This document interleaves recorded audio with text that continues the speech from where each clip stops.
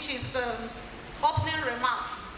But before then, I would like to introduce some of us in the house who would like to recognize the presence of the UNDP Residence Rep, represented by Mr. Joel Ayin Nakwa, the Regional Policy and Technical Specialist. We also have a representative from the UNDP again, by name is Samuyiwa Odele, here with us. Also like to recognize the UNIDO representative, Regional Director, represented by Mr. Oluyomi Banjo. And we have the UNEP representative, Mr. Twala, also here. You are all welcome. Then we have Mr. Augustine Sanchez from UNDP. We also like to welcome everyone from all our representatives from the ministries, other departments here present. We recognize your presence, we appreciate your presence here, and we say welcome to you all. We would also like to welcome our directors and our staff present. Thank you for making it here with us. So now we have to make it snappy because we have a lot of items on the agenda, and now we'll be heading straight to the opening remarks by the UNDP Residence Rep, represented by Mr. Joel. Please, Mr. Joel.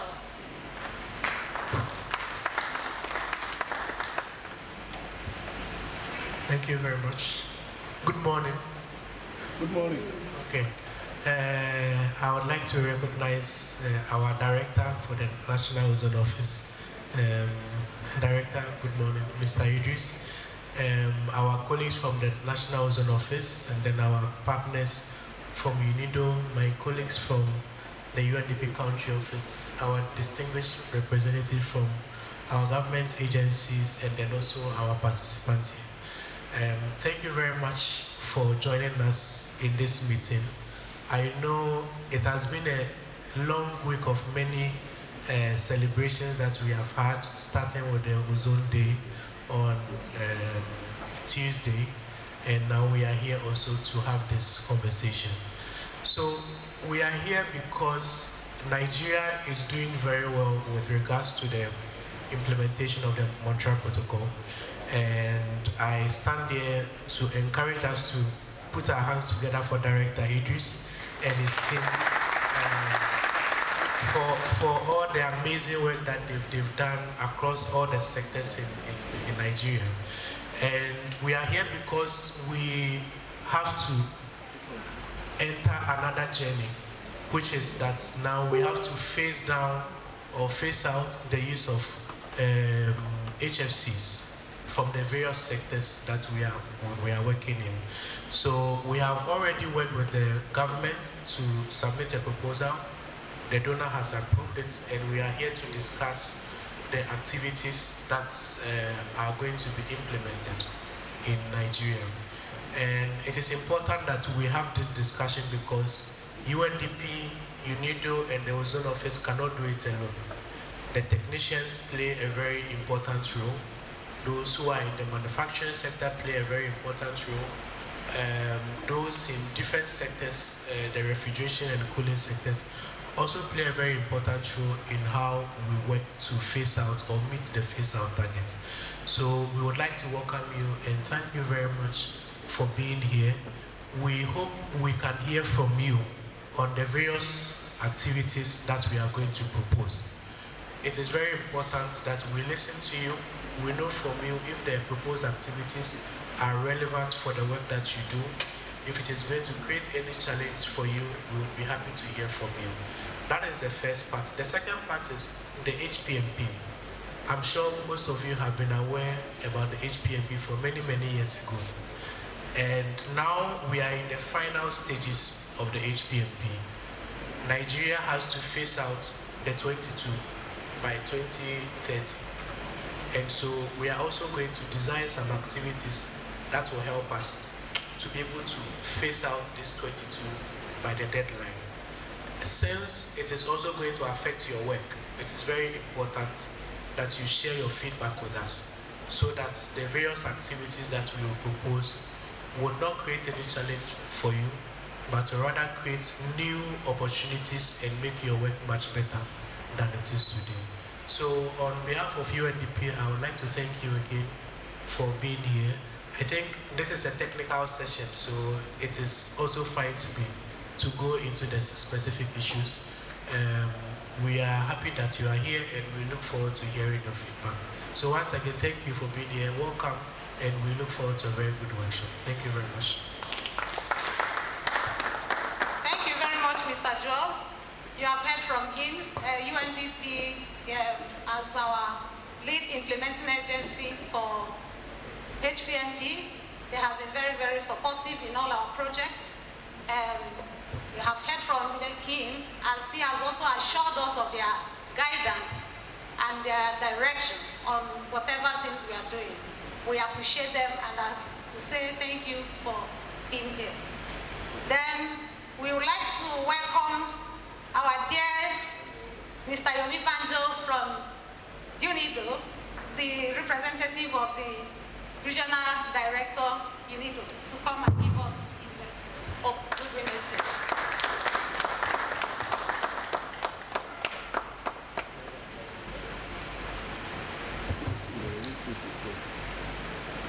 Thank you, and good morning, everyone.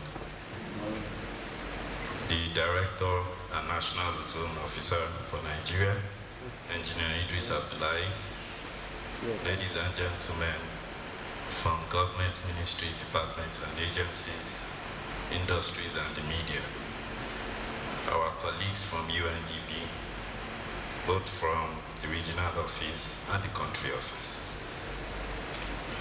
I will give this goodwill on behalf of our Regional Director, Ambassador Johnson. Distinguished guests, it is with great pleasure and deep appreciation that I join you today at this pivotal Inception workshop for Nigeria's Kigali Implementation Plan project, referred to as the KIP. On behalf of the United Nations Industrial Development Organization, UNIDO, I'd like to extend our warm congratulations to the government of Nigeria, the Federal Ministry of Environment, the National Ozone Office, and all partners whose dedication and vision led to the successful approval of this project at the 95th meeting of the Executive Committee of the Multilateral Fund of Montreal Protocol in December 2024. The milestone is more than just a project launch. It is a moment that reflects Nigeria's leadership and unwavering commitment to phase down hydrofluorocarbons, HFCs, and to global climate actions. By implementing the stage 1 of the KIP, Nigeria is taking a bold step to phase down HFCs, aiming for a 10% reduction from its baseline consumption by 2029. This is a powerful statement, and UNIDO is proud to be a part of it. We are here today not just to talk about the targets and timelines, but to build a shared understanding of how we will get there together. The Inception workshop brings together the people who will make it happen: government agencies, industry leaders, training institutions, and international development partners. Your expertise, your collaboration, and your commitment are what will drive this project forward.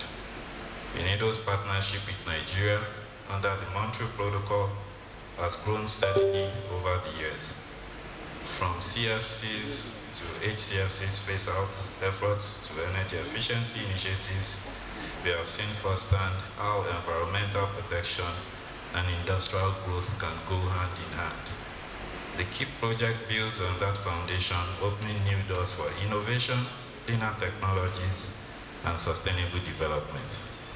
We believe this project will not only help Nigeria meet its international obligations, but it will also strengthen local industries, improve energy performance, and create opportunities for green jobs and skills development. This is the kind of impact we are aiming for. So as we begin this journey, let us keep our focus on collaboration, resilience, and results. UNIDO is here to support every step of the way as we work hand in hand with the National Ozone Office and UNDP. I would like to again appreciate the leadership of the National Ozone Office led by Engineer Idris Abdullahi. I didn't realize how big Nigeria was until when I started dealing with many other African countries. My colleague throughout here can testify. For one of the few times in my life that I felt very proud of the country called Nigeria, when I started dealing with many of the other African countries, they were sort of appealing to us if we could do half of what we are doing with Nigeria. Then I told them I used to sit in Nigeria for many years. So we are proud to be associated with the Federal Ministry of Environment. We are proud to be associated with the National Ozone Office. But I think the sustainability of the results that we have built together will be determined today by your contributions. Please, we want honest contributions. Tell us however it is. We are ready to take it. At the end of the day, it is for the success of Nigeria's obligations to the treaty, and it's also for the success of the development of Nigeria's industrialization. As UNIDO, we give our commitment that we will continue to support the federal government of Nigeria, we will continue to support the Federal Ministry of Environment, and we will continue to support the National Ozone Office, not only for the phase out of HCFCs, but now to implement the Kigali amendment. I wish us all a wonderful meeting today. Thank you. Thank you very much, Mr. Banjo, for that reassuring words from you. On behalf of the organization, UNIDO, thank you. We appreciate your words. We also like to welcome the representative from UNEP, Mr. Twala.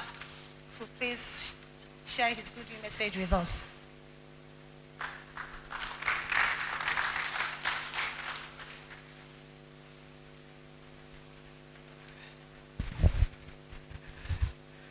Thank you so much, Program Director, Director of the National Ozone Office, Engineer Idris, UNIDO colleagues, UNDP colleagues, government colleagues that are in this house, private sector stakeholders, I greet you once again. It is such an honor for us as UNEP to be part of this occasion. It was wonderful to see this house full on Tuesday with the national, with the World Ozone Day celebration in Nigeria, which I think when I look at what other African countries were doing, I think this was wonderful for me to be part of Nigeria in celebration of the World Ozone Day.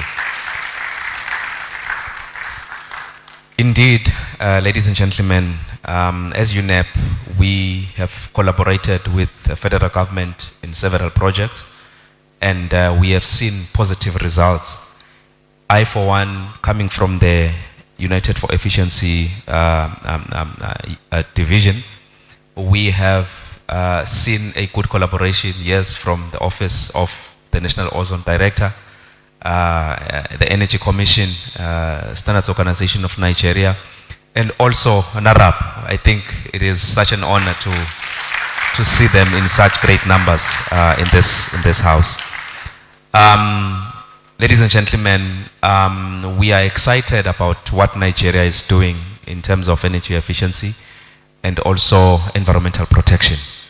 It is great to see what I was talking to my colleagues the other day, saying that it seems like Nigeria is a trendsetter in Africa, and we are all watching what Nigeria is doing. And congratulations of the good work that you are doing, and the collaboration that we have seen among the stakeholders is really encouraging. Ladies and gentlemen, I would like to point out that as UNEP, we will continue to collaborate with the federal government and all stakeholders in ensuring that Nigeria reaches its goals. Today we are here to discuss the KIP and the HPMP. As UNEP, we want to assure you that we will continue to support the federal government, work together with all relevant stakeholders in ensuring that the goals that Nigeria has come to fruition. I would like to commit that we have seen good collaboration in the past, as I've mentioned, and as UNEP, we have projects that are lined up, and we are currently engaging with stakeholders, national stakeholders, to actually explore other opportunities to showcase the good will and the commitment that Nigeria has shown globally and also nationally. With that said, ladies and gentlemen, I would like to appreciate the presence of everyone in this place, and also we are looking forward to the KIP implementation as well as the HPMP implementation. I thank you, ladies and gentlemen, and may you all have a wonderful day. Thank you. Thank you, Mr. Twala. Thank you very much. We have all heard it all from our dear implementing agencies. The long-lasting relationship or collaboration we have enjoyed with them, they have always been supportive. The implementing agencies led by our UNDP and the UNIDO, we thank you for your support all these years, and we know that the support we have rendered towards the implementation of a HPMP project, we also have it, in full package for this very new Kigali implementation plan. We thank you for those assuring words, and we look forward to making much more impact through your collaborations. Thank you. At this point, I would like us to have a group photographs. I welcome all. Oh, before the group photographs, please.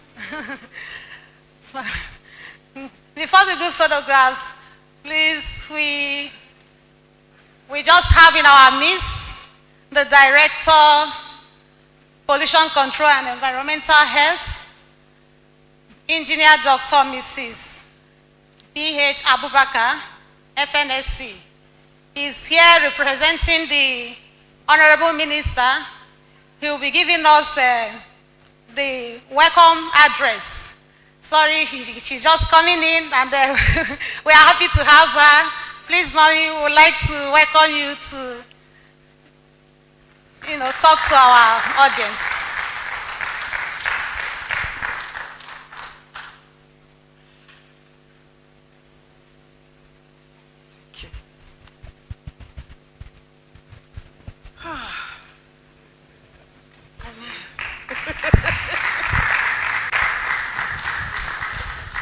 It's been a roller coaster month.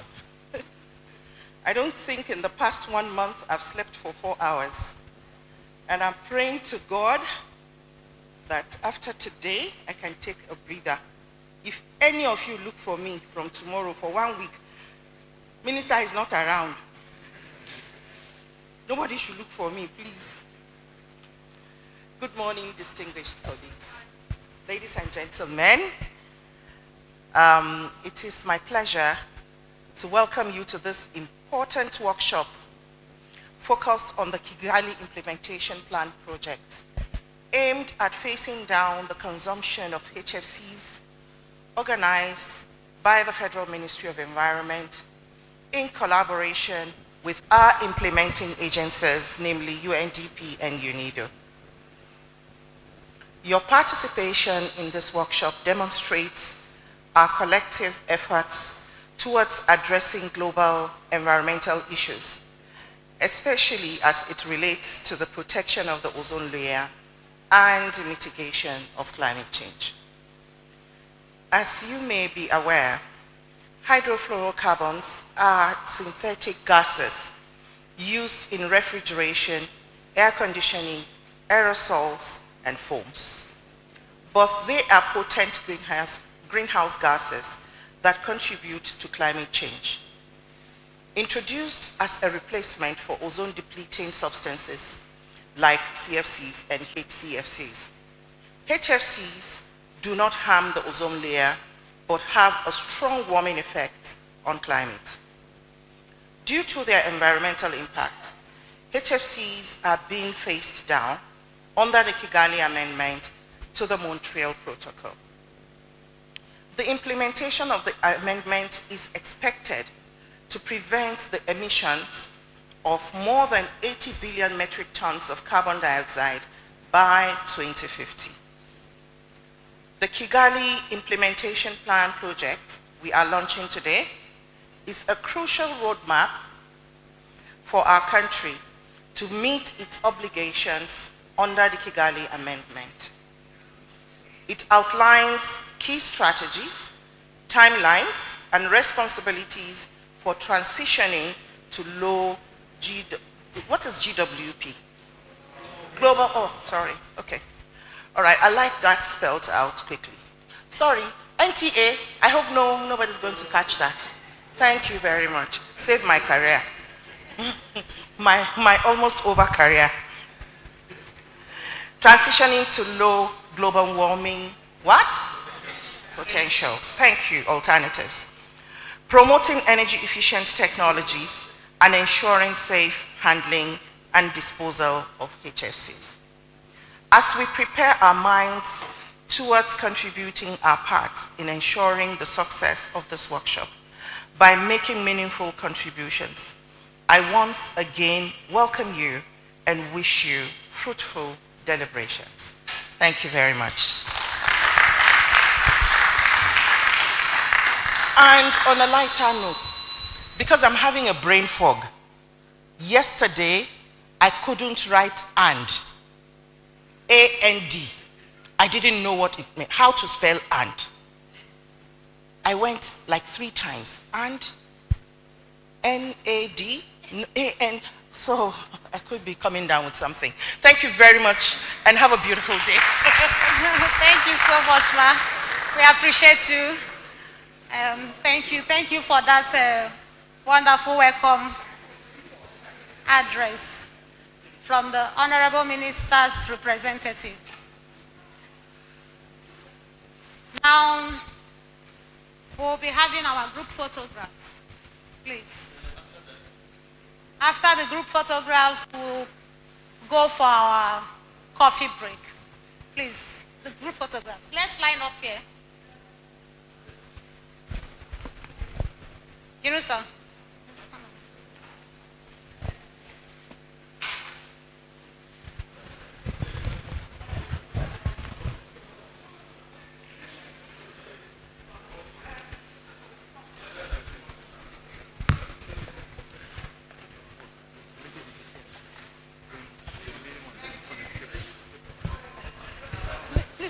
Please. Director, please, ma. Hello, ma. Please, we would like to take a group photograph. Please. Let's have our implementing agencies come forward, please, first. No.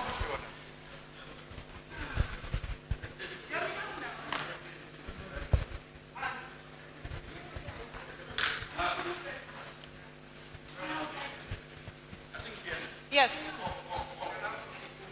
Up. Okay. Please, sir, can we climb up?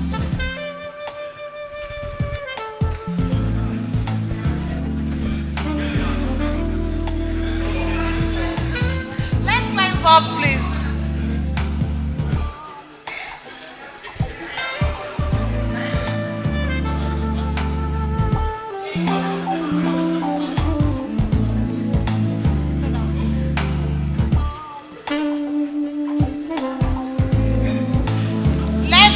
UNDP and UNIDO representatives and UNEP first. UNDP, UNIDO and UNEP to join in the group photograph.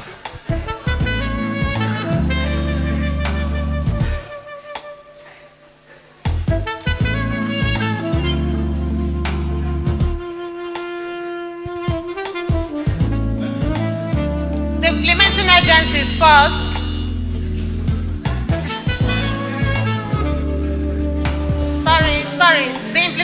agencies first before now, yes. The IAs first.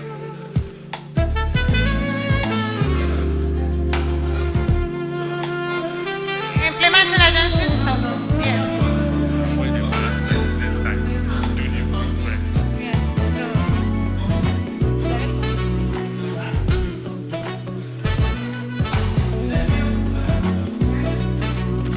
the quick first.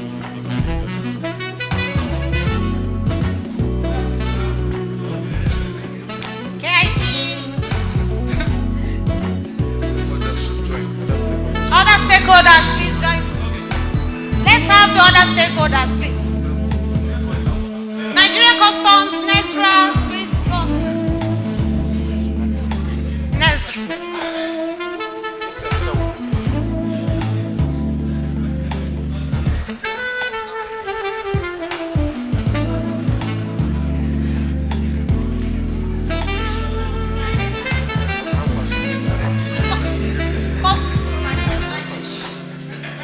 Can we have the photographer arrange this? The custom officer should come a bit front, please. Custom officer, please come a bit front.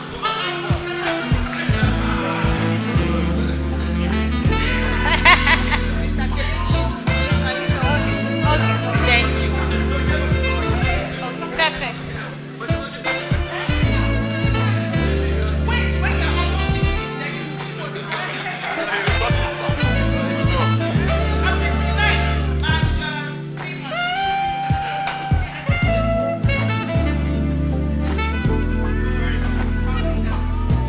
Let's also have our NARAP representatives, please join us. NARAP. Yourself?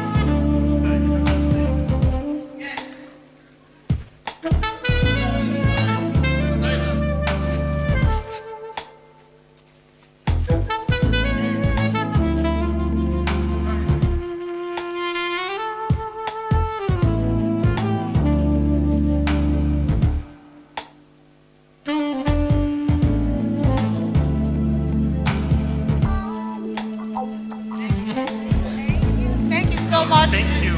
So we're going to have our coffee break, please. Let's have our coffee break.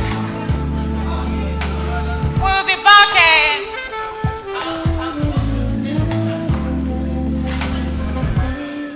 We'll be back at 11:15. Where are we taking the breaks? Where are they? Where are they? Wait, let me check something for you.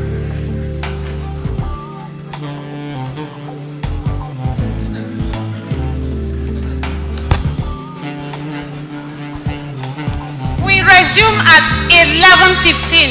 Thank you.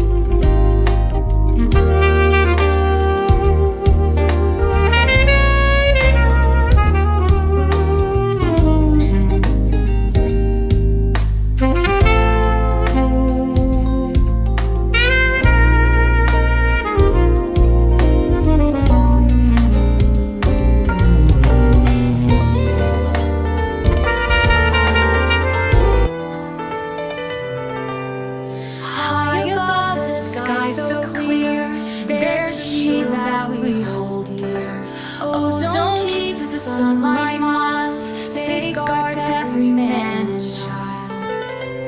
Protect the ozone, protect our life, save Earth from heat and strife. Every action, small but true, builds a safer world for me and you.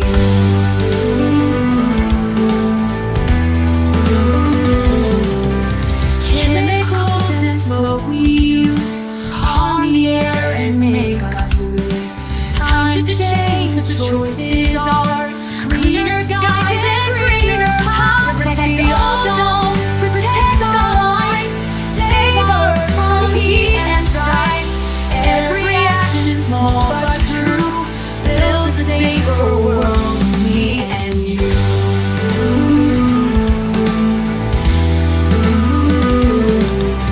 Plant a tree and walk instead. Choose the green path we all spread. Hand in hand we'll heal the sky. Keep the ozone strong and high. Protect the ozone, protect our life, save Earth from heat and strife. Every action, small but true, builds a safer world for me and you.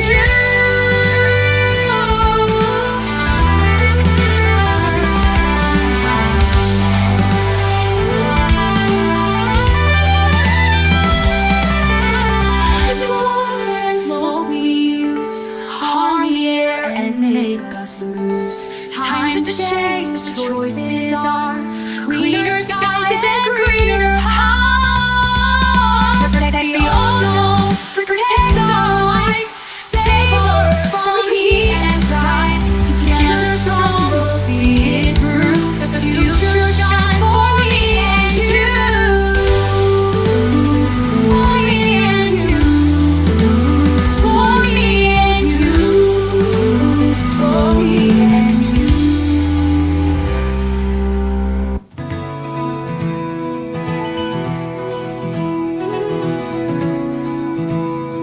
Ozone layer, our planet's shield, protecting us from harmful fields, CFCs and haters, the deadly threat, destroying ozone, leaving us red.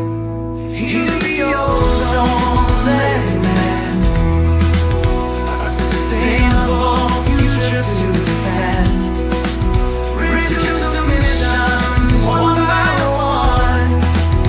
A healthier planet for everyone.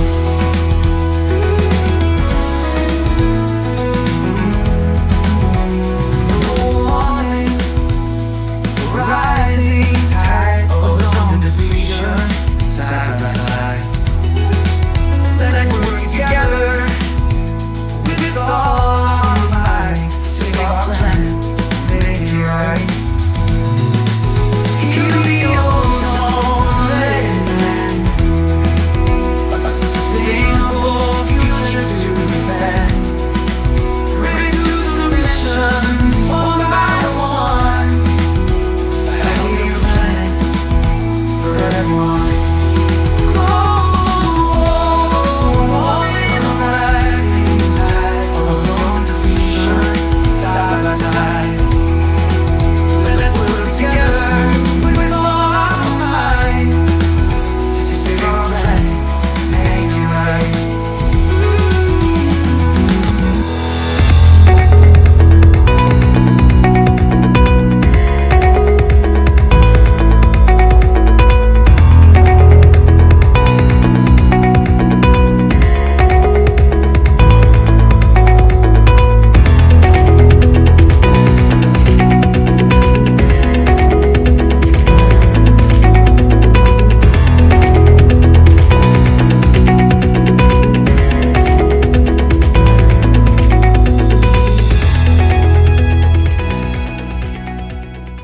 I welcome you to the 40th anniversary of the Vienna Convention for the Protection of the Ozone Layer and 2025 World Ozone Day celebration.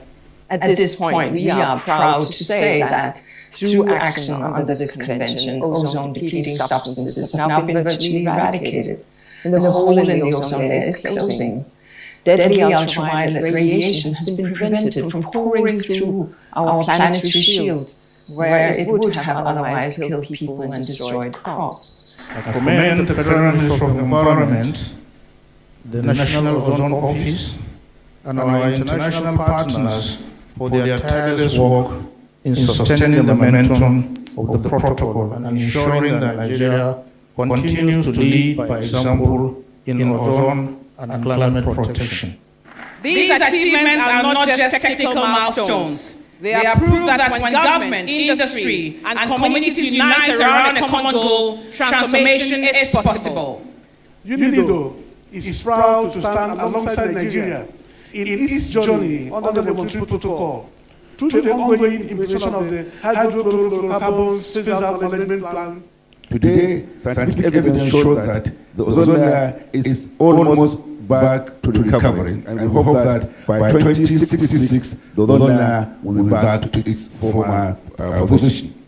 The Federal Ministry of Environment, under the leadership of our President, His Excellency Bola Ahmed Tinubu, GCFR, President of the Federal Nigeria, in collaboration with partners to trace out harmful. The President has been very committed and very supportive for all our environmental efforts. Nigeria is determined, under the New Hope agenda of our President, to meet new obligations and safeguard our environment.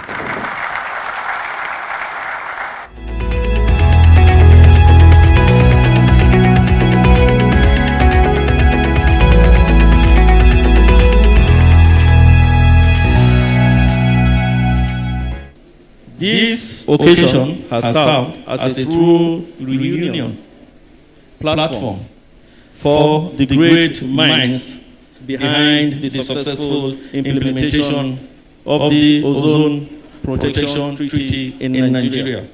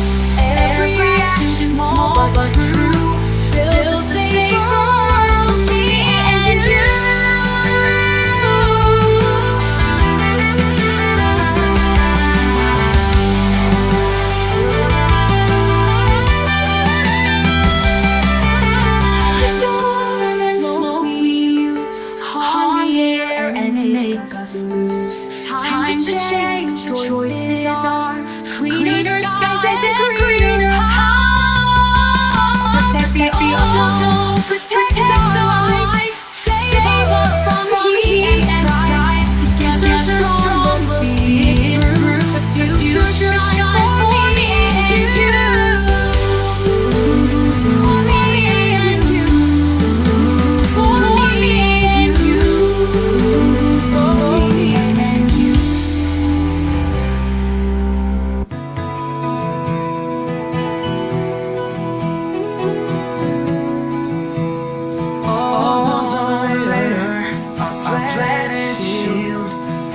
protecting us from harmful fields, CFCs and humans, a deadly threat, destroying those leaving us regret.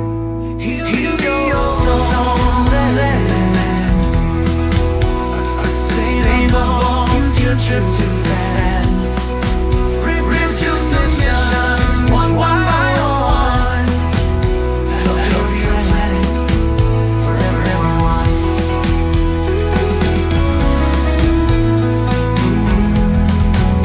Global warming, rising tide, ozone depletion, side by side. Let's work together with all our might. Save our planet, make it right.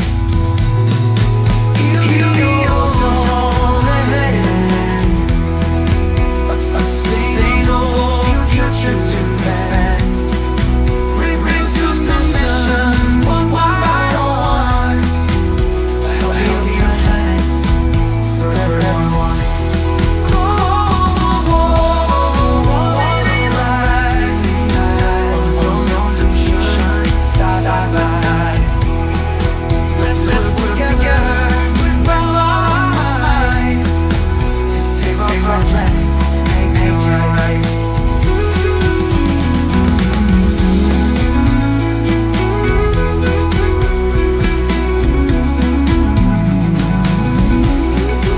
Heal the ozone layer, a sustainable future to defend. Reduce emissions one by one. A healthier planet for everyone. Heal the ozone layer, a sustainable future to defend. Reduce emissions one by one. A healthier planet for everyone. Heal the ozone layer for everyone.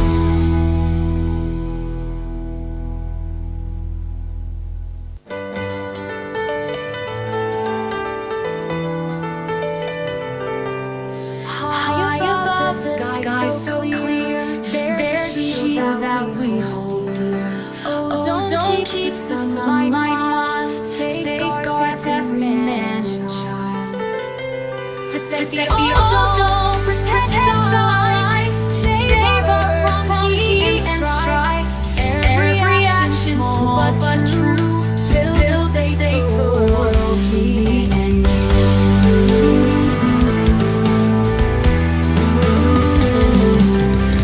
Chemicals and smoke we use harm the air and make us lose. Time to change, the choice is ours. Cleaner skies and greener powers. Protect the ozone, protect our life, save Earth from heat and strife. Every action small but true builds a safer world, me and you.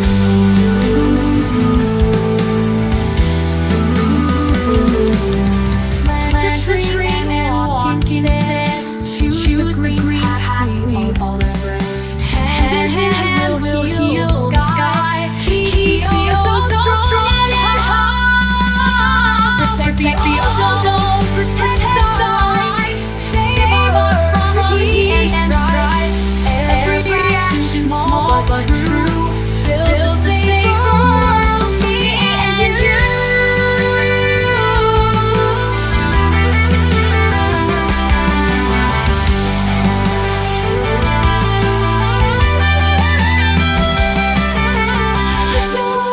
Smoke we use harm the air and make us lose. Time to change, the choice is ours.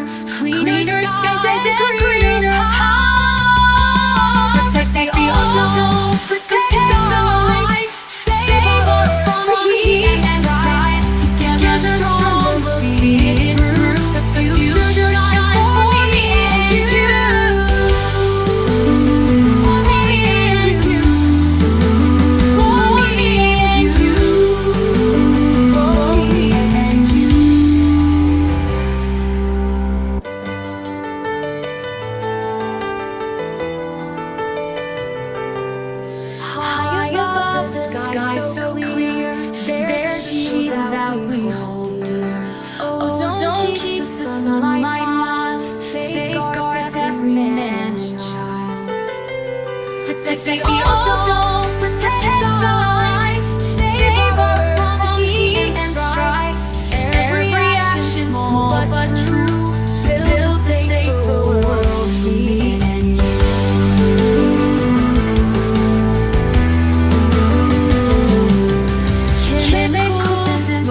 use harm the air and make us lose. Time to change, the choice is ours. Cleaner skies and greener skies. Protect the ozone, protect our life, save our from heat and strife. Every action, small but true, builds a safer world, me and you.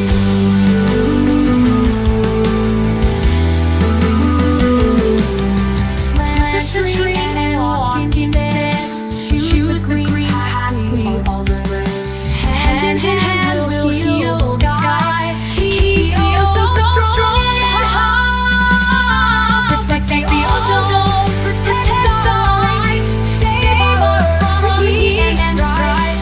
Every action, small but true, builds a safer world, me and you.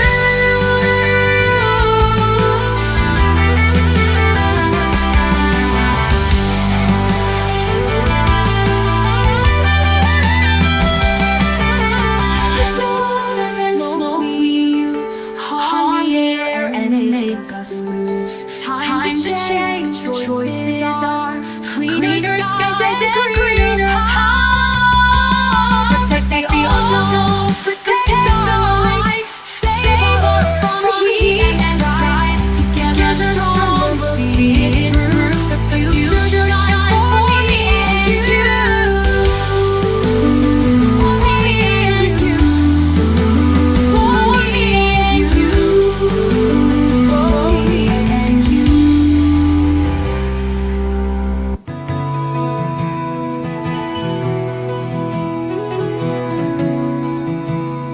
Ozone layer, our planet's shield, protecting us from harmful fields. CFCs and halons, a deadly threat, destroying ozone, leaving us red.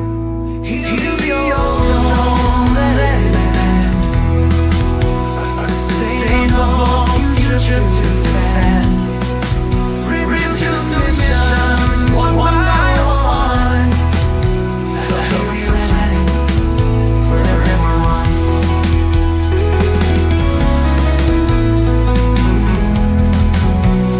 No warning, rising tide, ozone depletion, side by side. Let's work together with all our might to save our planet. Make it right. Heal the ozone layer, a sustainable future to defend. Reduce emissions one by one. A healthier planet for everyone. Rising tide, ozone depletion, side by side. Let's work together with all our might to save our planet, make it right.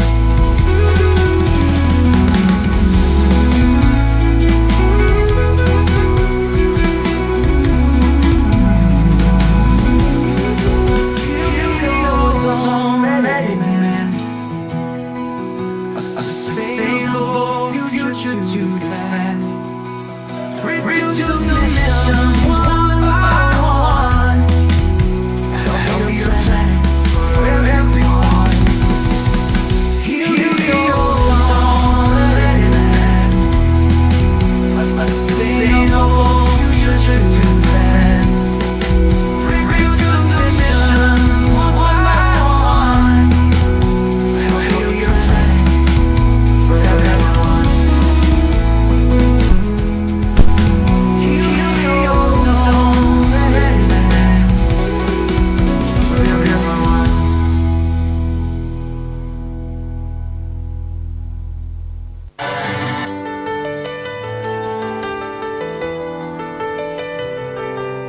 High above the sky so clear, there's a shield that we hold dear. Ozone keeps the sunlight on, safeguards every man and child. Protect the ozone, protect our life, save our from heat and strife. Every action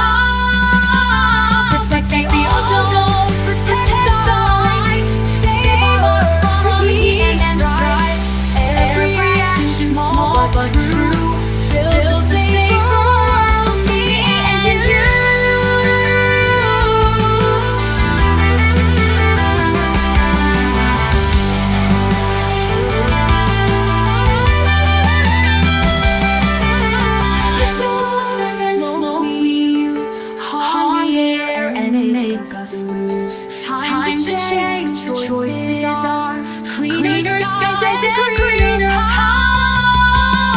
Protect the ozone, protect our life, save us from heat and strife. Together strong we'll see it through. The future shines for me and you.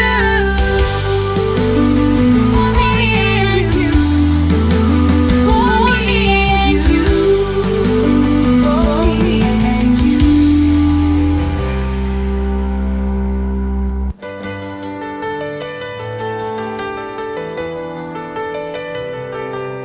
High above the sky so clear, there's a shield that we hold dear. Ozone keeps the sunlight mild, safeguards every man and child. Protect the ozone, protect our life, save us from heat and strife. Every action small but true builds a safer world, me and you.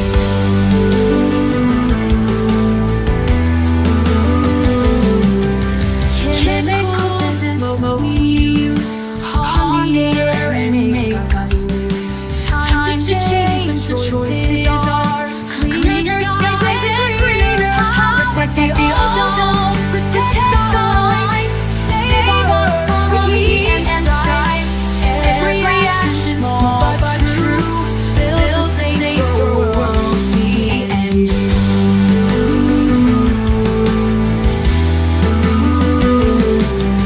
Plant a tree and walk instead. Choose the green path we all spread.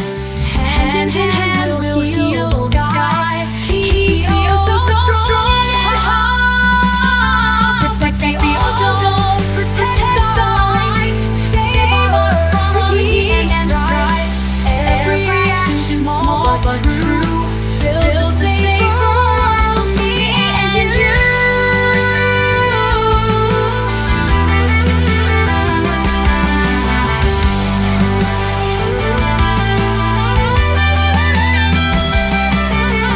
Chemicals and smoke we use harm the air and make us lose. Time to change, the choice is ours.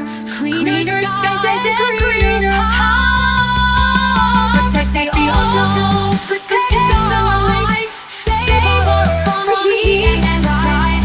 Together strong we'll see it through. The future shines for me and you. For me and you. For me and you. For me and you.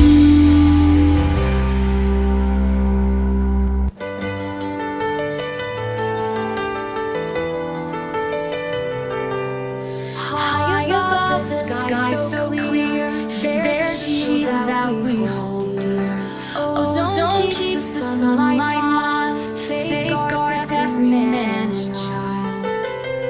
Protect the ozone, protect our life, save us from heat and strife.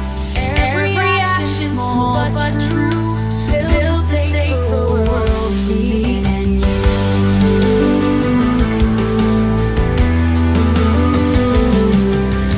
Chemicals and smoke we use harm the air and make us lose. Time to change, the choice is ours. Cleaner skies and greener house.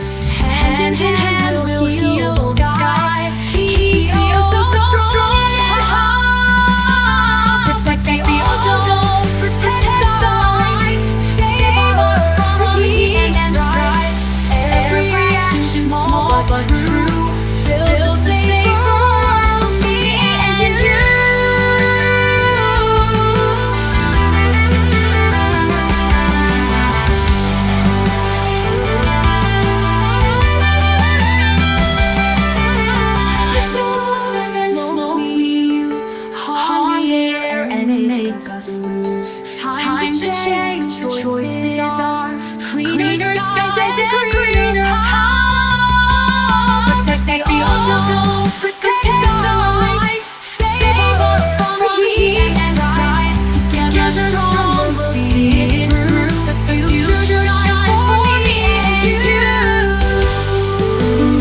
For me and you. For me and you. For me and you.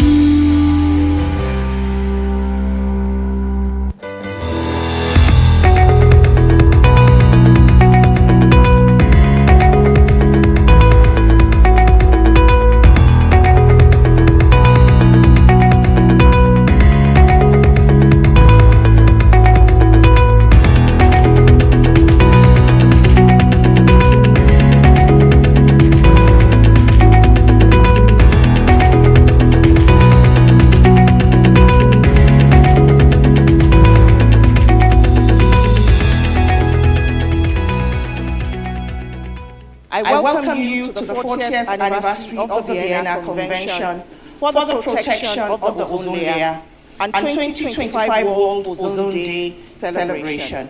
At this point, we are proud to say that through action under this convention, ozone-depleting substances have now been virtually eradicated, and the hole in the ozone layer is closing.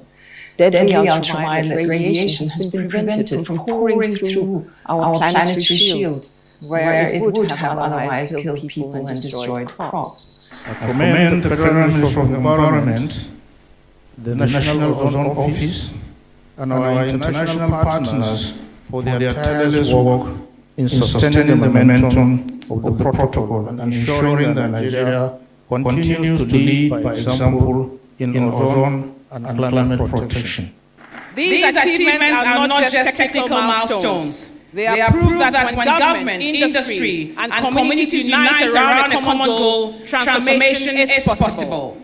UNIDO is proud to stand alongside Nigeria in its journey under the Montreal Protocol through the ongoing implementation of the hydrofluorocarbons phase-out management plan. Today, scientific evidence shows that the ozone layer is almost back to recovery, and we hope that by 2066, the ozone layer will be back to its former position. The Federal Ministry of Environment, under the leadership of our President, His Excellency Bola Ahmed Tinubu, GCFR, President of the Republic of Nigeria, in collaboration with partners to trace out harmful. The President has been very committed and very supportive for all our environmental efforts. Nigeria is determined, under the renewable agenda of our President, to meet new obligations and safeguard our environment.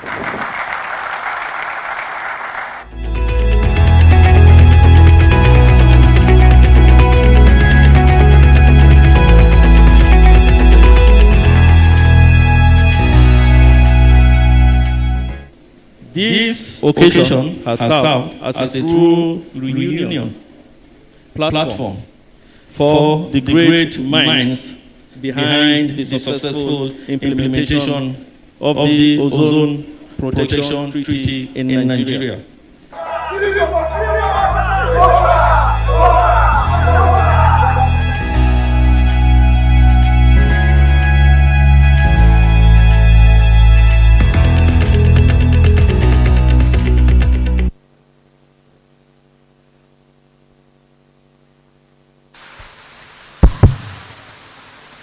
Hello. I hope we have all rested and feeling renewed now.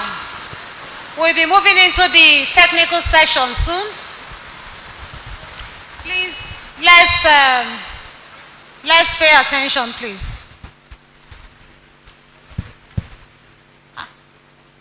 I welcome you all from the coffee break. Now I'll be calling on my director, the National Ozone Officer, Engineer Idris Abdullahi, to please come forward and share his views with us on the Nigeria strategies for the hydrofluorocarbons phase down project.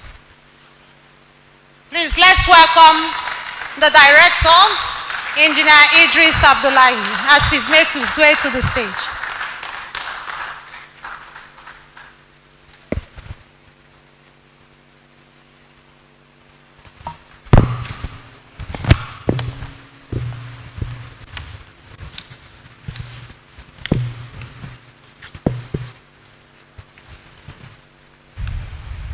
Good morning, and thank you, the MC.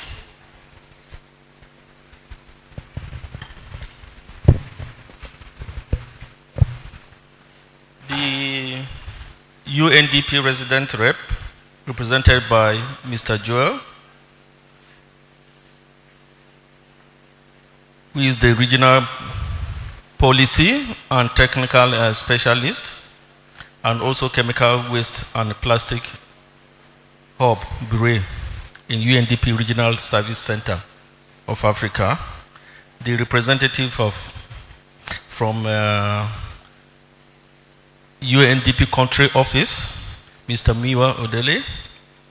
He is the head of environment, energy, climate change unit of the UNDP country office. Then the UNIDO regional director, represented by Mr. Oluyomi Banjo. He is the industrial development officer, also the technical cooperation and sustainability industrial development division of climate innovation and Montreal Protocol in the UNIDO office. Mr. Adekunle, the environment expert in the UNIDO country office here in Abuja. GTZ the representative.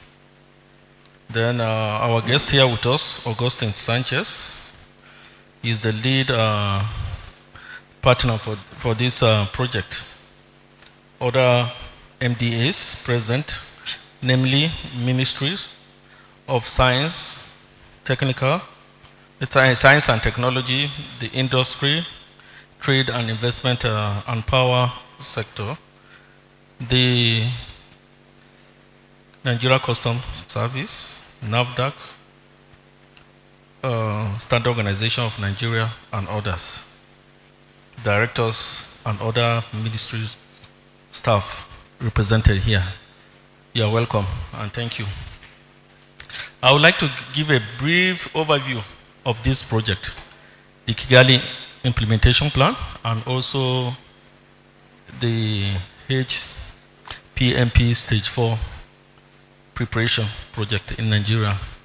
As you are all aware, Nigeria is a signatory to the Montreal Protocol on substances that deplete the ozone layer. Nigeria ratified the Montreal Protocol and the Convention in 1988. And since then, we've been in forefront of the implementation of this very successful global multilateral environmental treaty designed to protect the ozone layer. The Montreal Protocol is adjusted as the most successful environmental agreement in the world with universal ratification. On 15 of October 2016, the party to the Montreal Protocol agreed to adopt the Kigali Amendment to phase down the use of HFCs in the refrigeration and air conditioning sector, also in the foam sector. This amendment is known as the Kigali Amendment for the phase down of hydrofluorochlorocarbon. HFCs do not deplete the ozone layer, but it has high global warming potential.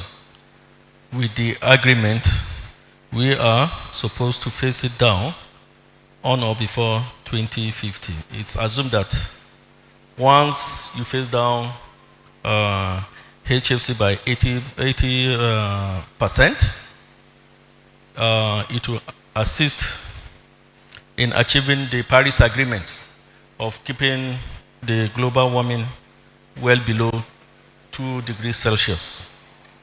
HFCs alone has high global warming potential, and its global warming potential is higher than any of the substances controlled under the UNCCC and other related climate agreements.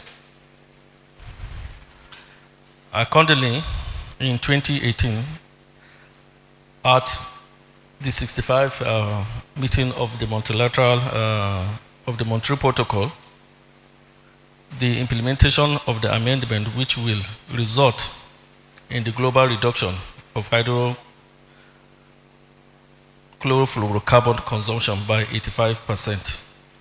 That is the project for the HPMP stage 4. As I earlier mentioned, having ratified the Kigali Amendment, Nigeria became eligible to receive both financial and technical support.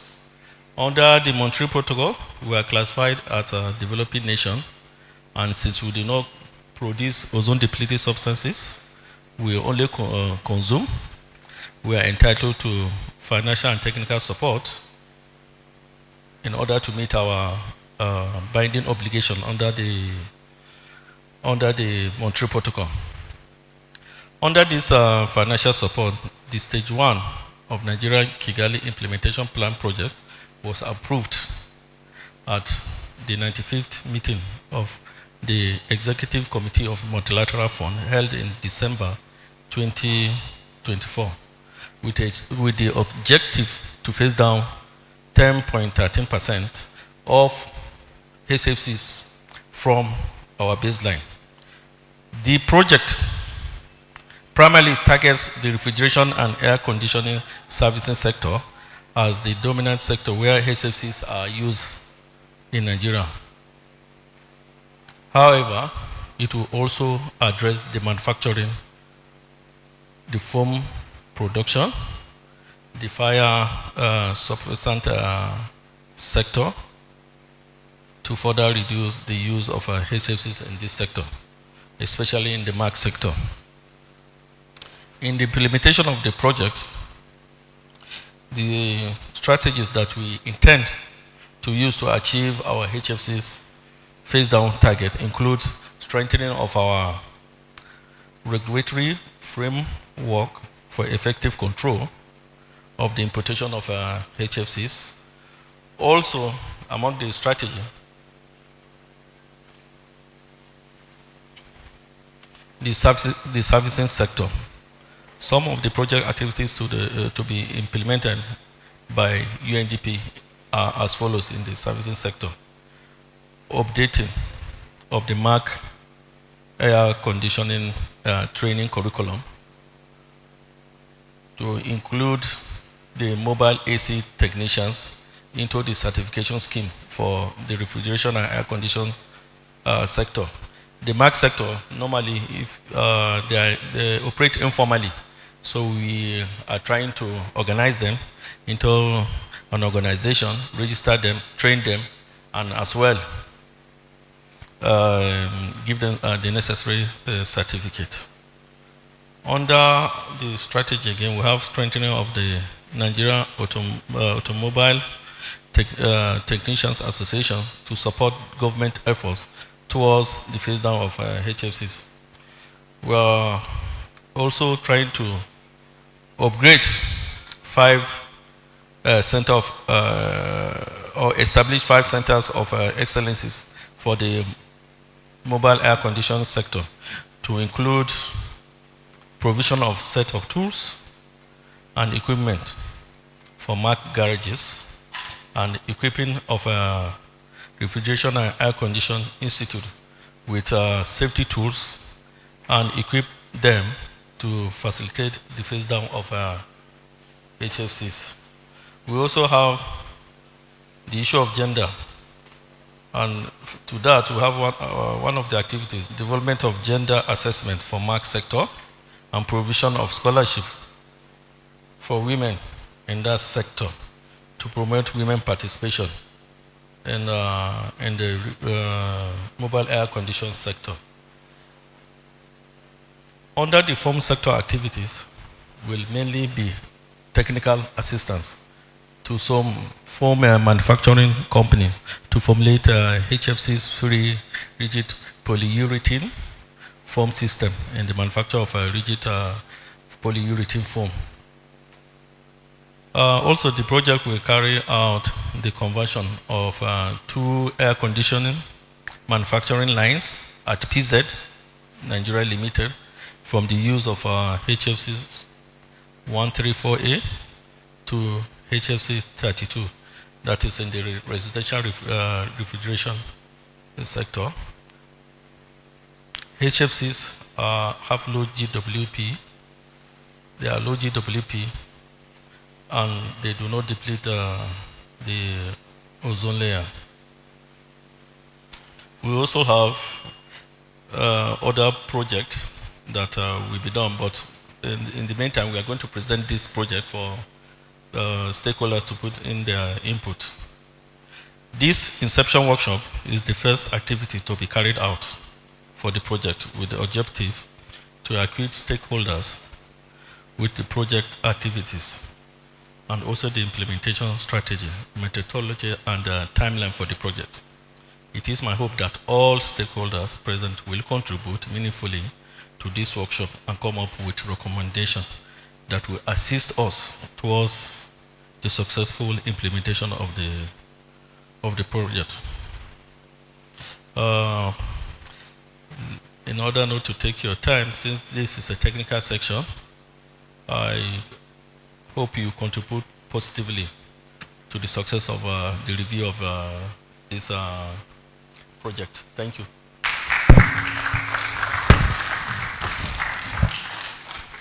Thank you very much, the director. Thank you for that, the views you have shared with us, considering the strategies that have been mapped out to implement the KIP project. As he has rightly mentioned, he really pointed out the efforts being made to, absorb the MAC sector. MAC sector, that's the mobile and air conditioning sector. The efforts we are making, because they quite contribute to this issue of HFC's use. So them being absorbed into the project is a very good effort. The government, through the collaboration of the implementing agencies, what we are doing to ensure that every relevant sectors are carried along, and the MAC sector is one of those sectors. He actually pointed out also on the need to carry along our female in these sectors, gender inclusion. In Montreal Protocol project, there's need, it has been made compulsory that it has to be aligned with the support of the female participation in all these sectors. So the government, the UNDP, we are all working together with UNIDO, all of us, to ensure the success of this, all the implementing agencies as well as UNEP. So as he has rightly mentioned, this is the technical session, and in this technical session, we are going to have it in segments. We are going to have presentation of the project. We are also going to have some other presentations that will be made as it regards the project. And as a result, the introduction of our stage 4 HPNP as well. From there, we'll also be breaking into sessions, so which is the second segment. In the second segment, we'll expect that the stakeholders here present will contribute meaningfully, as he has mentioned, to see that we come up with a very good strategies that will, take us forward. Right now, I will be calling on the person to give, the National Ozone Office will be giving a presentation on the implementation of the Montreal Protocol in Nigeria and Nigeria's refrigerant transition strategies. This presentation will be presented by Mr. Edmond Kelechimba. Please, let's have it displayed on the screen. Thank you.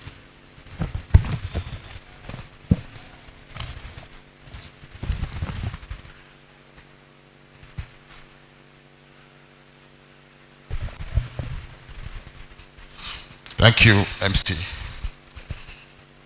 Good morning, everyone. I welcome you all this morning to this Inception workshop. permit me to stand the already existing protocol. So this morning I'm going to deliver a presentation on Nigeria's refugee transition in line with the Kigali Amendment. Next slide. So the outline of the presentation will have introduction, achievements under the Montreal Protocol, refrigeration and air conditioning sector, HFC uses, refrigerant transition and conclusion. Next slide.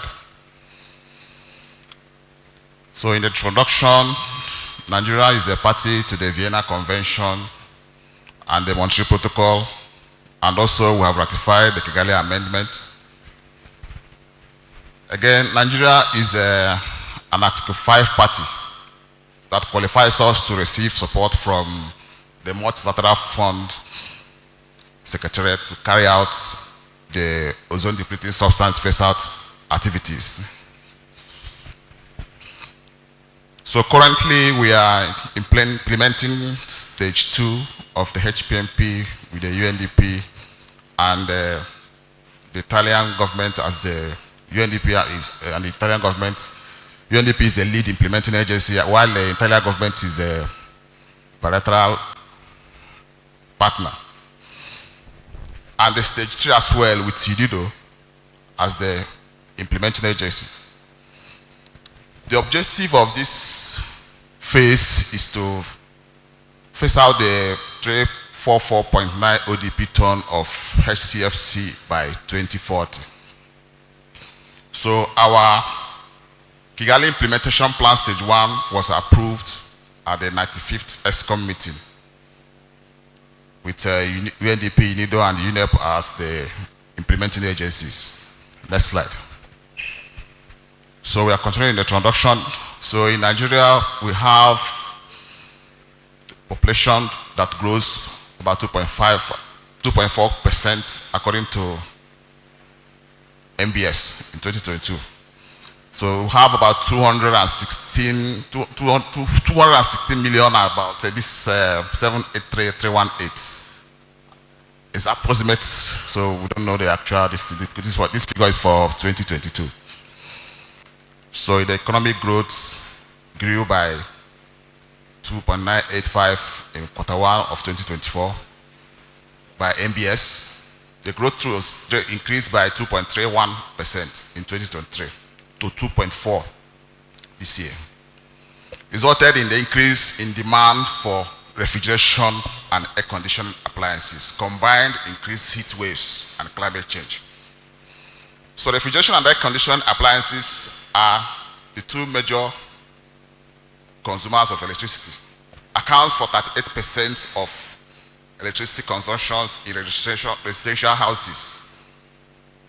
Based on NCAP, the Nigerian Clean Plan Action Plan, the refrigerator stock is expected to increase from 9.5 million in 2010 to 88 million in 2050. For air conditioners, expected to increase from 1 million units in 2010 to 71.4 million units in 2050. Next slide. So under the Montreal Protocol, here are our recent achievements. So the optimization of Vitaport Nigeria Limited that was commissioned on the 2nd of this month. The system house that was converted from using the ozone depleting substance to recent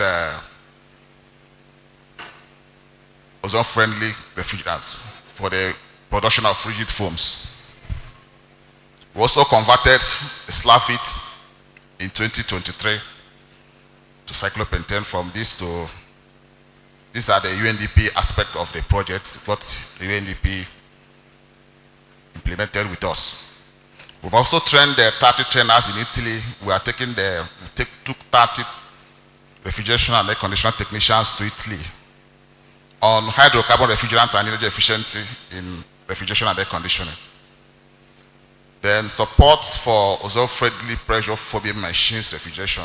This is by UNIDO.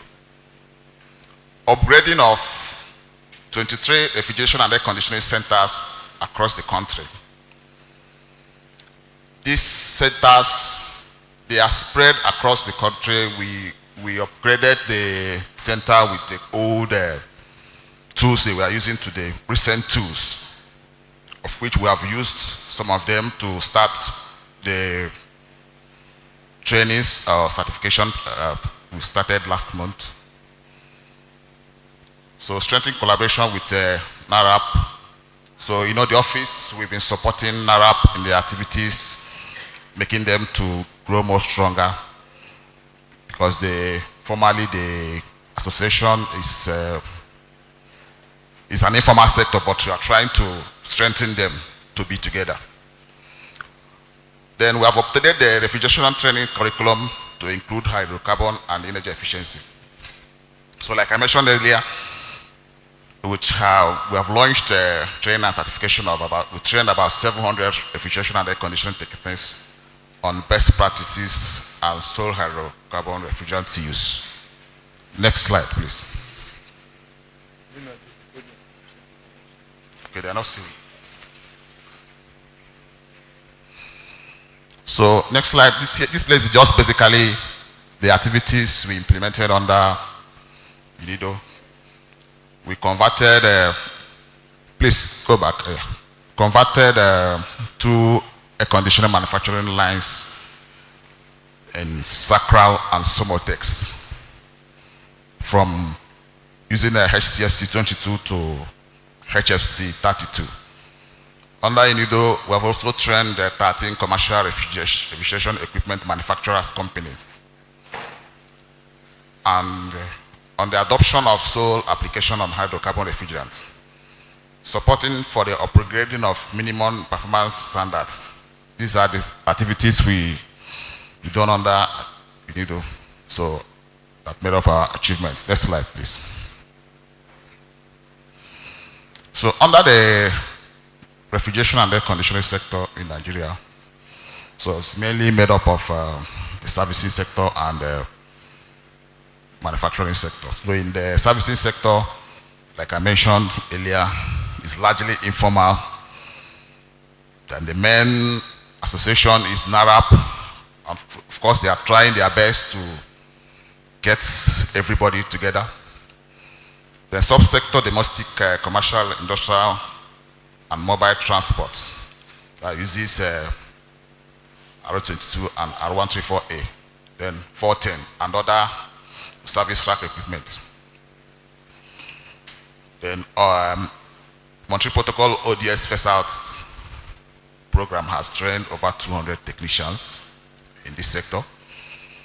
So the challenges in this sector is the problem of fake refrigerants. So we look for necessary tools and other training availability such as HFC. So the necessary tools, the project we're trying to see how the projects will intervene in getting them some necessary tools like identifiers to identify the fake refrigerants. Next slide. So the refrigeration and air conditioning manufacturing sector. So we have some companies that manufacture and assemble. Then the ones that makes ice making machine, cold rooms, assemble condensing unit and components. And they use HCFC 141B based polyethylene insulation for reduced foam, the ones that make foams. Next. So the policies that have been driving the process. So we have the Montreal Protocol, HPMP, and the Kigali Implementation Plan, ODS and HFC phase down regulations. Then we have energy efficiency / equipment related. Then we have the Nigerian Clean Action Plan, the MEX and labeling, then the energy efficiency policy and the Nigerian determining contribution. Next. So our key actors, government agencies that we have been collaborating with, we have the National Ozone Office and NESRA, SUN, Energy Commission, Nigerian Customs Service, NAFDAC, Department of Climate Change and the National Council on Climate Change, then NGOs/associations. Then we have Manufacturers Association for Nigeria. We also have NARAP and CBN and EDM and other ones. Next. So the main HFCs is in various sectors. So you have sector here and the HFC they are using. So domestic and the small commercial refrigeration, they use HFC 134A. The medium/large commercial refrigerations, they use HFC 404A. Domestic air conditioner, they use 410A, HFC 32. Then commercial air conditioners, they use HFC 407C, HFC 410A. Then the transporters, referred as MAC, they use 404A, HFC 41A, and 134A. Next. So the transition plan so far, from HFC 4108, we are moving to this HFC 32 with better plan to transit to R290 as the system infrastructure becomes more available for complete adoption of highly flammable. This is going to be a gradual process, though we have started training the technicians because of the high flammability of this refrigerant. So that's the plan. Then the domestic refrigeration sector from 134A to HFC 32 and R290. Then commercial from 134A to 32, R290 and R747 and R744. Then the MAC to HFO 123 YF. Next.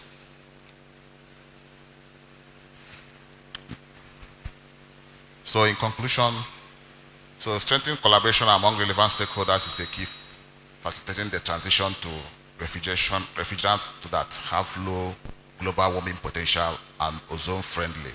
Also, the implementation of relevant policies and regulations will support the adoption and market penetration of energy efficiency and low-carbon equipment. Next. Thank you. Thank you, Mr. Mba, for that very detailed presentation on the Montreal Protocol implementations in Nigeria and the refrigerants transition. Now, yes, you see how he kept mentioning how the efforts we are putting in place to ensure that the NARAP is Nigeria Association of Refrigeration and Air Conditioning Practitioners. They are really dear to us because in this sector, they are one of the key stakeholders that actually need this support. So, and with the trainings that we have already commenced, yes, they are in the house, welcome. So with the training that we've already commenced and the certification, it is expected that in soon time is only trained and certified practitioners that will be allowed to practice in the sector. So we are happy to have you here, and we hope that you'll be able to come up with recommendations. Everybody, all the stakeholders present, will welcome all your recommendations, and they will be visiting it in an agenda when the agenda item comes. Then, now I would like us to move into the next presentation by the National Ozone Office, which will be presented by Engineer Nuruddin on the introduction of key projects. Please, Engineer Nuruddin, let's have you.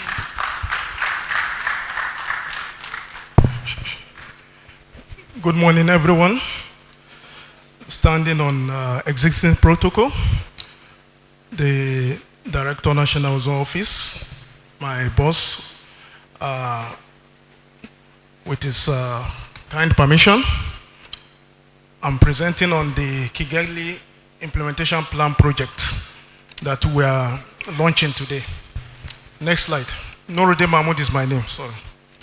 So the outline we have introduction, the phase down schedule for HFCs, the objective of the project, that's the KEEP stage 1, the activities that we have under the project, the outputs and indicators, and the conclusion. Next slide. Yeah, most of these have been said earlier, so I'll just go to the next slide, please. So, of course, it has been mentioned that we are under Article 5, Group 1, and our phase down schedule is, as you can see in the table, we are expected to freeze in 2024 our consumption of HFCs, which we have done. And the first step, which is having our 10% reduction of HFC consumption by 2029, which is the objective of the KEEP stage 1 that we are launching today. So until 2045, where we have 80% phase down of this substance from our baseline consumption. Next slide. So the objective of the stage 1 of our Kigali Implementation Plan project is to reduce Nigeria's consumption of hydrofluorocarbons 10.13% from our baseline consumption by 1st January 2029. Next slide, please. So the activities we have under the project, we have about 6 outputs. Under the foam sector, our main output that we target to achieve is to see that in the foam sector we reduce the consumption and use of hydrofluorocarbons. So under that, we have technical assistance to companies that are producing rigid polyurethane foam using HFCs, specifically HFC 365 MFC. So we intend to do that between the 3rd to 4th quarter of this year. After this launching, we are going to kickstart this technical assistance to these companies to see that we phase down the use of HFC 365 MFC. Then the second output is how do we strengthen the regulatory framework for HFCs? We all know that for effective implementation of the Montreal Protocol and its Kigali Amendment, the regulatory framework has to be strengthened, which means that NAFDAC that we collaborate with, customs that we collaborate with, they are the ones that, control how these substances enter the country. So if the way they operate, the regulations, the policies that back them are not strong, then definitely we'll have challenges facing down these HFCs. And we know that under the HPMP, we have existing quota system for HCFCs. Now that we are, starting this HFC phase down, which is complementary to the HPMP, definitely we need to include the regulatory framework for, controlling the importation of HFCs also. So in the second output, we are going to have coordination meetings with NAFDAC. We verify quotas with customs to ensure that we don't go beyond our targets under the Kigali Amendment. So this we intend to do starting from this 3rd quarter through 2025. Then from 1st to 4th quarter of 2025 and 2026, we will be busy doing how we strengthen the regulatory framework of for HFCs in order for us to achieve our compliance targets. Then the 3rd output is how do we ensure that under the services sectors, the phase down of HFCs is done in a way that it doesn't pose any safety challenge because of the alternatives we are trying to phase in. We know they have their challenges. Hydrocarbons are flammable. Ammonia is toxic. CO2 operates under high pressure. So how do we ensure that emissions coming from HFCs are reduced and also the safety involved in the use of the alternatives are taken care of? So under that, we have several activities lined up. we will establish 5 mobile air conditioning centers of excellence, and we are to equip 50 mark garages. We can see that mobile air conditioning sector is prominent in this KEEP, because under the HPMP, they were not consuming HFCs. So that is why it is incorporated in the KEEP. So we intend to do that starting from the third quarter of 2026 down through second quarter of 2027 to ensure that the centers are established and the equipments are, they are in place and they are ready for use. So after establishing the centers, equipments are in place, then we intend to train 60 mobile air conditioning trainers. These 60 trainers will now be used to train 150 technicians in the mobile air conditioning sector. So that's why you see that the timeline we have, starting from third quarter of 2027, we'll start the training. That is when we expect that the MAC centers are established already and the equipments are there to carry out the training. Next slide, please. So we also have provision of equipment to 13 refrigeration and air conditioning training centers. It's not only has to do with the mobile air conditioning sector in terms of the KEEP. We also have the refrigeration and air conditioning sector that is going to be taken care of. So in that regard, we are going to equip 13 of such centers with tools, equipment, and we are going to provide CO2 training equipment to 2 refrigeration and air conditioning centers. We know that leakage is a challenge, especially with our technicians. You NARA people, you are here. Leakage, and we know that it's through this leakage that we have global warming in terms of HFCs. Then we have ozone depletion and also global warming in terms of HCFCs. So leak proofing is going to be a critical component under the KEEP. So we intend to leak proof 25 large commercial refrigeration systems. So under this activity, we are expected to do it between fourth quarter of 2026 and second quarter of 2027. So we also carry out support to the Nigerian Association of Automobile Technicians. Under the HPMP, we are supporting NARAP, National Association of Refrigeration and Air Conditioning Practitioners. Since the mobile air conditioning sector have come on board under the KEEP, we are going to also support the association that has to do with the mobile sector, which is the Nigerian Association of Automobile Technicians. So also, we have the coordination of these policies that we ensure that we meet our binding obligations under the Kigali Amendment. That's under the 4th output. So under that, we are going to update the custom curriculum. Customs, you are here. We have a curriculum for customs, but because HFCs have not come on board to be controlled, it's not in the curriculum. So under the KEEP, stage 1, in first quarter to second quarter of 2026, we intend to carry out this activity. Then also, after the curriculum is updated, then we now intend to train 40 custom trainers.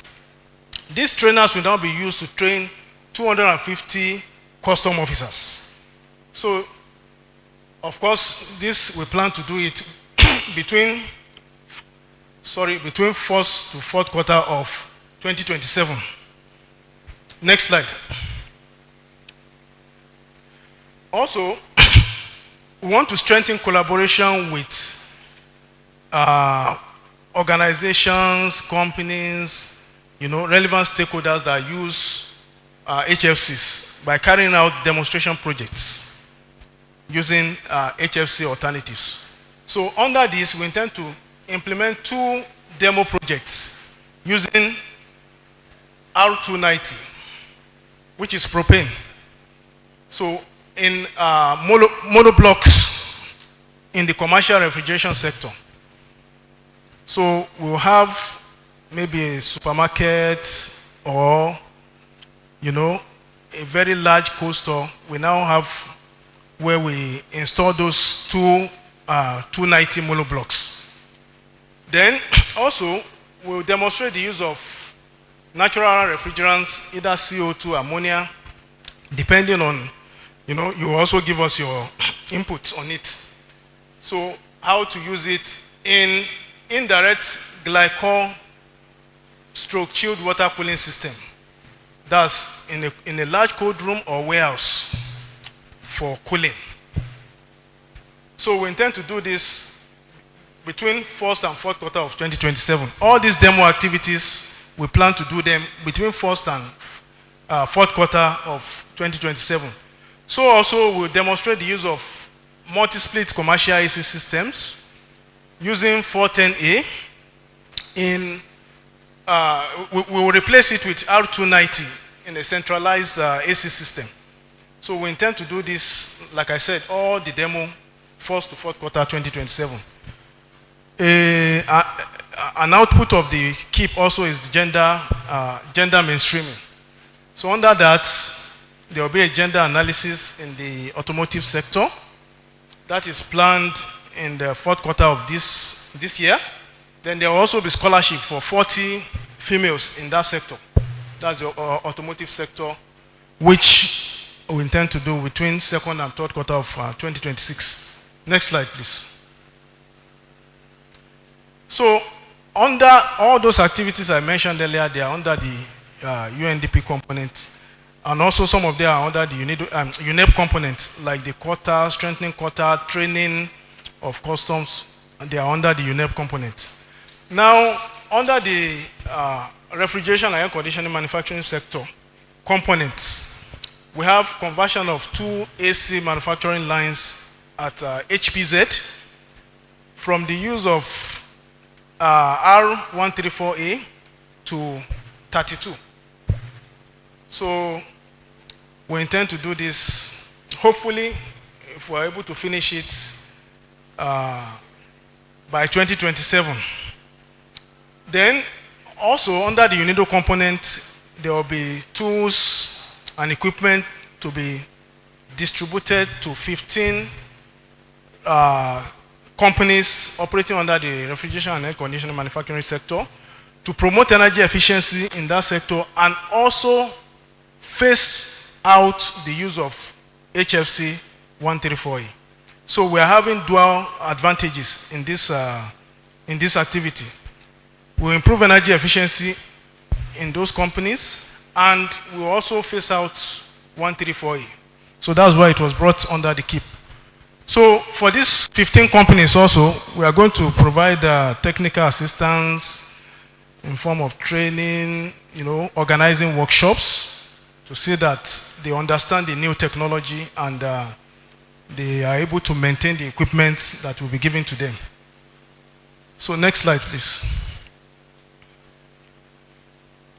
So these are some of the indicators.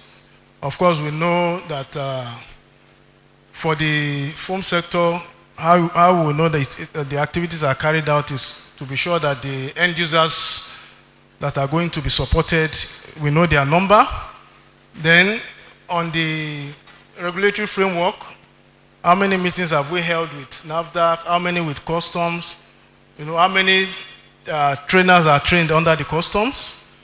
For the services sector, how many centers of excellence are established, how many technicians are trained under the MAC sector, how many garages are equipped, how many demo projects have been achieved.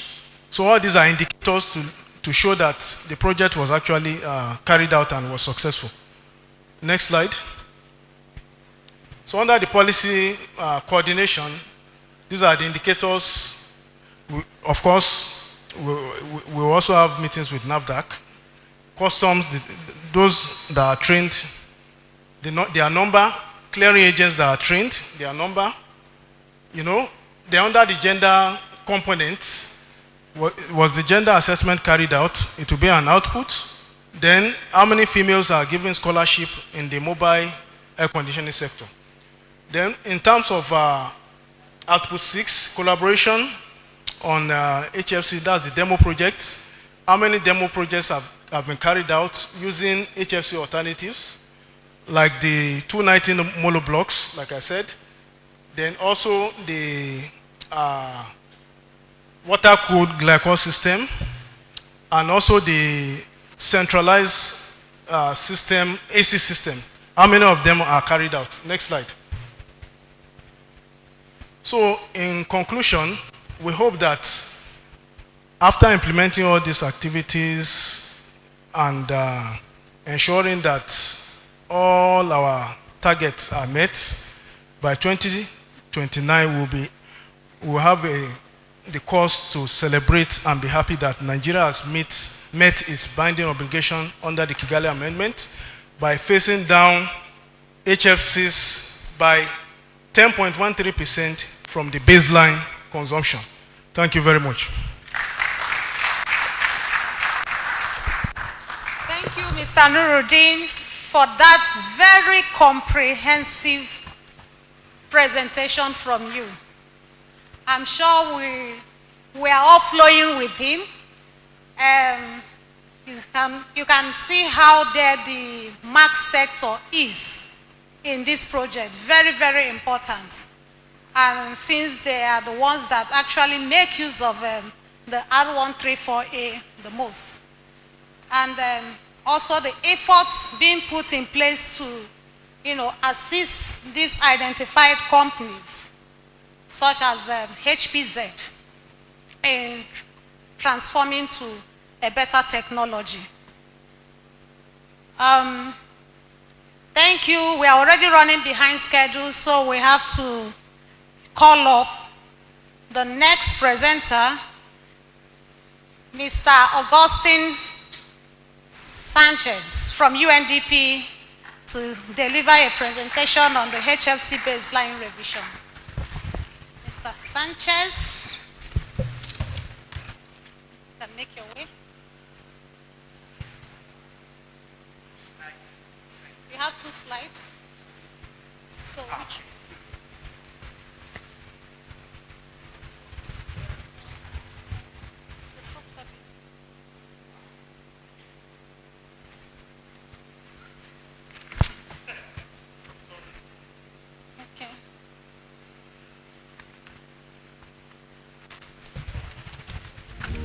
Sorry for the breaking.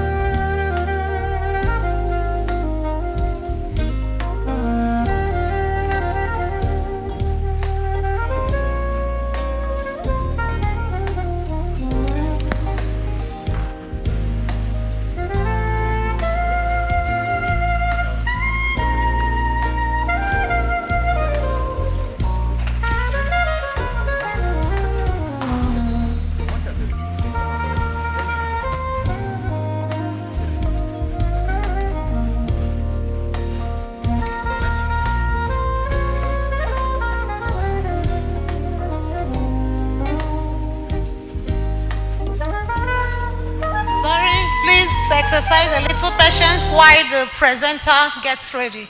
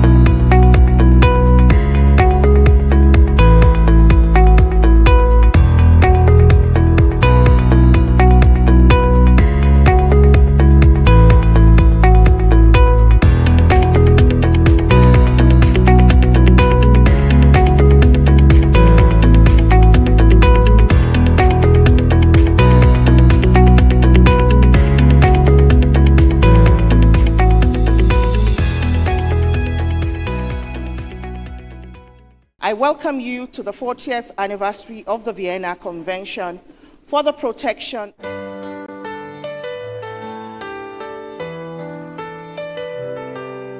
High above the sky so clear, there's a shield that we hold dear. Ozone keeps the sunlight mild, safeguards every man and child. Protect the ozone, protect our life, save our earth from heat and strife. Every action, small but true, builds a safer world for me and you.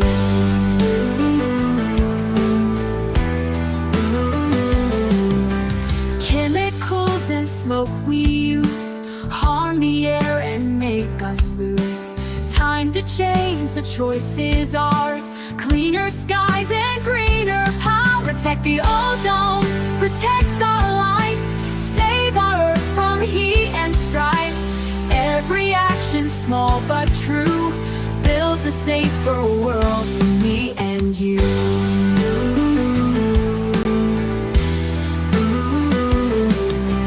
Plant a tree and walk instead. Choose the green path we all spread. Hand in hand we'll heal the sky. Keep the ozone strong and high. Protect the ozone, protect our life, save our earth from heat and strife. Every action, small but true, builds a safer world for me and you.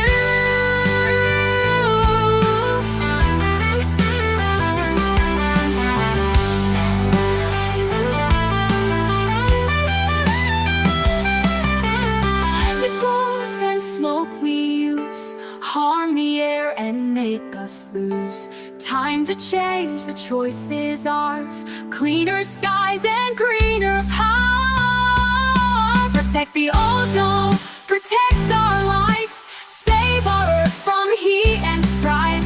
Together strong we'll see it through. The future shines for me and you.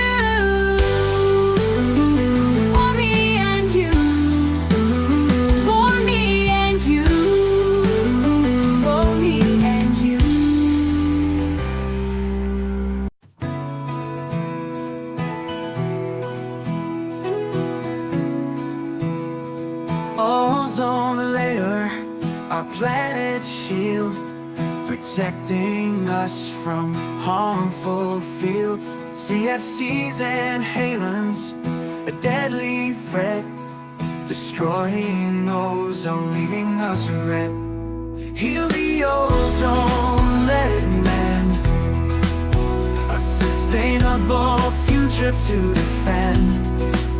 Reduce emissions one by one, a healthier planet for everyone.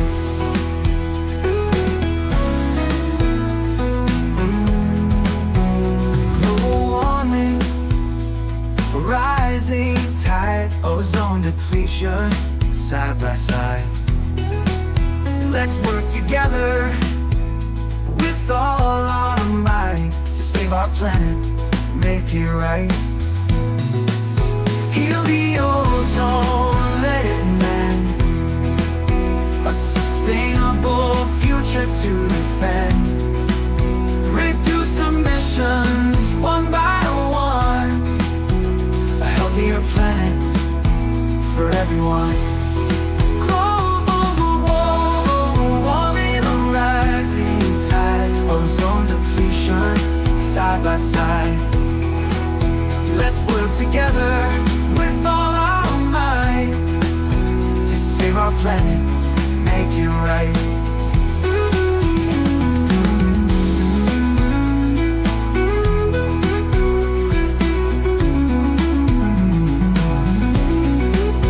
Heal the ozone, let it mend.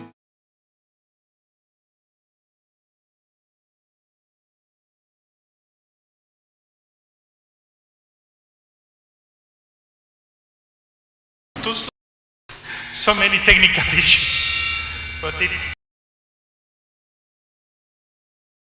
happened to me. Yes. I will present this this part very shortly, but this is a real case of success and a real case of very, very hard work done by the National Zone Unit here in Nigeria, with very strong support from the national consultants, and very strong commitment from the different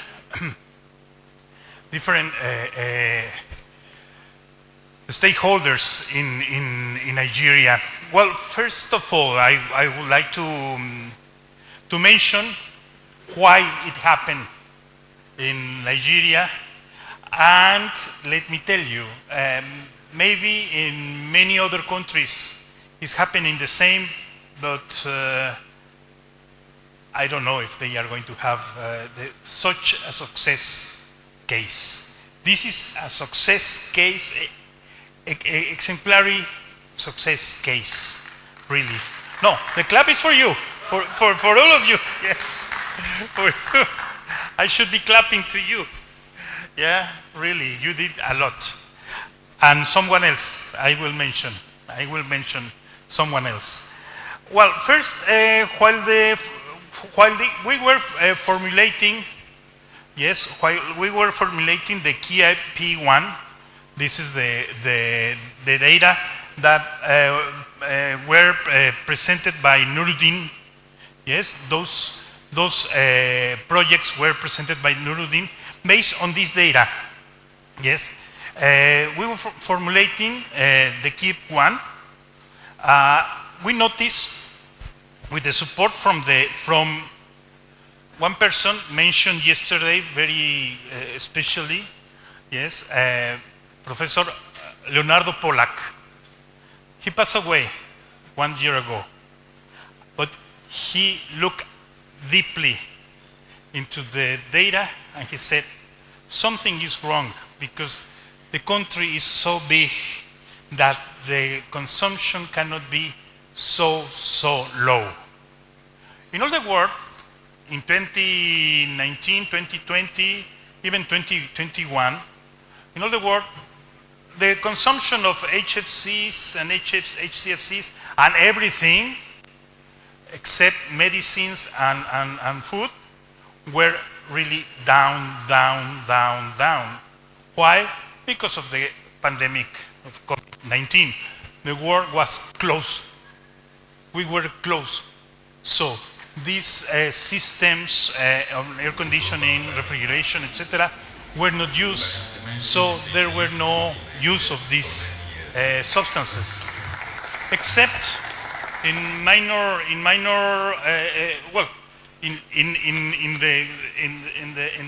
medical system, in hospitals it was used, but we don't live in that time, yes, but we don't live so many people in hospitals, yes. So we were close at home, and nobody was using refrigeration and air conditioning as we use in general, yeah. So he noticed, Leo, as we call it familiarly, yes. Leo said, this is too low. He showed me the data, and we noticed that it was too low for such a big country, yes. And then we started making a first revision. We did a first revision with a survey with NAFDAC. Thanks to NAFDAC, I don't know if there is a representative from NAFDAC here. Really, we appreciate very much their support. They did it great, yeah. They did it great, and we received. We realized with this first survey, we realized that this data that you are looking at the screen, and where is based the KIP1 that was presented by Nuruddin, yeah. That KIP, those data were too low. We realized that because we made a survey and it was in principle much higher. Then, what we did is to go deeper and deeper, and we got all kind of possible records. Yes, and started with the NO team, National Ozone Unit team. Yes, well, and Mr. Idris assigned Yunusa Galadima and Mr. Casimu Ballero. He just left. Yes, he was clapping, but I said, clap yourself because you did it. Yes, Yunusa also Yunusa is not in the room. They started to gather all the data, bunches and bunches of records, of documents, etc. Yeah, all the invoices, yes, that were registered in. Fortunately, they were registered in NAFDAC. Yeah,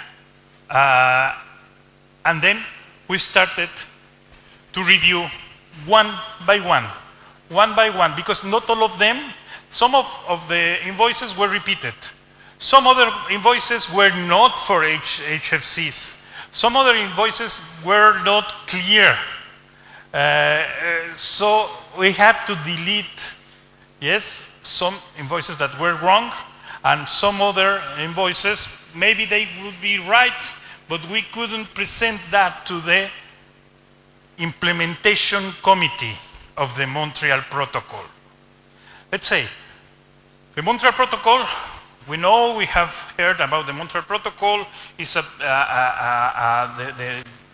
most successful agreement in the world, really in the world, but at least let's say environmental agreement is the most successful.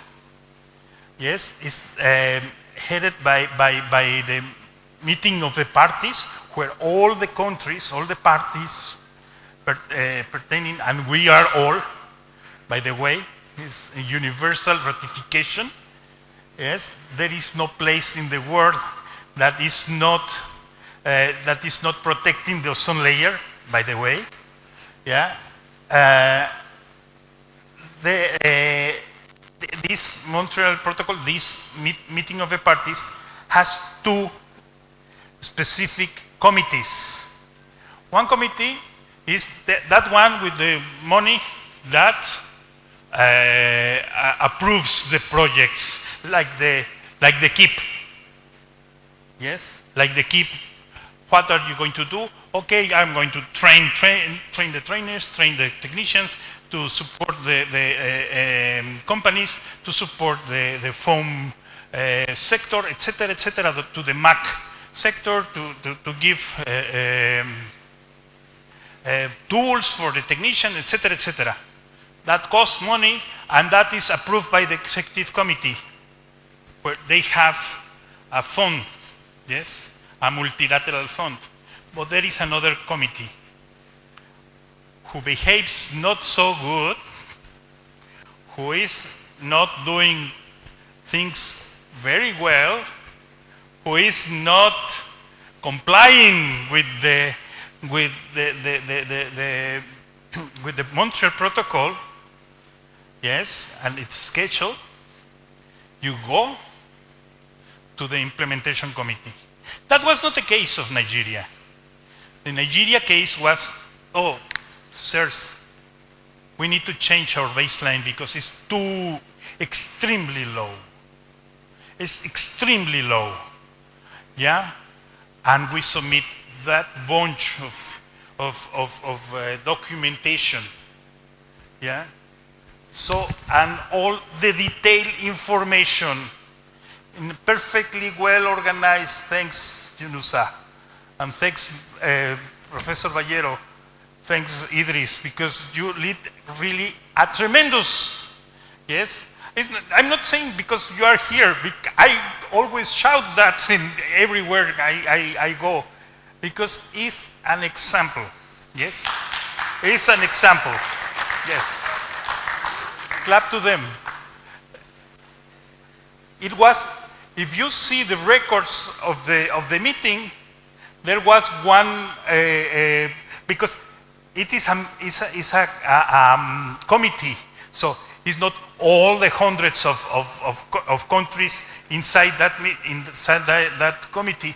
There are only around 10 or 12, few countries assigned by region, yes?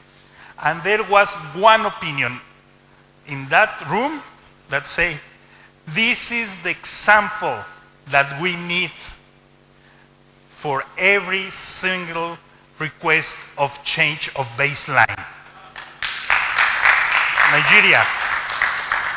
Nigeria, number one.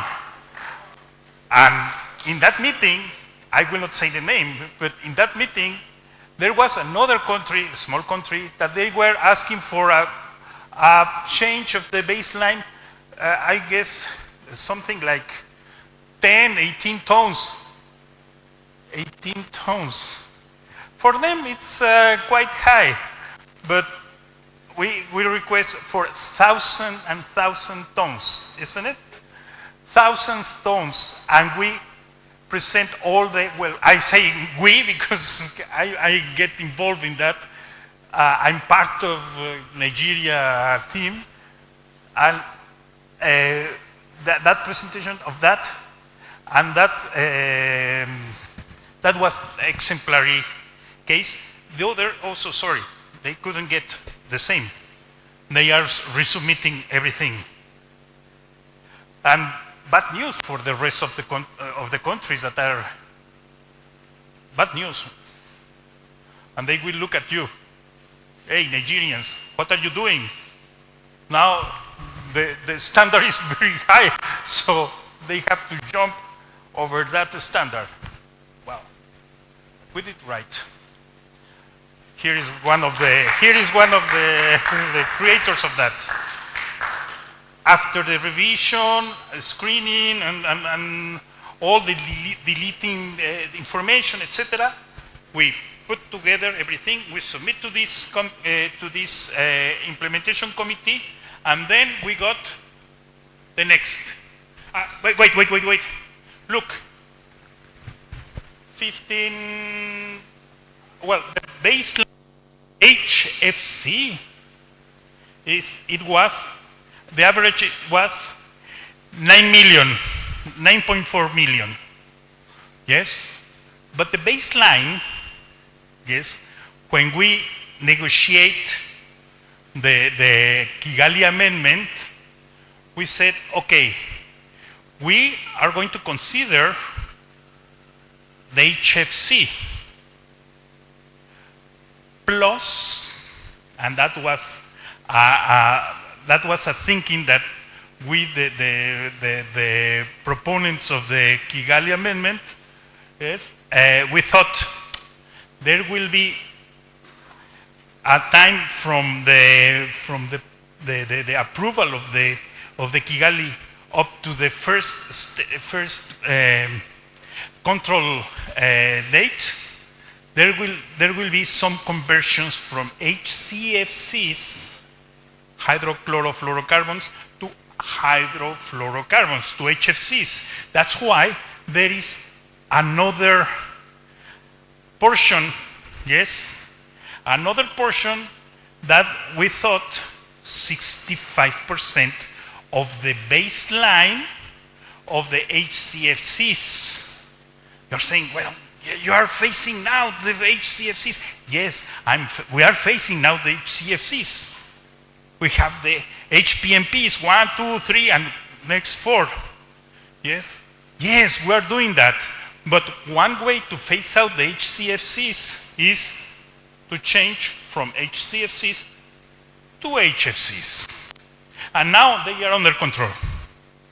That's why we thought for overall measure, for all together, okay, let's say 65% of the baseline of HCFCs in CO2 tons to add apples with apples, not bananas with peanuts. Yes? Thank you. Yeah, perfect. Thank you. The clap was for you because you make it larger. Yes. Then we got originally a baseline of 15 million because of the addition of 5 million. That is a given data. Now, the next one. Yes? I told you two slides. I'm taking more than half an hour, but 2 slides only.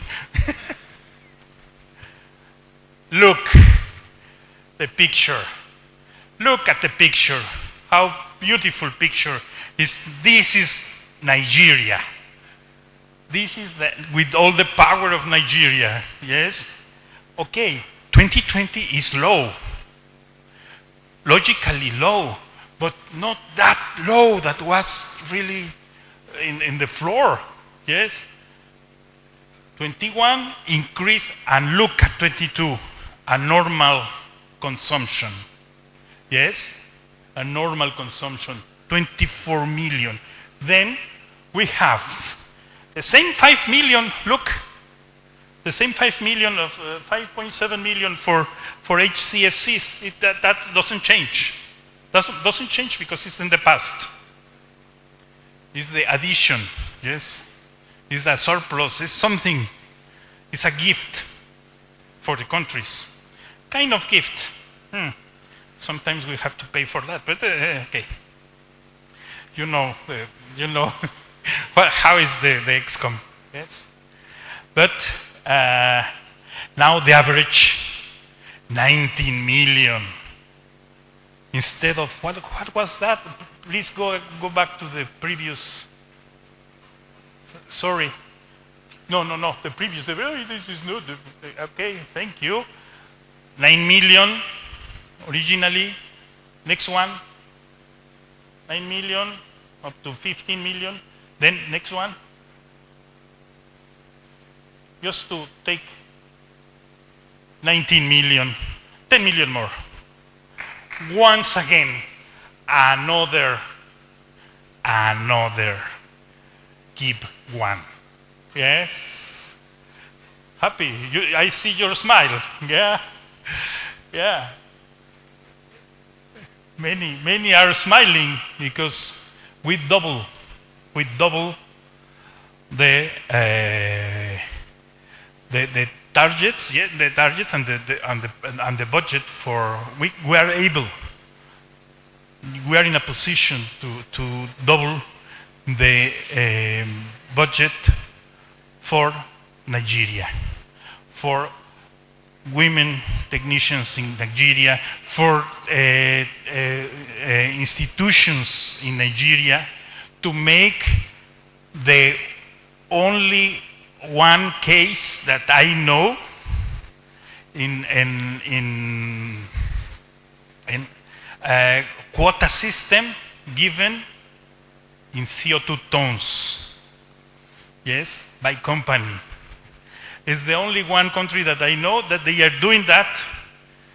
Spectacular, yes, and controlling. We are in a position to control all together the consumption, production, well, the manufacturing, recovery, registry, and all the imports from now onwards, with a strong support with the NAFDAC, yes, from NAFDAC, but to NAFDAC as well, yes, and also supporting the customs, supporting big and important projects that will come up with this change. What's next? Because we haven't yet finished, but the rest is important. We have to modify the reports that are already in the Montreal Protocol. We have to modify that. Yes, I'm going to finish in 1 minute. Yes, I see the faces. To modify the the records to get approval from the meeting of the parties that will be in October, end of October, something like that. Idris is in the end of October, the meeting of the parties, and end of October, and celebrate. Yes, celebrate that we are back again. We made Nigeria great again. Yes. sorry to say that, but it's a fact. It's a fact. Yeah. Thank you very much for your time.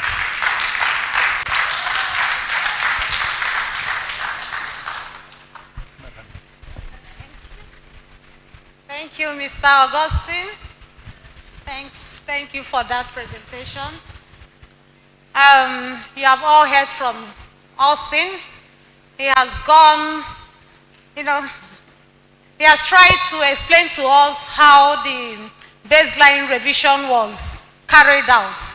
So we really appreciate the efforts of the international consultants and the national consultants for that remarkable effort made in ensuring that we come up with a revised baseline for the KIP, which of course labeled Nigeria as the highest.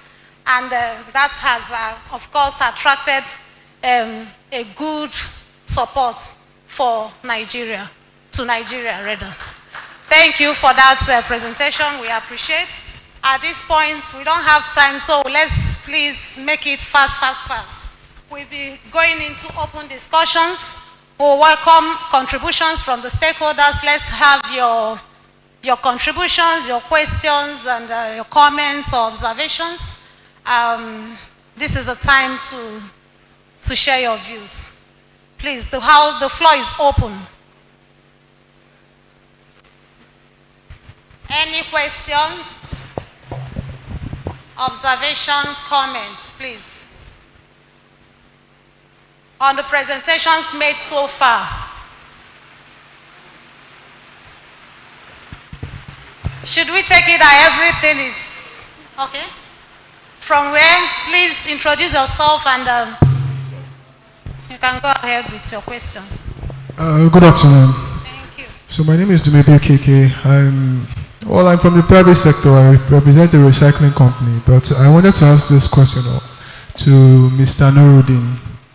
Sorry, sir. I remember during your presentation, you had mentioned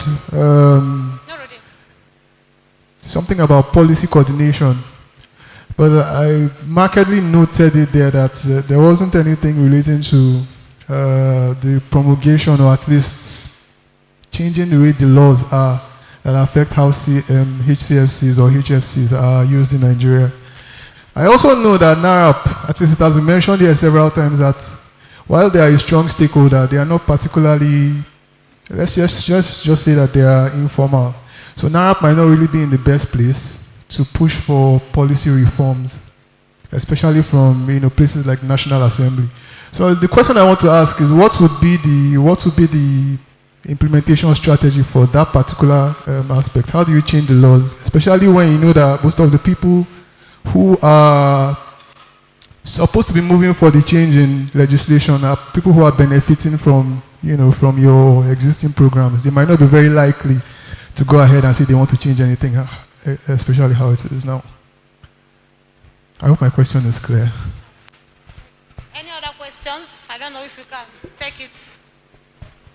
Or do we address one after? Okay, please. Thank you very much. I didn't get the name, sorry.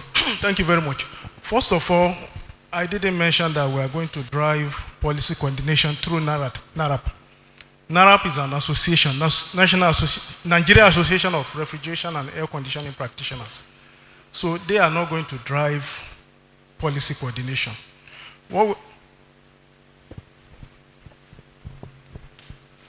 I didn't mention NARAP as the people who are supposed to, but ideally from the private sector perspective, strong policy groups or strong industry groups like NARAP in this situation will be the people who will push for policy reforms. That was the point I was trying to make. I'm not saying that they are doing it now. I'm not saying you're doing it through them. But they are supposed to be the champions of things like that. If you understand me, but in this case, they are your beneficiaries and programs that are ongoing. There's a lot of support for them, so they are not very incentivized to go ahead and push for policy reforms. But policy reforms are absolutely essential if we are going to actually achieve these goals. So if people like NARAP are not going to do it, who is? That's the question. That's okay. First of all, NARAP, they are here. We have supported them over the years for them to be able to, for the association to grow and for them to be aware of what we are doing, and in that light, to now suggest for policy reform. You understand? So, under the KEEP, it's not only NAFDAC or customs that we are going to collaborate with in that regard. We are also going to continue to have, engagement with them, and anything they bring forward in their line, in their sector, that's the RAC sector, for us to review or, to put in legislation. Of course, definitely they are going to be brought on board. And they are here, there is no maybe forum where we are talking of regulations that we don't invite them and they don't give their inputs. So they are not going to be left behind in the reform of our laws or regulations for HFCs. Thank you, Mr. Nuruddin. And in addition, all these activities that we are doing is part of carrying them along, carrying every stakeholder along. NARAP and the training that we mentioned that we have done is putting in place the enabling environment for the establishment and enforcement of the necessary law. It will be carrot, then stick approach. So you did mention that the people that are benefiting, they might be against the, no, they are even the one pushing for that regulation, because we have assisted them to change their production line to environmental and climate friendly technology. But one of the things they are saying, how can they penetrate the market, of which the necessary regulation will come into place. But we are trying to, as I mentioned in my speech, that we do not consume the ozone depleting substances. We only consume, we do not produce. So we have funds to assist our stakeholders to convert to ozone and climate friendly technologies. So once we have converted them, then before the regulation, the stick come into place. So the regulation will even be in their advantage. So, but to do that, we have to ensure that they are comfortable, there is no any other complaint before bringing the regulation. Thank you. Thank you, sir, for that clarifications. Please, any other questions?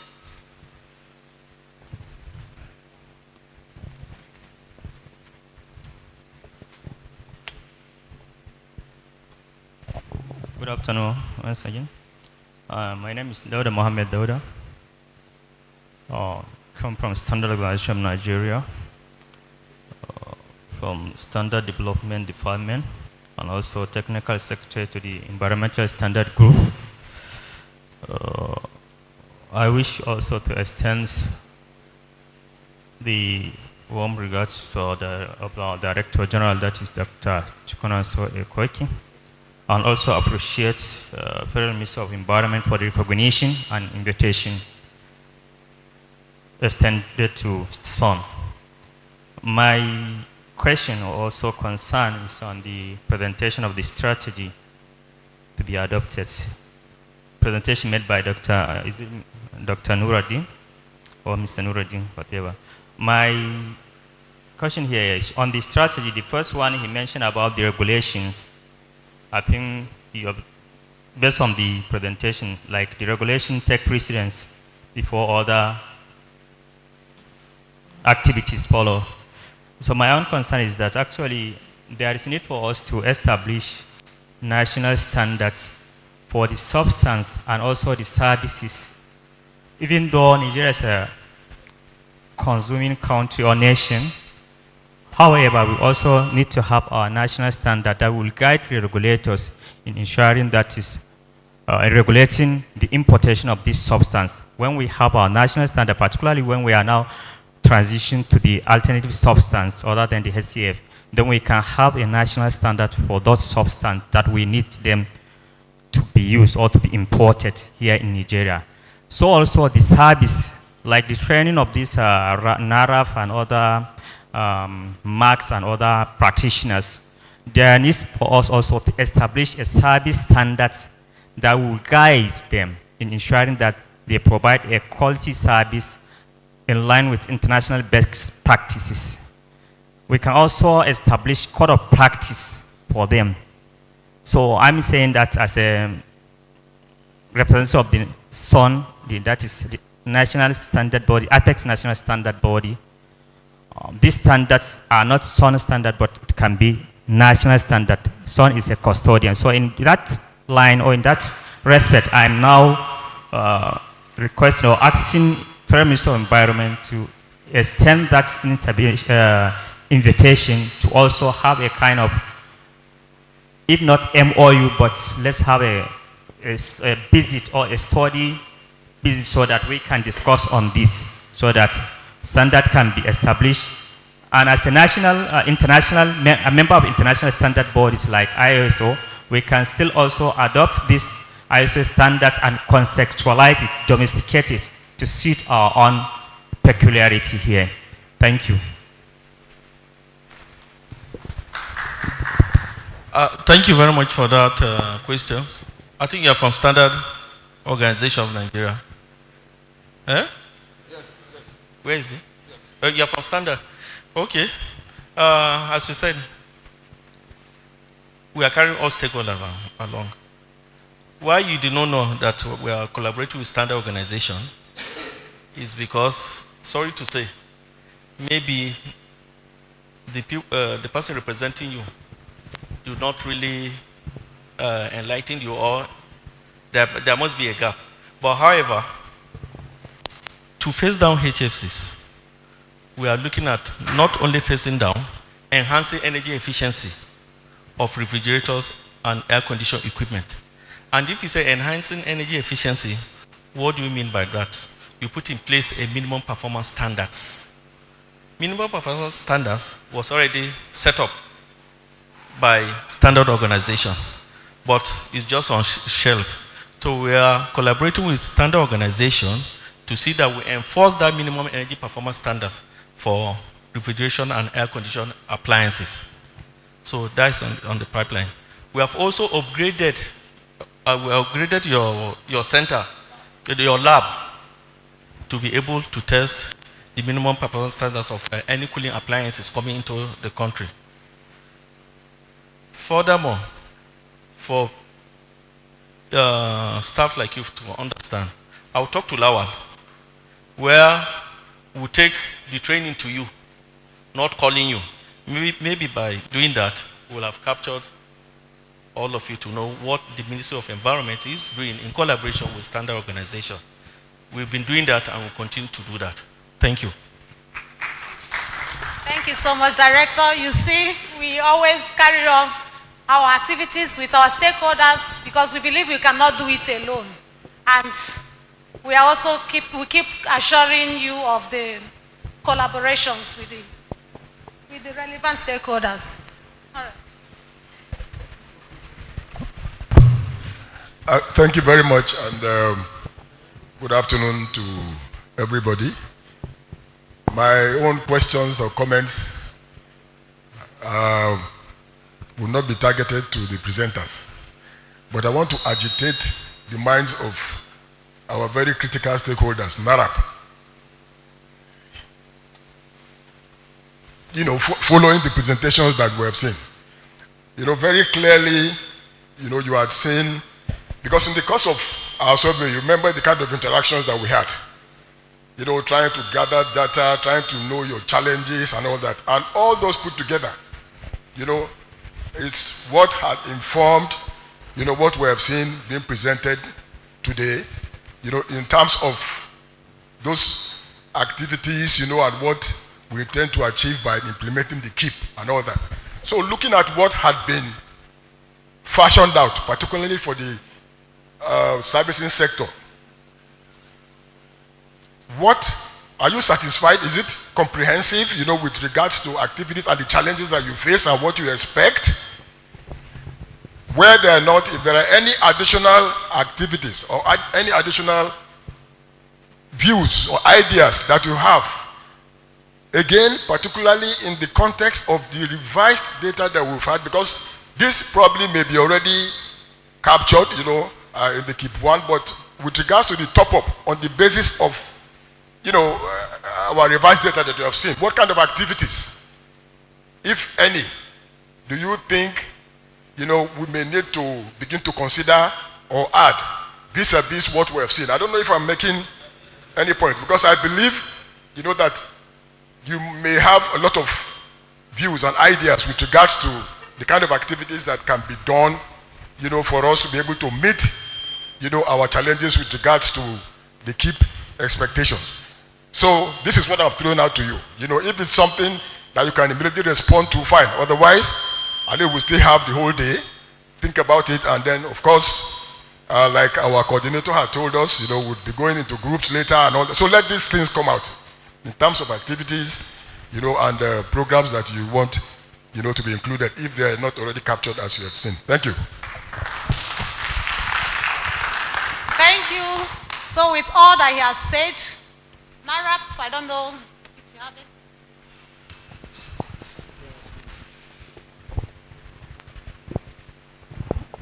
Okay, thank you very much. My name is Ahmed Ibrahim, the NARAP National President. You see, I was just seated here, hearing, what's his name again? Mr. Austin, showering praises on Nigeria and the Ozone Office, the national consultant. And honestly, I was also happy because we, NARAP, are also part of that great job the national consultant did. I can remember severally during the survey, we have to visit his office, and he also has to visit our Lagos chapter for a lot of research and survey. So honestly, that praises, because you never mentioned NARAP. Probably it's not in the report that NARAP played a very big role in that. So honestly, I will first of all appreciate what the Ozone Office is doing with NARAP. Sincerely, the UNIDO, the UNDP, has been doing a lot in terms of training and capacity building through the Ozone Office. And most recently, we have been seeing great difference and support from the Ozone Office. And sincerely, currently, we are very happy with what we are experiencing. But it can never be enough, because training alone is not enough. You cannot train us in model practice without support in terms of model equipment. So we in as much as we are appreciating what they are doing with us, we still want them to do more, though we are in talks with the Ozone Office on this, and there's a lot of promises, but we are looking forward to when we begin to see this thing practically. So there's one other thing I would like to say, because during the presentation of the engineer Nuruddin, he made mention of the automobile AC technicians. And I realized that there's a plan to also carry out some good programs and trainings. But I will be happy to inform you here that the automobile AC technicians are also part of NARAP. In fact, in some of our state chapter, some of them are the leaders as coordinators. Even my deputy here is an automobile technician, AC technician. So if really we want to get them on board and we want to change their way of practice and to also encourage them, you can only get that done through NARAB. So I would just like to chip that in too. Thank you very much. Thank you very much. Please, I just want to plead with you. The question you're going to ask is as it relates to, what do they call it, the presentation.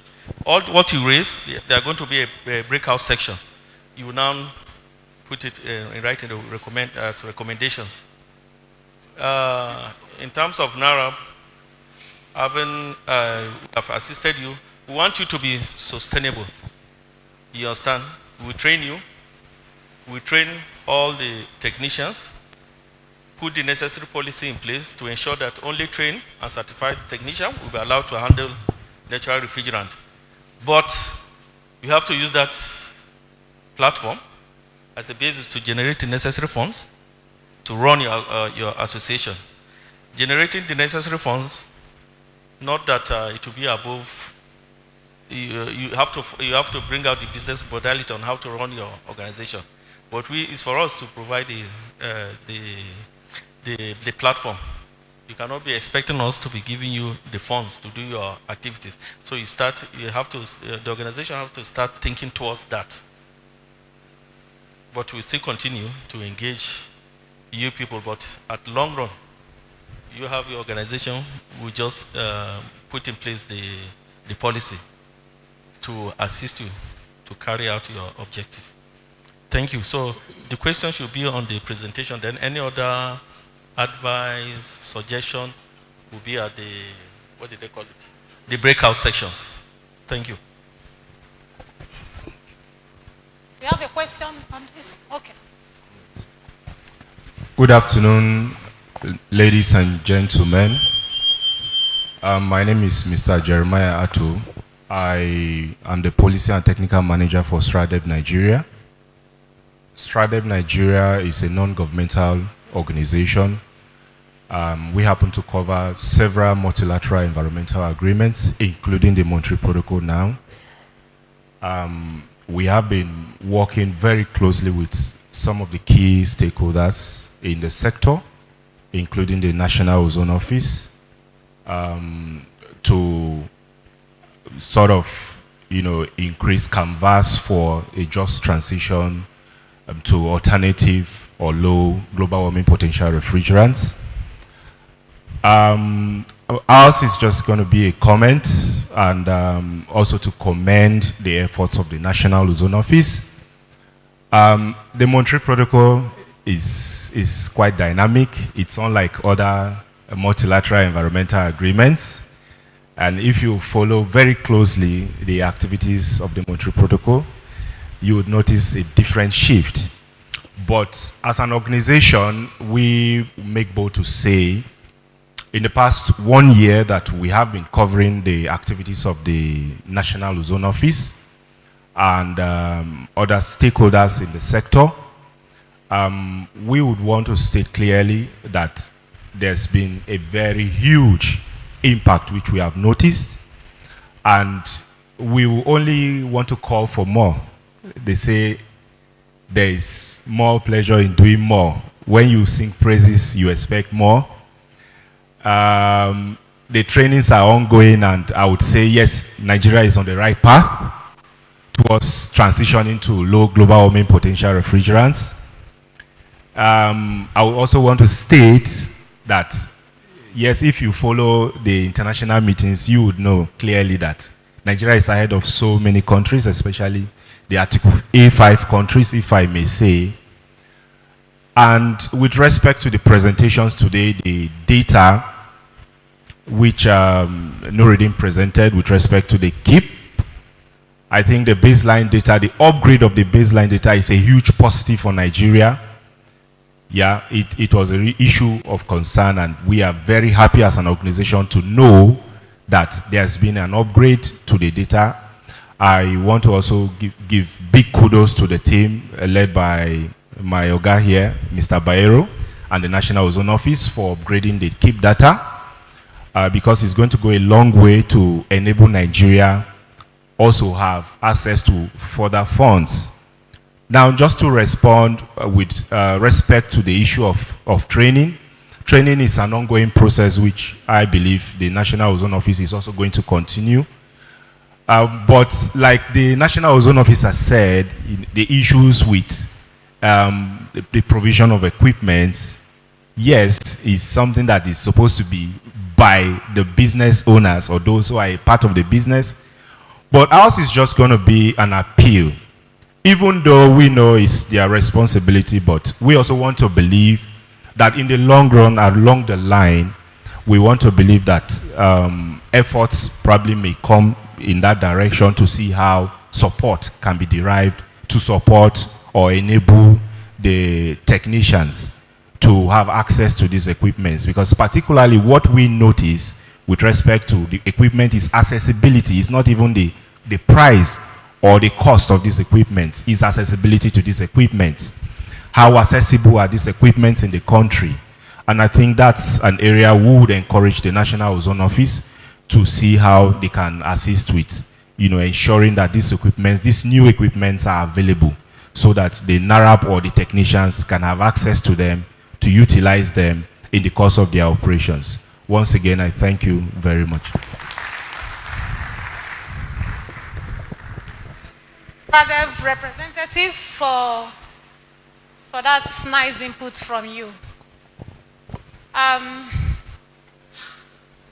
There's no time, we have to, hello?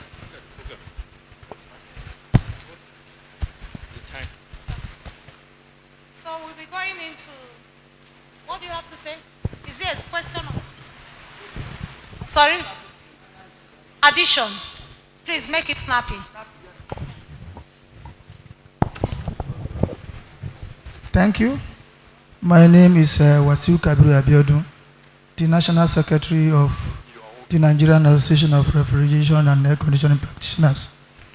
I want to just add my voice to that of my president. And with what Mr. Bayero asked, with all they presented for us, I think to some level and to our understanding, we are a bit satisfied. I just want to add to when Mr. Engineer Nuruddin was presenting his presentation the other time, he made mention of under the activities. I'm thinking because he made mention of the refrigerant that we are transitioning into, they are very flammable. So and he mentioned of leakage, which is very critical. So what I want to suggest there is the awareness about this thing should be included in the activities. I want us to capture this thing, to the end users. We should let the awareness be down to the end users, the ordinary women and men that we're using in these products are households. And with our experience, we are the one that is servicing for these people. When these things, at times, the leakage is caused by the users. So when they are aware and they were notified, fully notified about the danger and those things, they will know how to be more careful when handling those appliances. So the awareness should be taken deep down to the end users. Thank you. Thank you very much. We also enjoin you to also be part of the awareness creation. While doing performing your practice, always try to reach out to these people to us because you actually have a direct contact with the grassroots. Thank you for that nice input. Now, we'll be going in briefly into the introduction of our HPMP Stage 4, and I would like to call on Mr. Sanchez to please give us a brief introduction of the Stage 4 HPMP. Thank you. Thank you very much. Now I have the presentation is right there. Oh, maybe you need my password. Okay.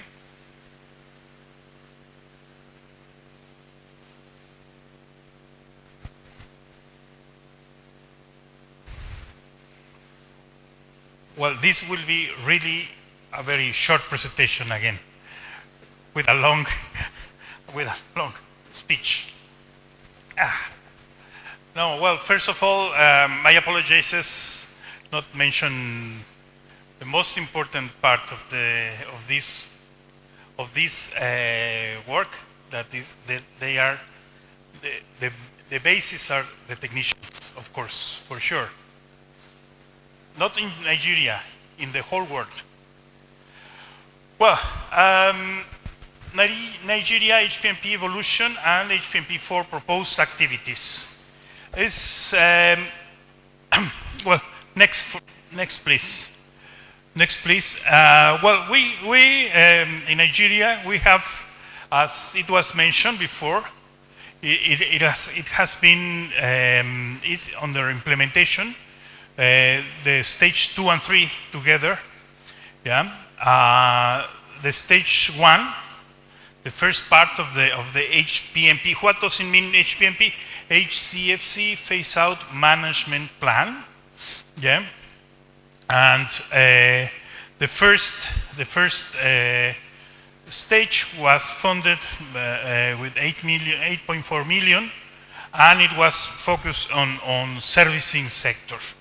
Yeah, mainly in servicing sector. Training and putting forward some strengthening of customs, strengthening of institutions to find out how to control, how to manage this new, in that time, new subs. Well, they were under control, but there were no phase out process, the phase out process. Let me interrupt myself. The HCFC are going to be phase out. What does it mean? No more uses of HCFCs. 22 will be forbidden forever, ever, not only in Nigeria, in the whole world. Yeah, HCFCs. Mainly now we call it HCFC to HCFC 22, R22. Yeah, no more. No more in 2030, as mentioned by Nuruddin or by Casey. I don't recall exactly, but and there will be a small servicing tail, 2.5, that was decided by the meeting of the parties, just to support those appliances that could remain working after 2030. Yeah, but no more. There will be no more. It will be banned. The production of HCFC 22 will be zero for servicing, for any refrigeration uses. Refrigeration and other uses. Maybe except for the production of other substances, other chemicals, but that's not refrigeration uses. Well, phase out. HFC, I mentioned, or if I didn't mention, I mention now that they are going to be phased down. The difference is that they will reduce up to certain level, 20% after 2045. 20%, an important quantity. HFCs. HCFCs is phase out. Second and third stages that right now we are implementing. In one side, we are making the foam sector. We have been looking some pictures, some movies on the foam companies that they are converting to a different alternatives. They already phase out the 141B. Yes, the 141B is mostly used in foam, and some small quantities may be used as flushing in the refrigeration system. Maybe not in Nigeria, but in other countries, yes, it was used in the past. Not anymore. Commercial refrigeration, air conditioning, manufacturing sectors also were considered in stage 2, and servicing again. Yes, training, equipping the training centers with the basic tools, basic equipment to manage, to avoid leakages, to train the trainer, to train the technicians, to capture the refrigerants, etc. Yes, recovery and recycling processes as well. Stage 3 is a kind of second stage of the second stage. Yes, is only exclusively for manufacturing sector. Manufacturing sector in commercial refrigeration, some companies that they still were using HCFC 22, and mainly 2 companies that they were using HCFC 22 in air conditioning. Finally, we are up to prepare, and that will be part of the next presentation, prepare the stage 4. The stage 4 to close the full phase out of HCFCs. That stage 4 will be very much linked with the stage 1 of the KIP. Yes, because we need to move together all these sectors, all this world of fluorinated gases. Yeah, plus the service entail 2.5 that will be controlled. That there will be many important and very strict regulations to avoid to increase that 2.5. Otherwise, the country would be in troubles with the implementation committee that I mentioned before. Next one, please. The idea, next slide, yes. Oh, I'm there, I don't know. Thank you. These are the suggested activities. First of all, we have to strengthen the regulatory framework. Yes? Otherwise, because it has to be very much, very well controlled, the imports of HCFC 22. Yes? Because one kilogram above the control limit, the country will be punished. And how would be punished? Deducting the funding. Yes, I will speed up. Yes. Second possible proposed activities: green procurement. Yes, mainly in the governmental buildings. First, government should buy green technologies, but also to try to change the old appliances that already installed in governmental installations. Yes, to make it to at least to take the lead. Yes. Usually the governmental installations are back. No, they have to take the lead and to put the example for everyone. Yeah, and also that will that will be a reduction of the consumption in the energy, and if we reduce the use of energy, we make it a better world. Yeah. Custom support as well. Yeah. We have to put more pressure in the measures to control HCFCs, strengthening the recovery and recycling network to increase the availability of reclaimed HCFCs.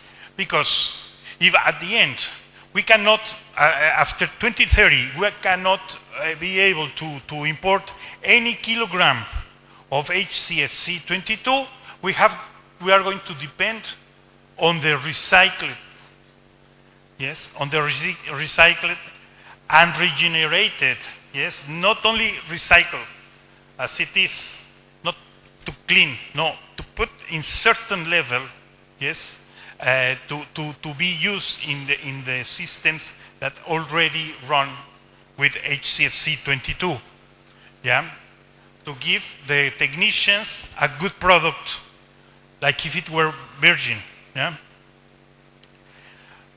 R&R, cold rooms conversion, that will be very much linked with the KIP1, yes, a strong linkage with the KIP1, because cold rooms with 22 in the market, there are cold rooms with 22 or with 404. Well, you know, as technicians, you know, but then the user, they don't care. The users, they don't care. They need a cold room below certain temperature. So that is another proposed activity to run this HPMP stage 4. Supermarket incentive conversion, because also in supermarkets and mini markets there are still a lot of installations with HCFC 22, and a lot of them have huge releases, leakages. So we have to combine the avoidance of leakages and the change of the technology. Yeah, in the other way, change of technology and avoidance of leakages. Finally, training, again, continue training, certification scheme, that will be very important, yes, in this stage. And with the KIP, we are going to install a control, a registry system for the train and certificate technicians. Gender mainstreaming project, that will be very important, a key issue, and it will be transversal to all the projects. Finally, a public awareness, because sometimes the public is the one that promote the real change. And next one, I guess, is next slide. Thank you. Well, this is the KIP activities. No, I will stop here. Stop here. Next one. Next one. Thank you. Yes. I wanted to shorten as much as possible. Yes. Thank you. I don't know, have you captured the two presentations you had to make? You are done. The other one is the overview. Overview on, yes, of the strategy of the HP. Are you done with the whole presentation? Well, come back. Oh, There's only one. I think you should just do all at the same time. Well, coming back again. Can you put the last previews to the last slide? Well, finally, yes, it is needed to make this presentation, the new possible activities in the KIP. For the, okay, Nuruddin explained what is already approved, what we have right now in hands, what we are going to do and we must do because it's approved by the executive committee and they give money, and we have certain, the 10.13% that he explained. 10.13% of that previous old low baseline. Now Nigeria is big again, great again, and now we have to propose new activities. Yeah, and there are also certain, yes, strengthened control measures by developing technicians, of course. First of all, technicians, large and medium end user consumers, recovery, recycling and reclaiming centers, importers, and any other matter related to the Kigali implementation plan and to the HPMP process, a registry system. We have done this, yes, in other countries successfully. So, successfully, but unfortunately it's not working anymore. Well, don't ask me why. Yeah, don't ask me why they don't use it, this kind of control system, but it helps a lot, mainly to the end users and to the technicians, because they linked, yes, in this registry system. Yeah, mainly if we are going to have a certification process for the technicians. Yeah. Also, another line would be pilot project for commercial and industrial refrigeration sector, large facilities conversion. We are proposing supermarkets in HPMP, supermarkets with HCFC 22. But here we are talking about large conversion with mainly 404. Yeah, 404, 134A. But you know better, 404, 507, they compete with the 22 more or less in the same level. Yeah. Cold chain conversion activities, including small and medium enterprises, facilities in remote areas of the country. Yes. Always we think about Lagos, we think about Abuja, but there are many other regions in the country that we have to work with, yes, including cold storage, distribution centers, and mini markets. Large markets, no, because it's in another line, yes, that may include assembling sector activities, may include, yeah, and how to promote different alternatives, including very energy efficiency alternatives, as, for example, certain facilities that can be included in the hydrocarbons for certain large facilities, not so small, but with not so large charge in every system. Let's talk about it in detail when we develop this. Access to finance, yes, capacity building for development of sustainable financial instruments for the commercial refrigeration sector. Also, we have to train the financial institutions how to promote this kind of alternatives and how to make it easier to get loans and get funding from leveraging more funds from the private sector. Energy efficiency in industrial refrigeration through the installation of cold heat pumps in poultry or fishery, yes. We have an extremely good example in other country, in other region of the world, especially in South America. It was top of the, it was rated really in the top, and that experience can be replied here in Nigeria. That is a possible alternative in energy efficiency. This is very low, not very low, it's low linkage with HPMP4 because it has to be with further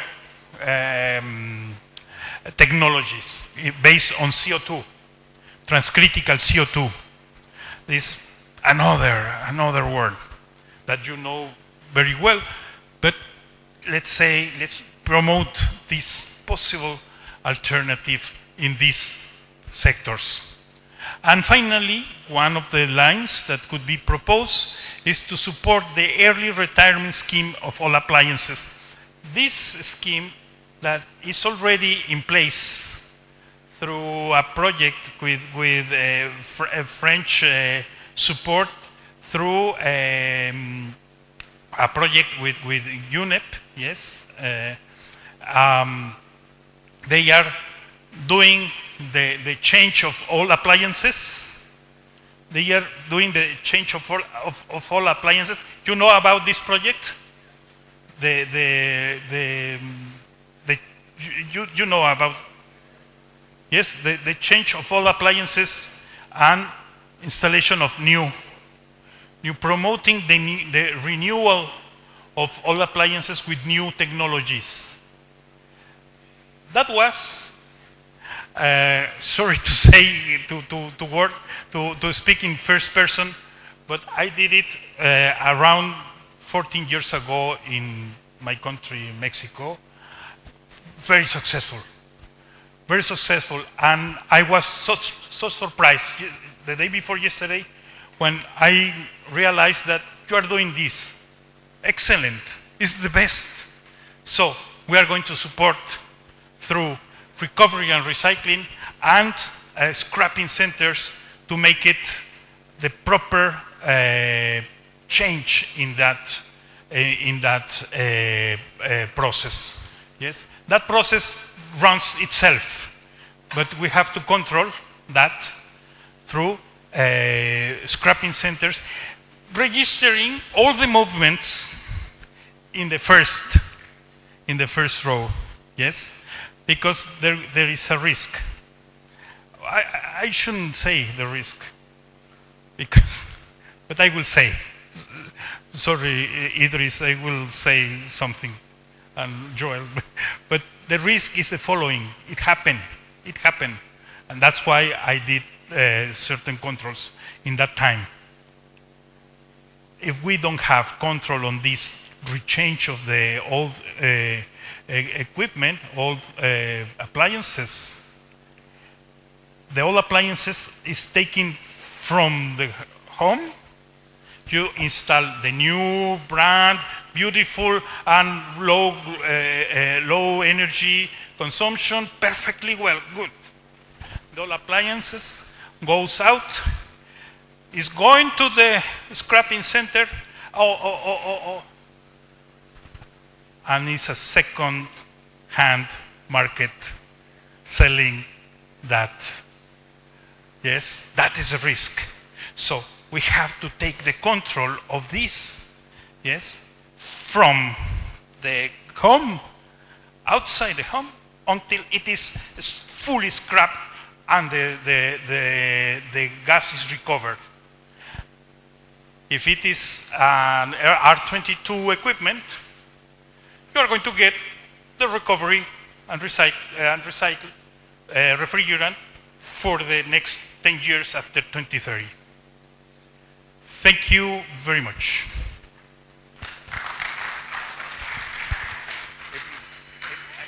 Let's appreciate him the more, Mr. Sanchez. He has really done a good justice to these presentations. Thank you for that introduction towards into our HPMP Stage 4. Because of time, I would like to call on questions. Question on this presentation. Is it on the presentation? Let's hear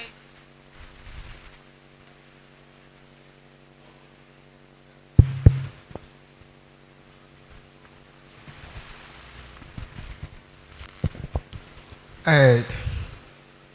Good afternoon, everyone.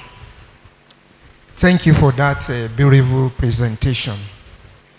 My question is that every person here will believe that in between transitioning and an adoption, there is a gap.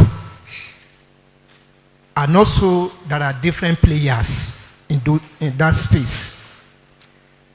Well, I've been listening to those presentations starting from Engineer Idris, Mr. Nuruddin, Engineer Nuruddin and co. I discovered that local fabricators also play a huge role in this transitioning. But I cannot see any space for them in time of activities, how they can be trained in using this sustainable material so that they can be able to transist to this new technology. I don't know, maybe there's an activities that capture local fabricators. I'm not saying surfacing. Local fabricator that fabricate component parts in this transition. Please, maybe some. Okay, thank you. The local okay. Yeah, you're right. Maybe it's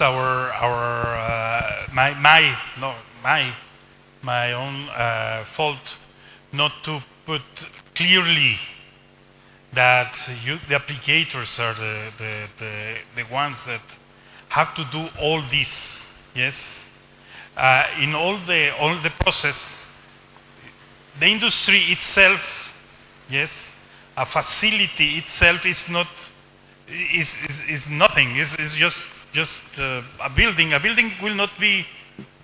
It's nothing without the technician, without the applicator, without the installer, without the engineering, without the calculator of the capacity and the operators of the day by day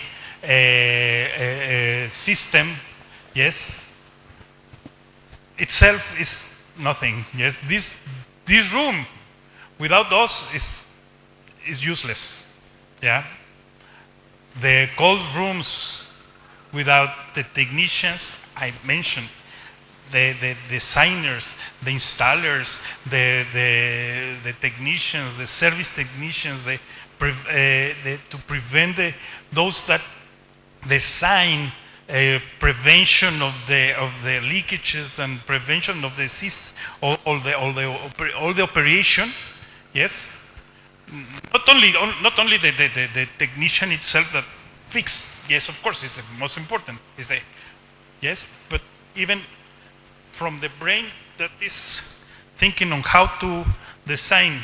Yes, that is thinking on the brain, link it to the brain of the technician. Yeah, I'm taking too long. Yes, it's important. Yeah, it's important. Of course, it's not written like that, but it's there. Otherwise, we are not going to support a building itself. Yes, we are going to do, and well, Mr. Idris is here, Mr. Ballero is here, so they can tell you, and all the team can tell you exactly how it moves all this implementation of the Montreal Protocol in general. I don't know if I answered your. Thank you for your question. Okay, thank you so much. Hello, are you from which organization, please? SMEDAN. Okay.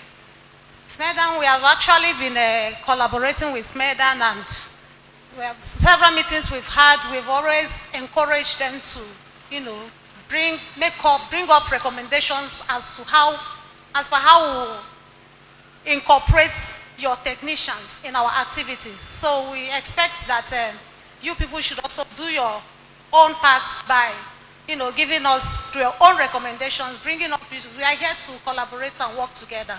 We are not doing it alone. We need your input. So please, we need your recommendations. During the breakout session, you can as well talk more on that.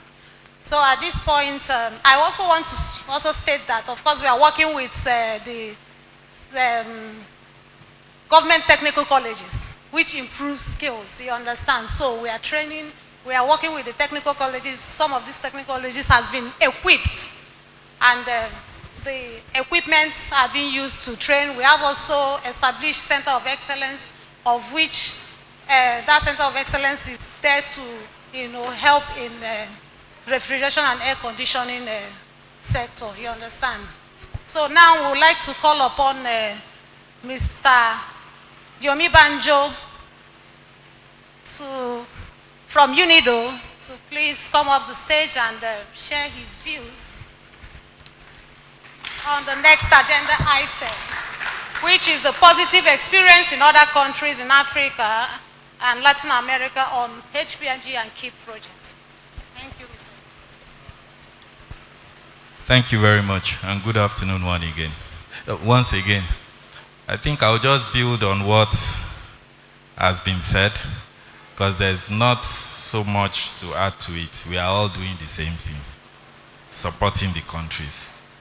So, and what I'll do is I will combine it with also supporting what he has said on the additional activities on the KEEP, while also including the energy efficiency to it. So already quite a number of initiatives, innovations that are happening in other countries and regions have been presented. For example, you have conversion projects, you have technology changes using CO2, ammonia, but we particularly have to check the ambient region if in the case of high or low ambient regions. Also, you've been told about monoblocks, which are also some of the initiatives that are presently ongoing in some of the countries. And I see that we already also have that planned for Nigeria.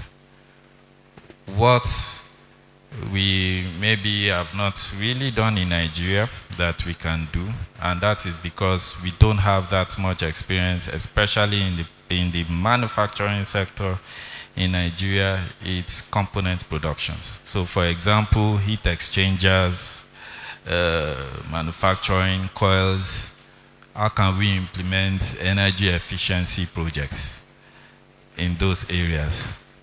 But presently, there's an approved project already on energy efficiency, and we are presently gathering the data on this. So we hope that we will be able to design a good project for Nigeria. I mean, Nigeria is a big country, and we shouldn't be dealing with small projects for Nigeria. And to add to what my colleague from the UNDP has mentioned on additional activities, now that Nigeria has done or is in the process of revising its baseline, which is a fantastic story, has been said, and I think it's a success story for many countries, especially in the African region. to be able to take a cue on is that we would also be able to have additional activities which can be submitted for approval for implementation for Nigeria. And some of the areas also is we'll be able to have additional conversion projects. So for example, there have been conversion projects where we have converted the lines and technologies of some manufacturing countries, especially from HCFC's R22. And now with the KEEP, we will convert a major company from R410A, HFC, which is HPZ. But with this revision, we will be able to have additional. One of the issues we also had at the beginning was the identification of some of these companies. It is not easy. I mean, quite a number of us are sitting here, but it is not easy to get data from companies. It's one of the most difficult jobs you can be given. So, but now we are beginning to make progress, and with this revision, I think it is a huge opportunity for Nigeria to get good additional funds. So, working with the Ozone Office, we will identify additional industries that can be converted. Also, is the issue which has been slightly talked about is also the possibility of implementing an EPR system together with which can also look like, come across as an end user.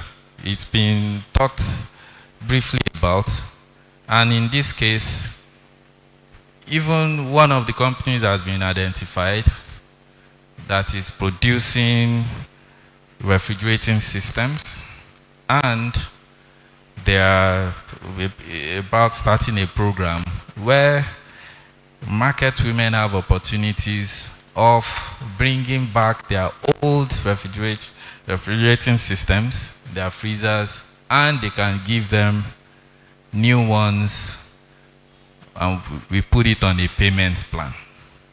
So this way, it is made easy for adoption of low ozone depleting potentials, low global warming potentials technologies. And also, we are also able to exhibit a sort of take-back system, which was earlier mentioned.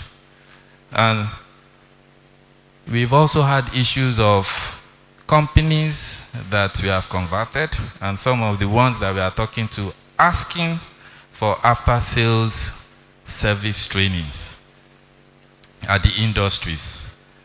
They are saying, how can we help them train their technicians who go to install the ACs, refrigeration units at clients' residencies?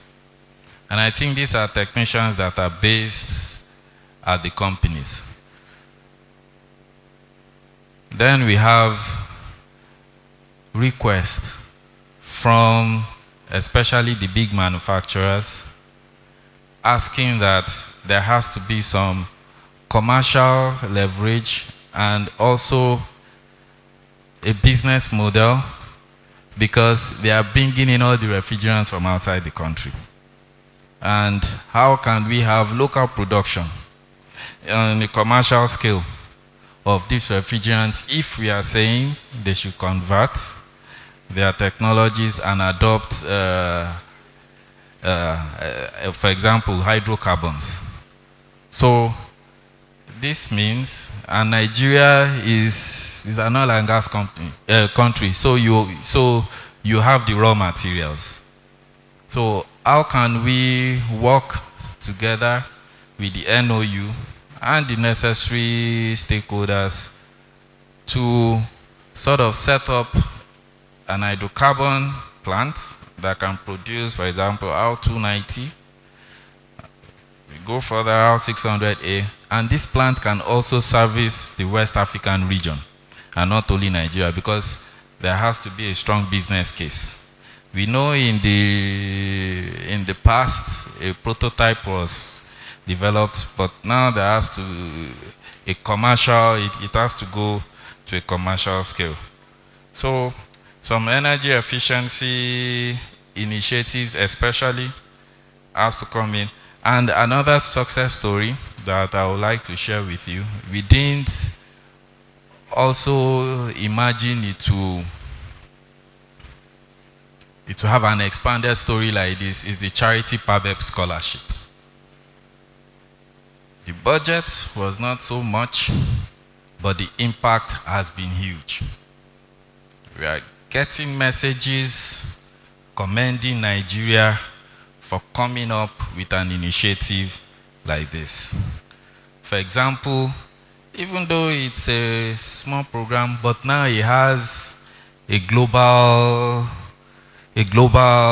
attention. It's even going into the general conference of UNIDO that will be held in Saudi Arabia in December. So this is, and now we are getting requests to work with the country on how to expand this program. That this program cannot end with the second cohort of girls. One of the girls, just from that, she's in, is it Germany or the US now? Also doing a PhD. So these are very beautiful stories that are coming out from Nigeria. Then we have the issue of the minimum energy performance standards. So for the MEPs, you cannot develop some projects on energy efficiency if the country does not have a MEPs that is operational. And we would like to congratulate Nigeria, to start with, for the recent approval of the MEPs for the AC sector. And now we have to move to develop the one for the refrigeration sector. So the discussions are ongoing now on the development of the MEPs for the refrigeration sector, which will be for domestic, commercial, and industrial. So there's an ongoing discussion with UNEP as well, and you've heard Son also talk about standards. For example, at the meeting of parties that will hold in November, we recently completed with UNEP the MEPs for the East African countries, and that has been approved too. So at that meeting of parties in November, there is going to be a workshop that will build the capacity of the countries in the East African countries to be able to domesticate these MEPs. But what has happened in the case of Nigeria is there was supposed to be a MEPs for the ECOWAS region. But because there was been some delay in the approval, Nigeria, which, yes, we would not blame Nigeria. Nigeria is a big country with a lot of supply chain going from Nigeria to the other countries in the West African region.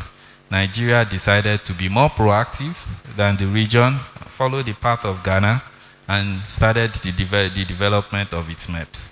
And now the AC MEPs is done. The testing laboratories are in place at SON.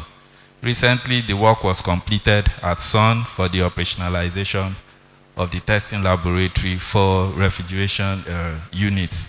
So we are hoping that we can start this work for the MEPs development for refrigeration systems. And maybe my last point here will be strengthening of laboratories. So, I mean, for testing either from the part of the industry or from the TVETs or from the regulatory body itself, which in this case could be like SON. There has to be capacity building for laboratories. Because this you can use for many things. For example, you test the quality of refrigerants, or even test if it is the right refrigerant that is in your labeled can. Number two, the country is setting up RRL centers, recovery, recycle, reclamation. How do you test the purity of what has been recovered and what is reclaimed? And at the end of the day, there has to also be standards that should be developed for them. So we will keep engaging. We will keep bringing our experiences of how we've supported other countries to Nigeria. We will keep engaging as a group with the Ozone Office and with UNDP and other institutions like UNEP. And we hope that we are able to develop something very decent for you. Thank you very much. Thank you very much, Mr. Yomi Banjo. That's a very good presentation from you. We thank you for those reassuring words. UNIDO, UNDP, or you people, we have really enjoyed an unflinching support from the implementing agencies, and we appreciate the support we are getting, and we hope that it will continue being there and we will continue, achieving more through your solid support. Thank you for those words. Thank you for sharing the views as it relates to other countries. And thank you also for you personally always, projecting the issue of Nigeria, high. We thank you and we say you should keep on with your good work. At this point, I don't know, we are going to make a slight change in our agenda. Actually, I have passed the item for lunch. I don't know how exhausted we are already, whether we should continue, then we have our lunch at the end, or we just take the next agenda item, after which we can have 30 minutes for lunch, then we come back for breakout session. Is it okay? The lunch, we are not going out for the lunch, is already packaged. We can have our lunch here. So after the lunch, we can go into breakout session. Now I would like to call on NAFDAC representative to please come and give us his presentation on the role of NAFDAC in controlling HCFC and HFC importation. NAFDAC?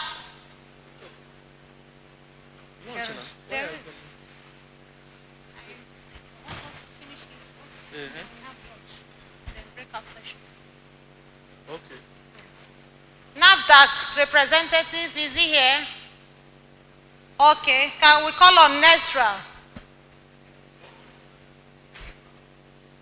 Customs, please. Customs.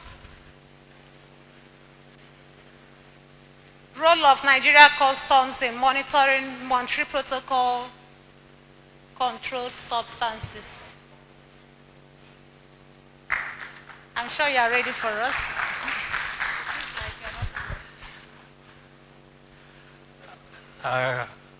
Good afternoon, everyone.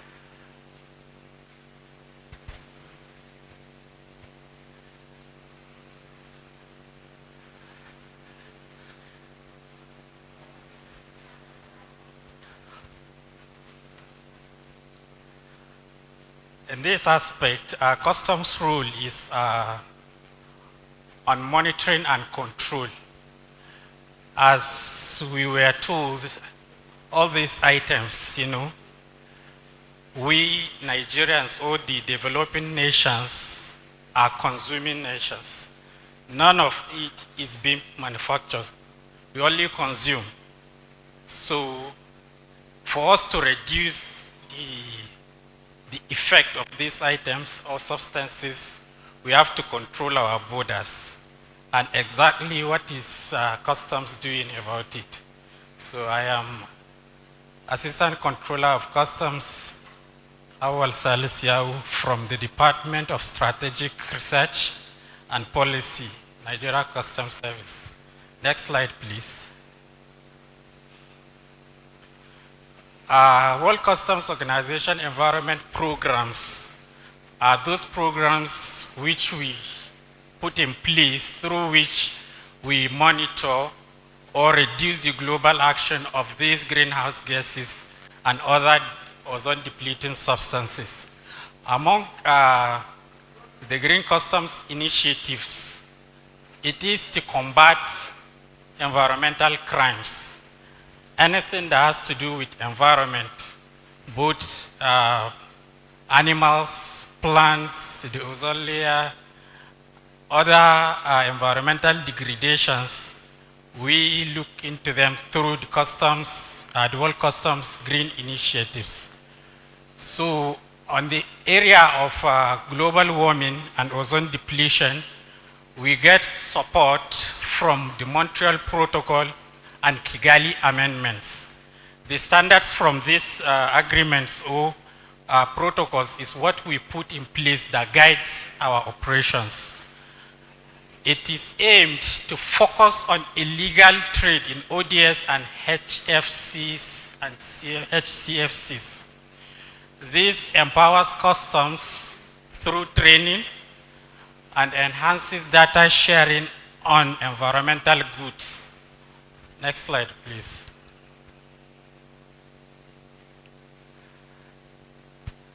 We have a platform through which we share data. The platform is the CEN and CENCOM. This CEN is Customs Enforcement Network. There's like a platform where customs administrations, different countries that can log in and share intelligence. If maybe an item is coming from country A to country B, customs officers from the other countries assist those in another countries in sharing intelligence that you look ahead and do the needful about these items. The CENCOM and RILO networks too is regional platforms too. The RILO is Regional Intelligence Liaison Offices, and their network is like subdivided into regions. West and Central Africa has their own, all other regions of the world too, they have the CENCOM and RILO networks. And they are two coordinating a kind of operations which focuses on environmental crimes and substances that deplete the ozone layer.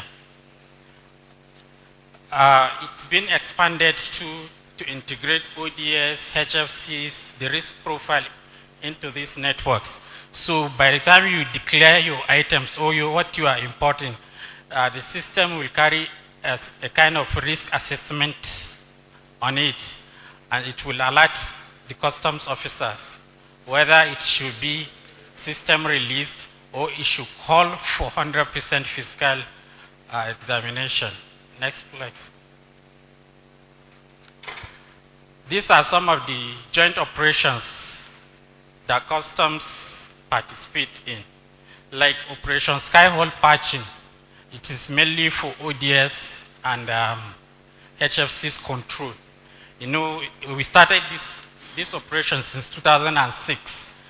All countries of the world came together, all customs of countries come together. How do we monitor or stop the importations or transboundary movement of these substances?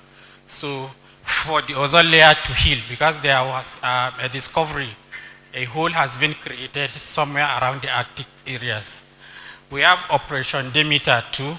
It is an annual operation done by customs worldwide. It is a simultaneous program that takes place where substances that deplete the ozone layer and those with high global warming potentials are stopped from manufacturing and consumption. So this year's Demeter operations is about to start, and we are preparing for all logistics to take charge. there's this potential adaptation for ODS, HFCs, and HCFCs, which we know we're having a lot of support from our stakeholders. Then we have trainings on identification of this ODS. I could remember last year we attended one in Freetown with the National Ozone Unit, and it was on the use of portable gas testers and identifiers. You know, these gases that deplete the ozone layer are not something that you can recognize physically. You have to use some devices. So for you to use that devices, you need to be trained so that you can do your job as it should be. Then, you know, for you to strengthen compliance, you have to be in the know. If frontline officers of customs doesn't know these items, they cannot be able to control. That's why we try all we could within our limits to see everybody in the service is trained in one or two areas of environmental crimes. Next slide.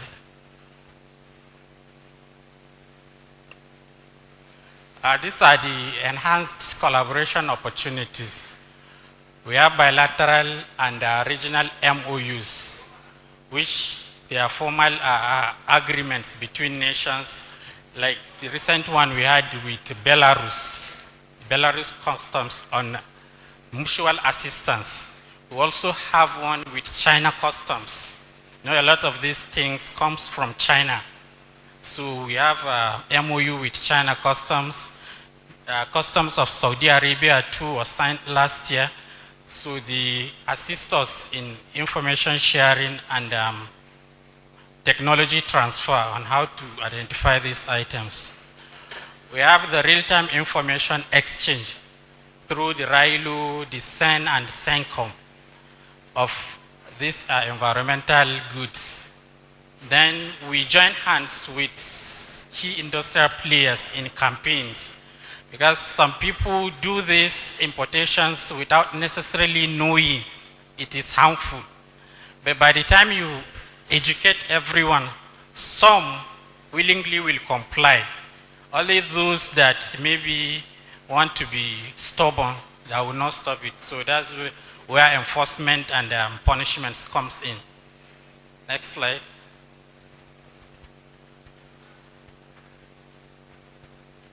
These are the strategies we put in place for future collaboration. We have the capacity enhancement. You know, there's implementation of specialized trainings to improve identification and enforcement of ODS and HCFC related substances.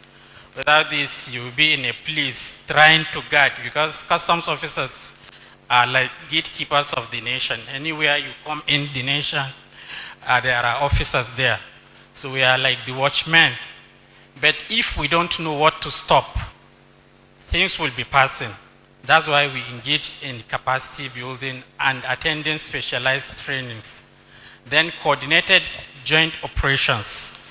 Like in the border areas of the country, there are towns and villages where they grow above our border lines.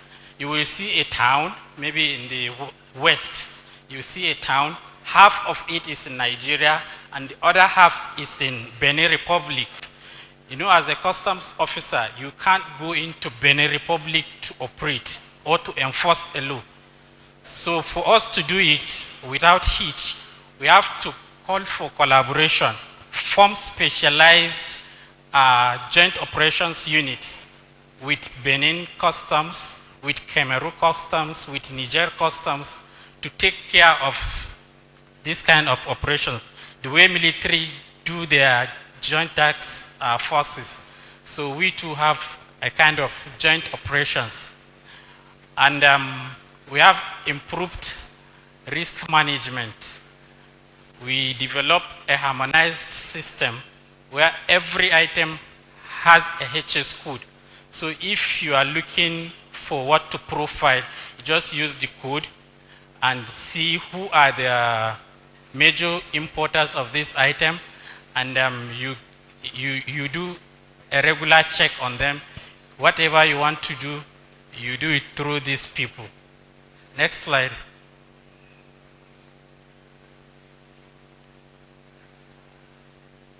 This is the World Customs Green Initiative. It facilitates information exchange on ODS, training customs on environmental goods, real-time data sharing via WCO, CEN, and CENCOM.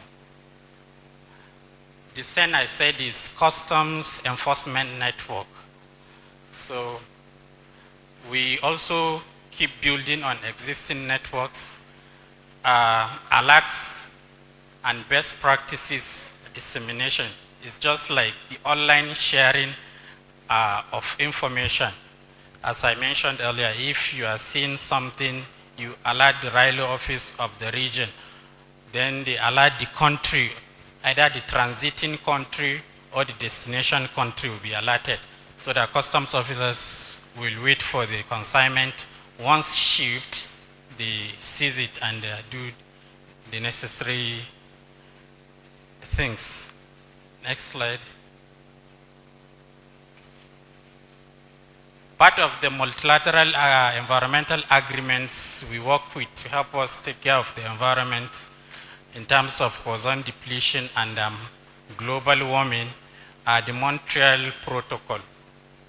This Montreal Protocol, we all know what it is, and it is one of the most popular international multilateral agreements ever. A lot of countries, more than 160 countries are signatories to it. So customs will be at the forefront in seeing that the standards of these agreements are attained. Then the Kigali amendments on HCFCs, which look into those items, that they did not deplete the ozone layer directly, but has a high global warming potential. So if we are able to understand the requirements of these amendments, we work better. Then we also do joint operations with other stakeholders. We operate in the ports with officers of NAFDAC, Standard Organization, NESRIA. Anytime there's these items coming in, they said two good heads are better than one. So if you do a stakeholder engagement, everybody come, relevant stakeholders come, let's examine these consignments, let's know what it is. If it requires laboratory analysis for identification, you do that. If it requires documentary checks, like the material safety data sheet, you get it from the importer and you base your conclusion on this. Next slide. These are the collaboration platforms used by customs. This RILO is the Regional Intelligence Liaison Office. It is at the region. For our country, the headquarters is in Benin. Then the single window is a platform where different stakeholders are playing different roles through, in clearing, in supply chain processes. Nigeria Customs is also on that platform, the single window. It is a local platform where different stakeholders are party to it. So Nigeria Customs is on it. The NESRIA, the SON, they are all parties to this single window. And what we do is information exchange and information sharing. Every, from opening of Form M to your pre-arrival assessment report, to the shipment itself, tracking of cargo, how it arrives to the ports of Nigeria, how examinations are carried out, is all achieved through the single window. Verification of quotas, there are some items which are regulated, some are restricted, some are quoted. So it's for customs officers to be able to use this platform to verify all these documents, because customs doesn't give the license, they don't give the permits. We only monitor. Okay. Then the harmonization effort is also a standardizing data exchange practice to ensure customs authorities can uniformly monitor ODS and HFC trade. Next slide, please. These are the collaboration opportunities, joint capacity building programs, integrated information sharing, cross-border campaigns. We all do this to monitor and stop the importation of ozone-depleting substance. Next slide.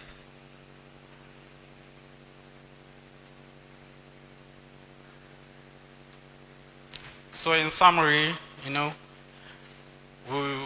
all hands have to be on deck for Nigeria to achieve what it wants based on the importation. As we said, items are being imported.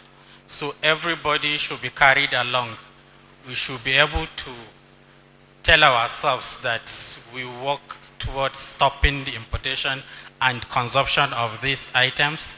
And identification too should be made possible for frontline officers so that these substances will be reduced. So I think these few words of mine, I will thank you for listening. Thank you, thank you, thank you, thank you. Thank you. As he has said, customs, they are the front liners in this fight of illegal imports of ODS. So in the control of Montreal Protocol substances, we actually require the effort of customs in ensuring that we, comply with other countries. So thank you for that presentation. You have really proven that, yes, from the presentation, that collaboration is the key, synergy is the key, and we'll keep on collaborating with the relevant enforcement agencies, which is the custom and NAFDAC. Those are the key enforcement agencies that we have here. We also have NESRA. NESRA, we already called you to come and give us your presentation. Now you are here, we would like to have your view as it regards the agenda item. Thank you. Thank you very much.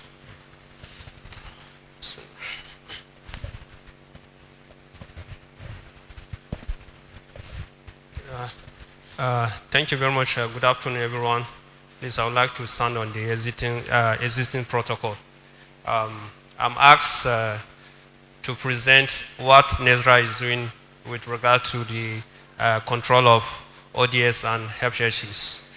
Well, NESRA, I don't want to go through. NESRA, as far as environmental governance in Nigeria, is a household name. So I don't want to go back, detailing of what NESRA is all about and what we are doing. But with respect to the theme we are in now, I would like to highlight some of our mandate and activities that we are doing. So next slide, please. And also, as a background for my presentation, I may not likely go through slide by slide based on the presentation that have been presented, especially the ones from the National Ozone Office. They've given enough background that I have in some of my slides, so I will be skipping some of those backgrounds so that not to repeat. Let me have the next slide, please. Yes, NESRA, for the purpose of this project that we are on now, I just want to highlight some of our mandates and then also the activities that we're doing, not the entire NESRA's mandates.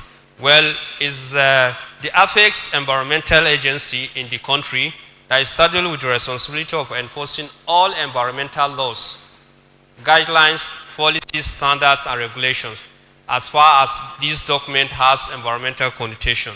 NESRA is the apex regulatory body saddled with the responsibility of enforcing those laws, guidelines, and also enforce compliance with the provision of international agreements, protocol, convention, and treaties that has to do with environment that Nigeria is signatory to. And of course, looking at what we are looking at, the Montreal Protocol, the Kigali Amendment, these are the international conventions and treaties and amendment that Nigeria is signatory to, which NESRA has the responsibility of ensuring compliance with the provision of those provisions. Next slide, please. Also, enforce compliance with any legislation on sound chemical management, including ODS and HFCs. For instance, like the MEPs that we have in country and the likes.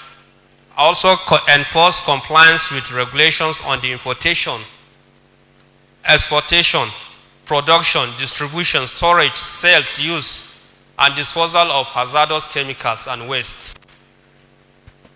Prohibit processes and use of equipment or technology that undermine environmental quality. So I just fish out some of these mandates that has to do with what we're discussing on now. Next slide. Well, looking at the MEA that Nigeria is signatory to, which is the Vienna Convention, the Montreal Protocol, and of course the Kigali Amendment that we're trying to implement now. Nigeria is signatory to this. And in order to domesticate this convention and the protocol and the amendment, we developed a national regulations. In the previous presentations, there are a lot of call for regulatory framework, strengthening of regulatory framework. And that's exactly what part of the thing that we've done. Next slide. Next slide. Of course, we developed a national regulation for the implementation of the Montreal Protocol and Kigali Amendment. First, in 2009, there was a regulation on the protection of ODS only. Then, next slide. Hello? Okay, this was the first regulation we had. Then, next slide. This is the objective of the first regulation we have. To specify guidelines and direction for the use, handling, servicing, record keeping, labeling, alternative and safe disposal of ODS. So it's all about ODS. And this regulation applies to all operators and handlers. Next slide. But in the course of implementing this regulation, there were gaps that were identified, such as omission of best practice for safe disposal, guidelines for ODS destruction, current substitutes for or alternative for ODS, penalties which were not deterrent enough, and also there were concerns raised on some HFCs, just as has been said in the previous presentations. In the Montreal Protocol, which have high global warming. Next slide. So with this now, Nigeria alone, all this background have been said, so I may not have to even go through it. So as a result, the following actions were required from the Kigali Amendment. That was development of a national strategy to achieve the phase down target in the most practical and cost-effective way. These are some of the requirement from the Kigali Amendment. Next slide. Hello. Preparation and implementation of relevant legislation. Based on this requirement, at the country level, we reviewed our own national regulation that has to do with ozone depleting substance regulation to include the Kigali Amendment, and we shall see what's happening in that. And then set up an appropriate national level administration, engagement of, these are some of the requirements from the Kigali Amendment. Then the gaps identified, and then the Kigali Amendment implied a call for review of our regulation, just as I've said. Next slide. And these are the major amendments that were made in the 2009 regulations. First, we changed the name of the regulation has been changed from the National Ozone Layer Protection Regulation to add to the HFC Space Down Regulation to incorporate the Kigali Amendment. Then adjustment of the objectives to include the HFC Space Down. Then, of course, delineation of responsibilities, because we have different players in the sector.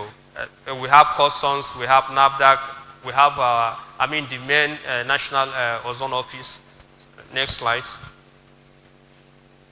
Then inclusion of requirement for compliance with the minimum.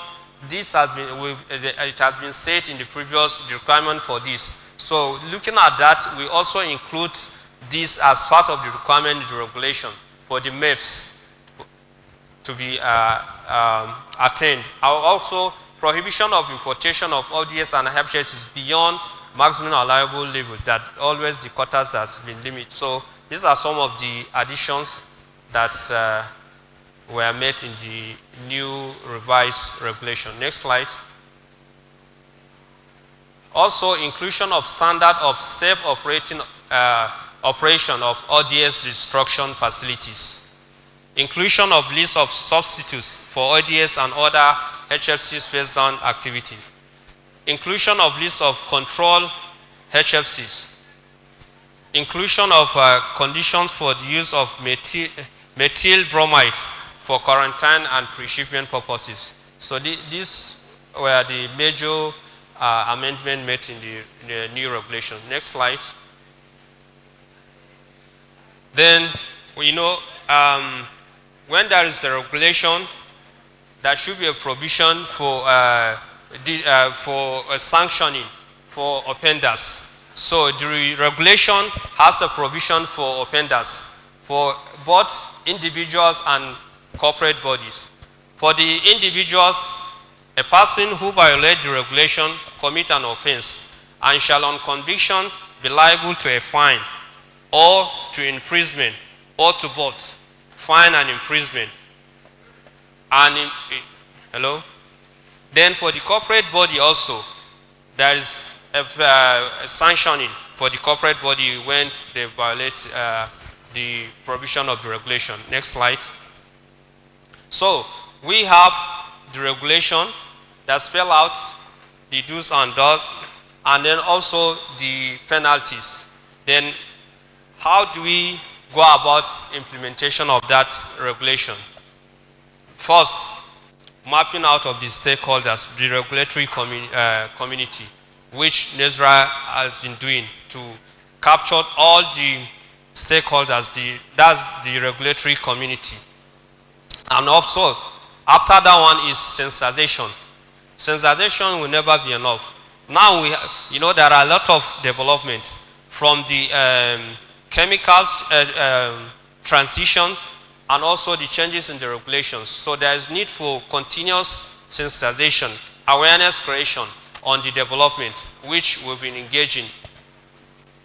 And also collaboration is something that an entity cannot do alone. Just like our sister agency Custom has been saying, we have a good cordial working relationship with Customs in that regard.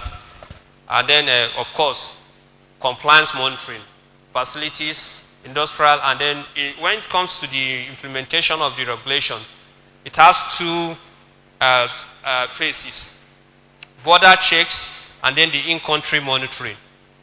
At the border checks, we are having a good collaboration with Customs. And of course, in the in-country wise, we're trying to expand our compliance monitoring activities also in that regard. Next slide. These are some of the collaborative efforts we've been having with Customs for cargo tracking and then containers inspection of some of these items. Next slide.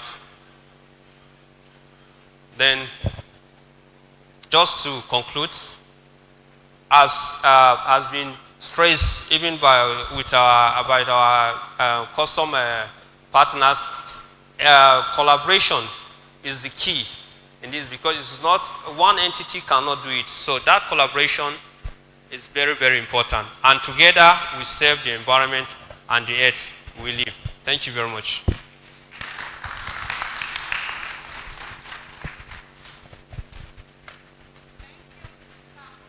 Thank you. Thank you for sharing your views on how the NESTRA has been partnering with the ministry in the implementation of our HPMP project and, of course, the KEEP that is forthcoming, that is just starting. Thank you, Mr.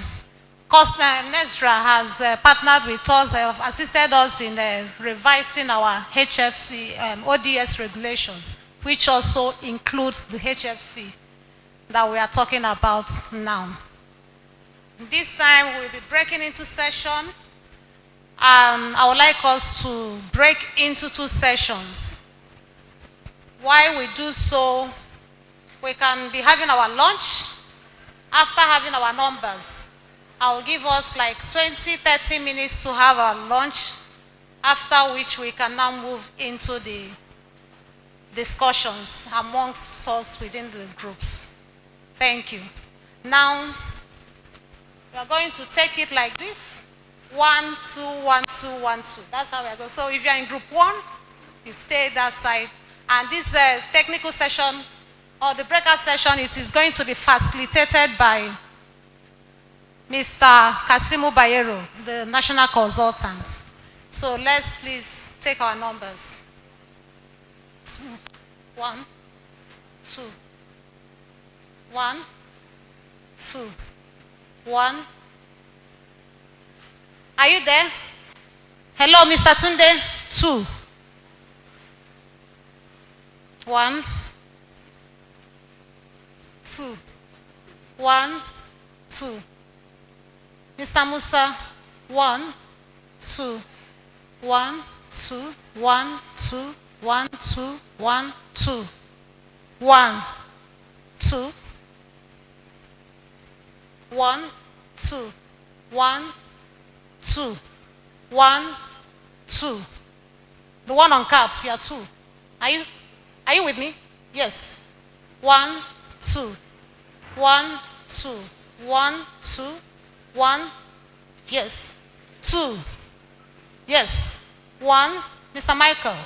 2. 1. Are you with us? 2. Are you with us? 1. Madam, 2. 1, 2. 1, 2. Are you with us? 1. Hello?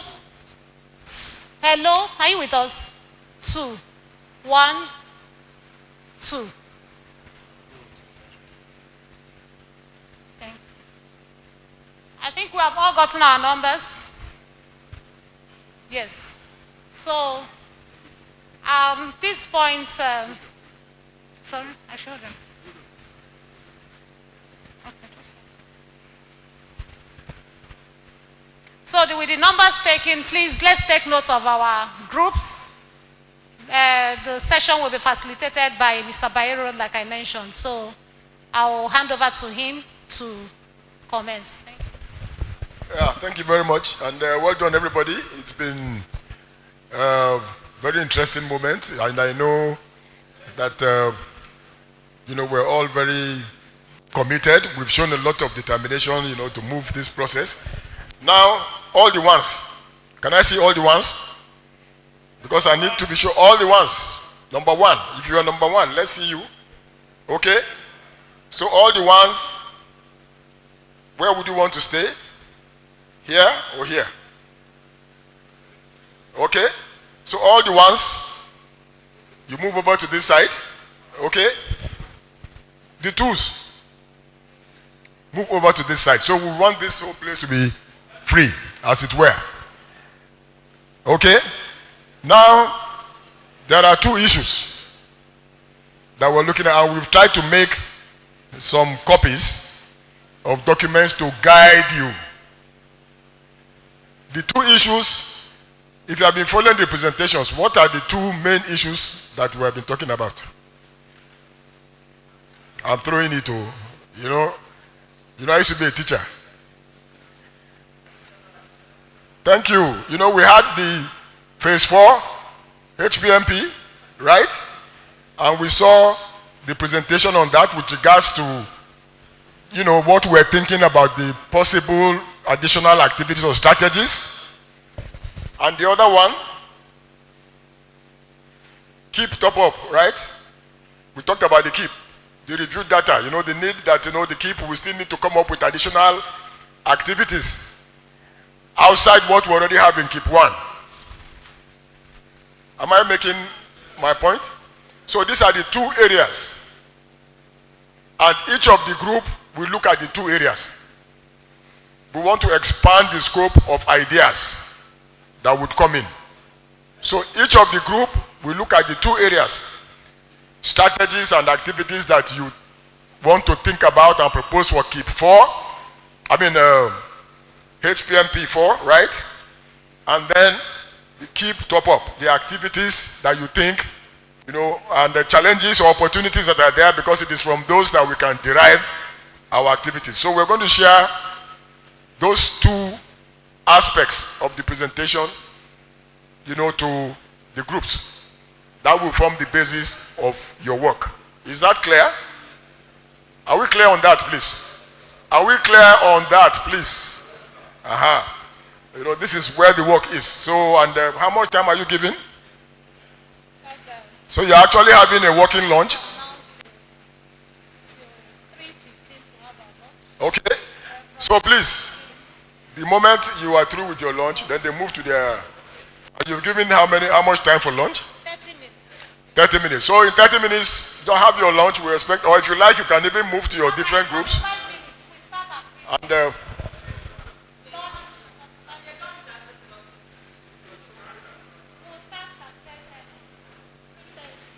but are we clear now on what you're expected to do? So group 1 on this side, no, don't worry, the lunch will come. Group 1 here, group 2 here. After lunch, we'll distribute your documents, and then we'll begin to see how we flow. Thank you so much, and congratulations to everybody, because I think we've been doing very well. Thank you.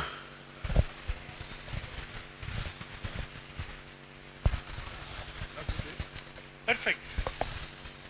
Group 1, 2, 3, and let's see how many of them they come back from lunch. Yeah. Many of them they take lunch.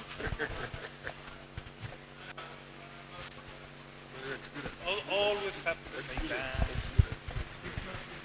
Bosu? And each of the group, will have your chairman and your rapporteur, because at the end, you will present. And Bosu Oladimeji, I will want you to chair one of the groups. What's your number? Eh? You are what? You are okay, assisting. Yeah, we'll facilitate together. Is that cool? Is that okay? Thank you.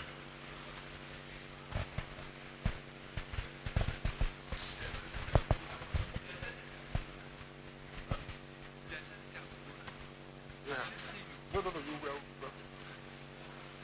You can't hide, you know.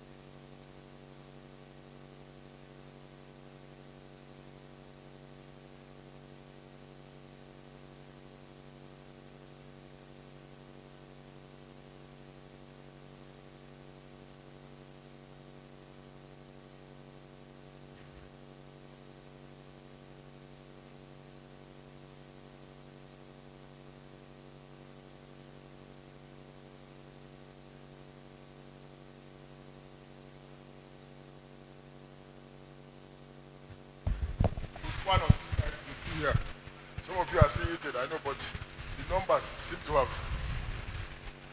Where are they? Oh, okay, okay. I know you are laughing.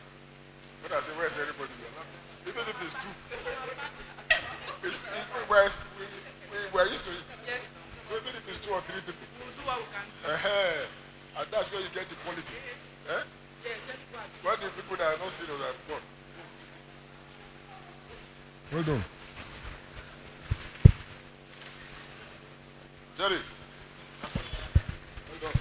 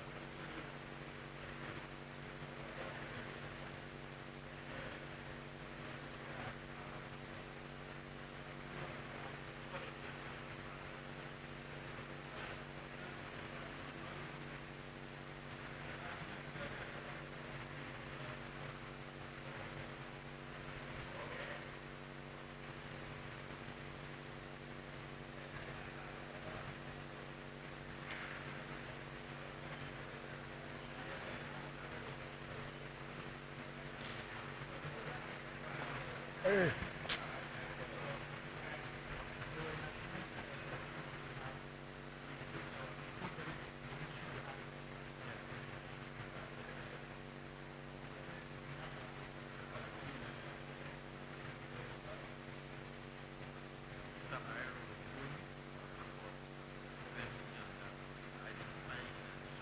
Yeah. And you can still do more.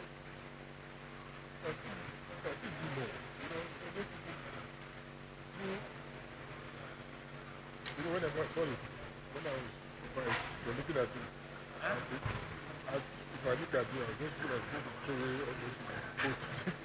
I'm sorry. When I see you, when I saw you, I said, I can never wear those things where you are around. I can't wear. So, I give you this. You must sleep with those activities.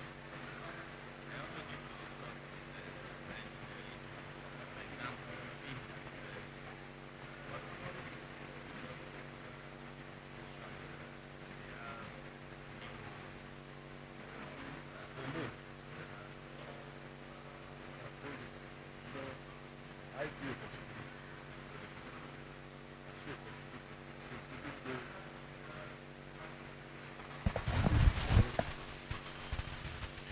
they are challenged because when you must see it's not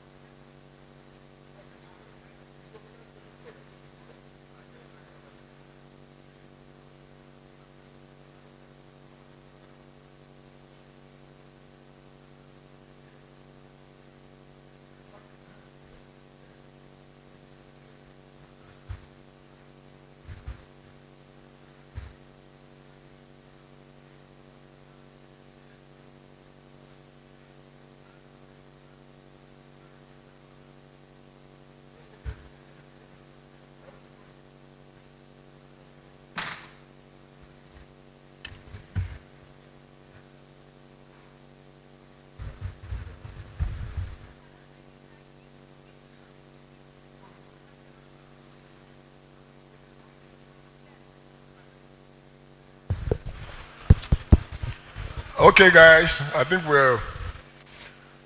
those that are available can start. Others will come and join. 10 minutes time. Okay. The facilitator of the program says it is given additional 10 minutes. For me, I think they can start. Okay, 3:30. Okay, 3:30. Let our 3:30 be 3:30, please.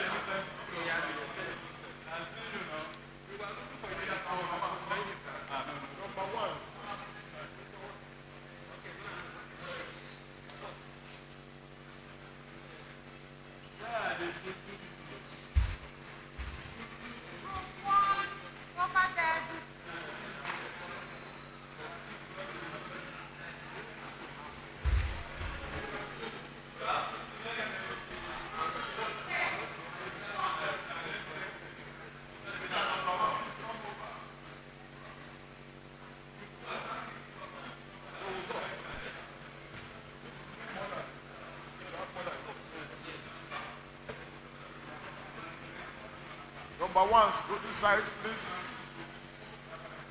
Number twos. Don't worry, we eat it when you finish.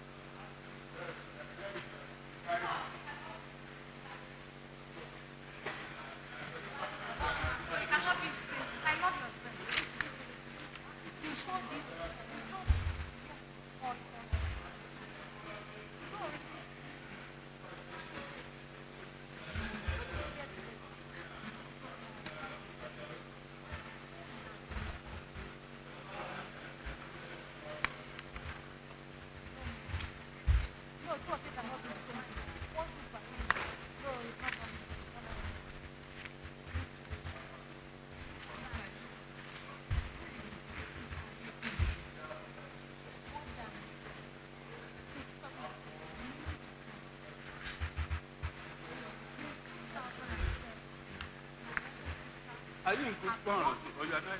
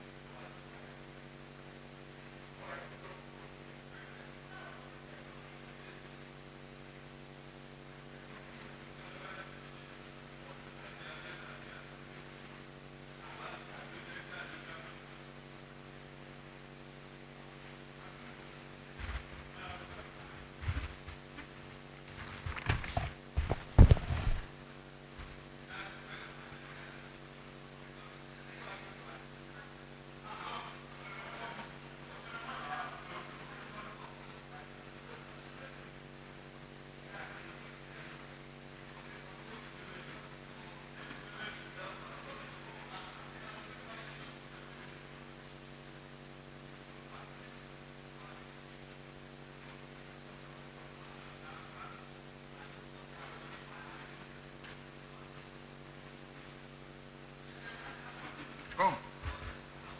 You are the photographer. How are we going to get all those pictures? I'm sending them to Mr. Commission. Huh? Sending them to Mr.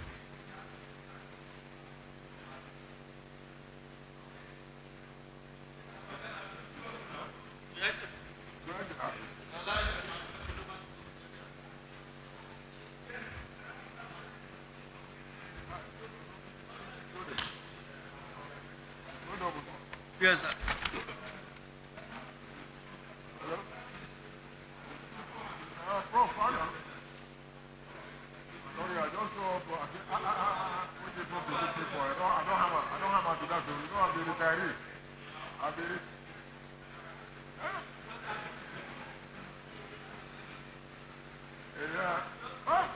yeah, we go marry, they don't marry mama, no day. I don't think they told me everything, honestly. I missed that one, honestly. No, sorry. Yes. Now we're okay. I mean, Abuja, yes. In fact, I was inside one workshop now, but we're rounding up.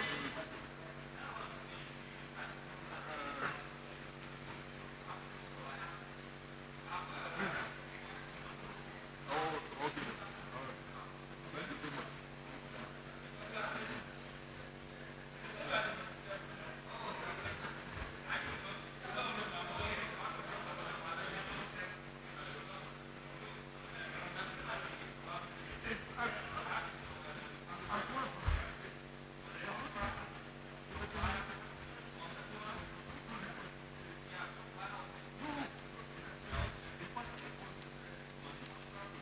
That's a simple way.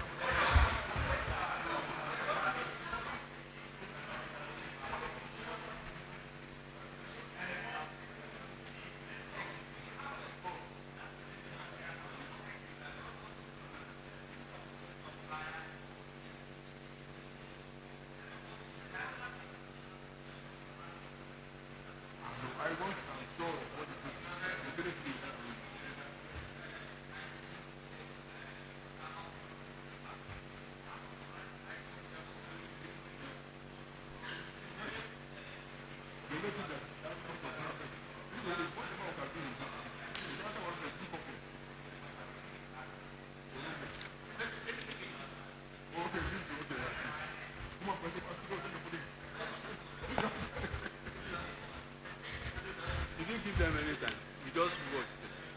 Maybe 30 minutes. And they shouldn't spend more than 30 minutes. Yes.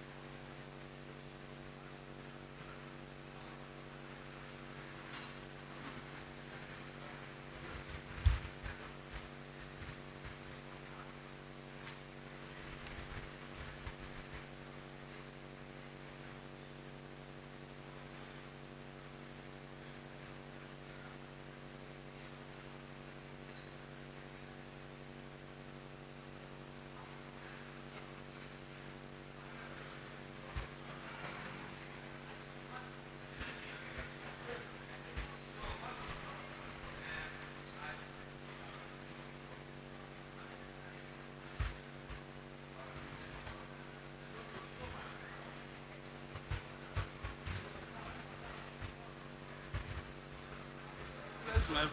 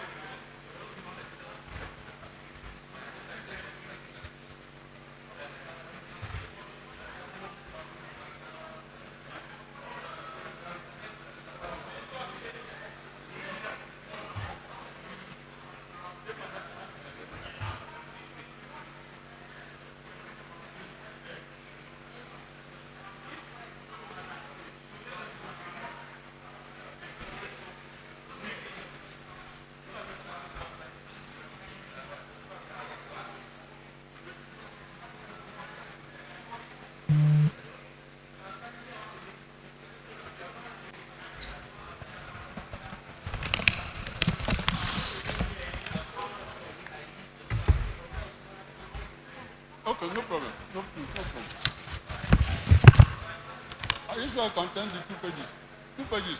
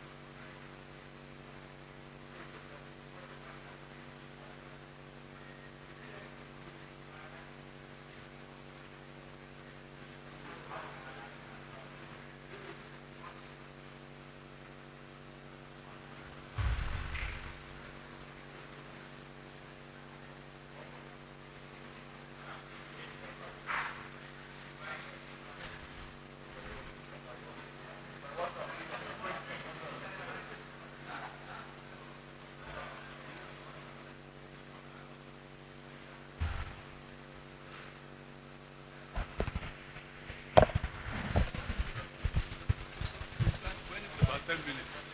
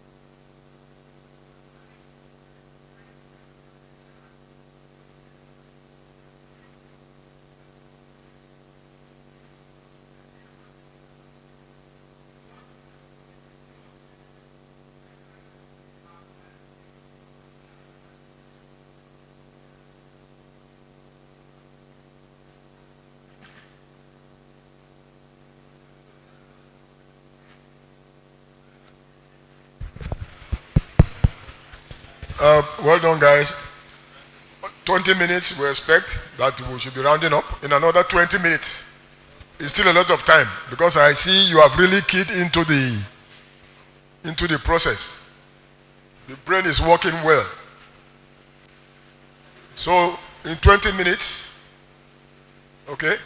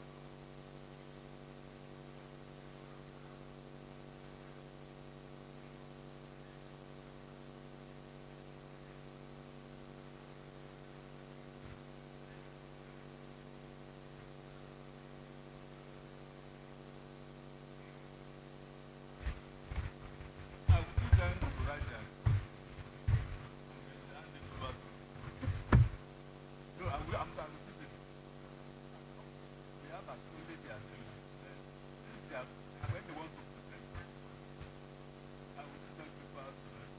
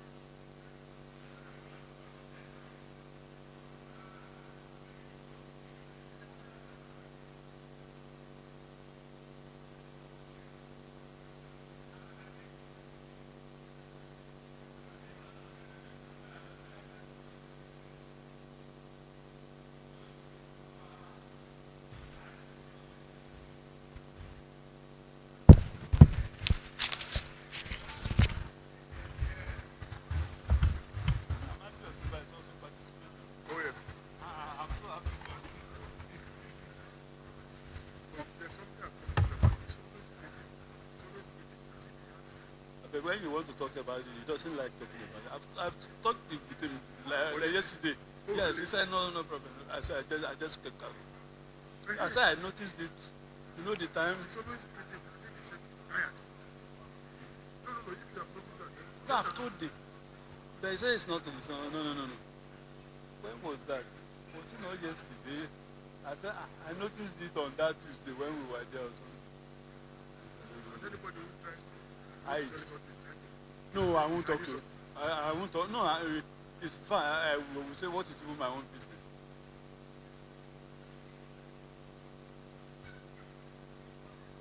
And somebody like you is snoring a lot. I may be wrong. He has heart issues. It has to do with heart issues. And he complicates it with you know, he goes out, he says, that's the thing. If I was talking about a party that is going to organize, they are talking about the drinks they will take. Yes, we how many spirits are we going to get? He didn't even say spirits. Then I know that. No, that is own life.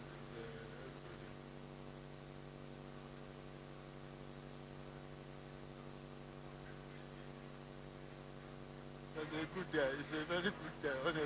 It's a jolly good friend, yes. That's what I wanted to say. The day Idris was calling me when that money issue, he called him too. He said he told Idris, don't do trust Bosu. The Bosu cannot go anywhere. Where will he go? Because when I now saw my phone again, I now see so many numbers. So I had to call him.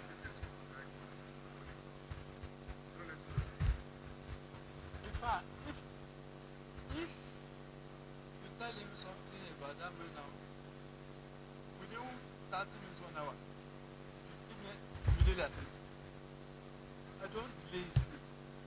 Because if this would be shaking like this,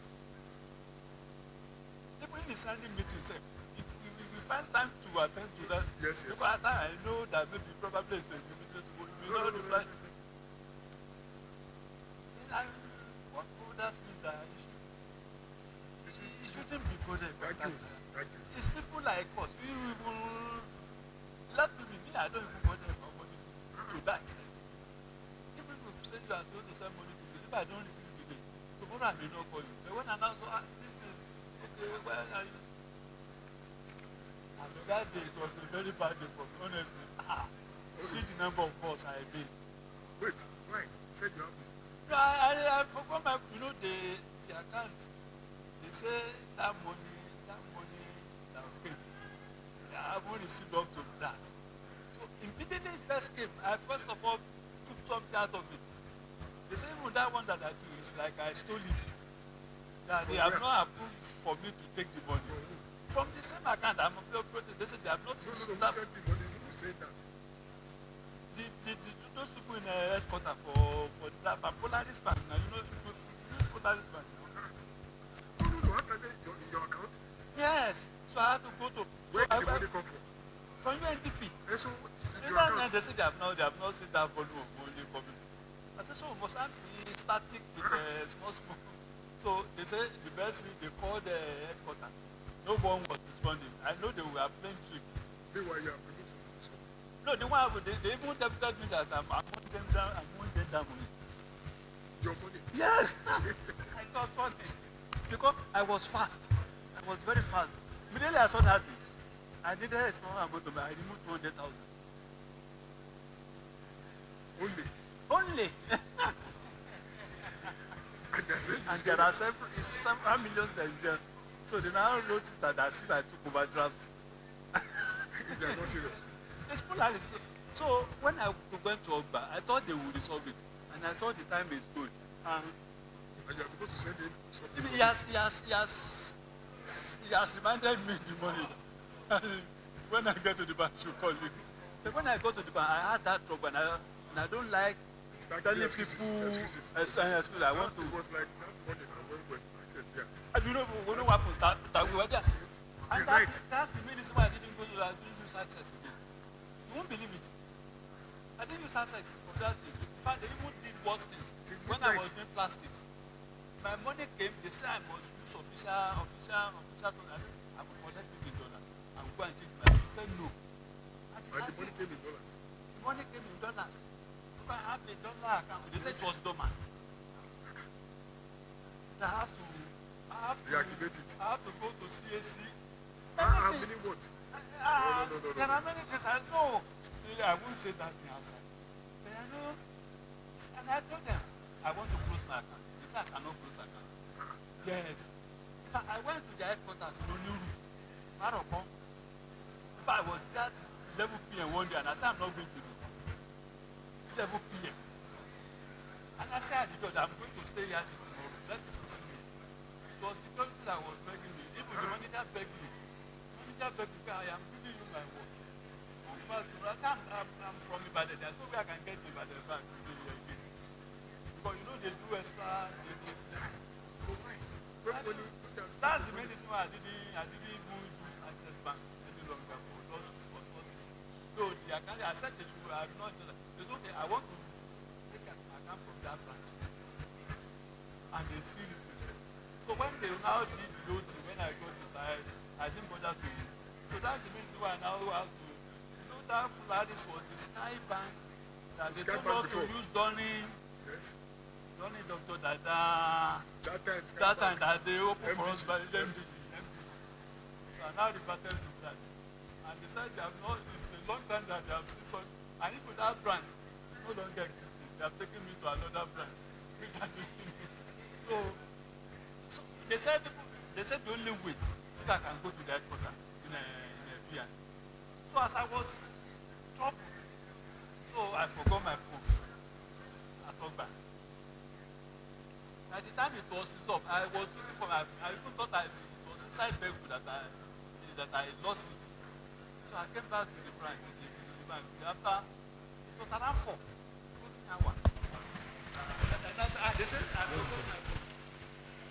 This is it makes about 2 minutes before that. It's only about 4:30 in the place. Okay, it's 10 minutes. 10 minutes. It is 4:20. They've already done the 20 minutes. They passed the 20 minutes. By 10 minutes we close. Can we say 5 minutes?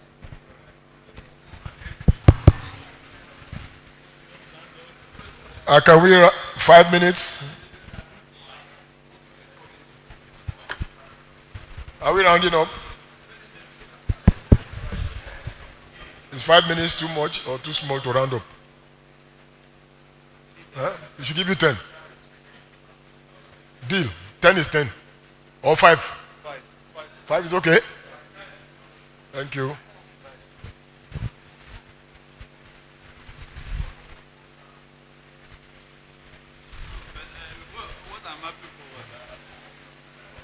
Rounding up. So 5 minutes. So in 5 minutes we close, huh? Congratulations, guys. Eh? I trust you guys. This is a green color I like. I didn't get it. Submit with the attendance. Oh.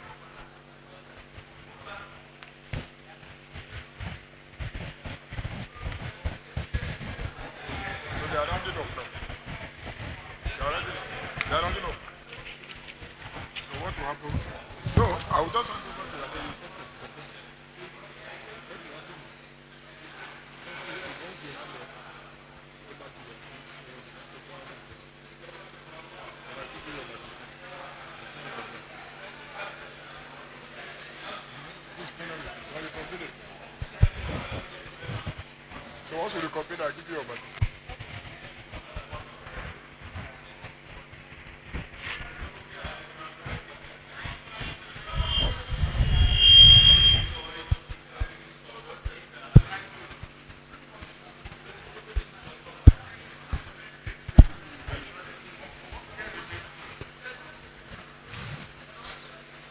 So, who is presenting for you? I know you it's amongst you now. You decide.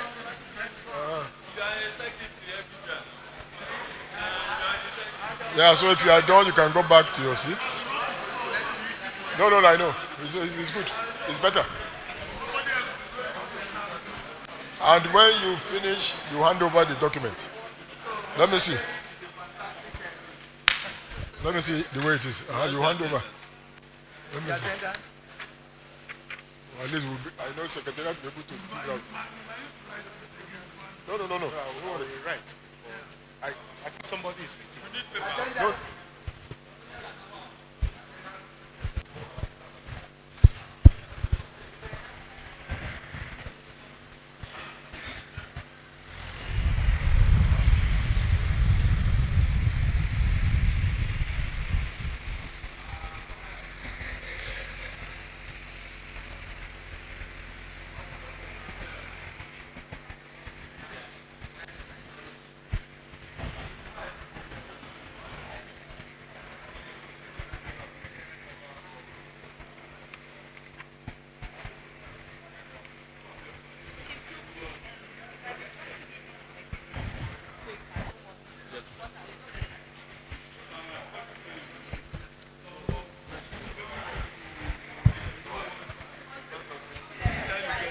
All of them have left. Huh? Your people, your staff here that are immediately they collected, they have done. No, this is it. This man is a very serious. I'm telling them. Two of them. When you Very good. listen, you listen to people discuss. Let me tell you, this is how we grew up. When you go for it, finish it and be part of it. That's how It's you grow. experience. When you see When somebody talking, you thinking that it's nothing. You sit down. people are talking. All of them is immediately collected.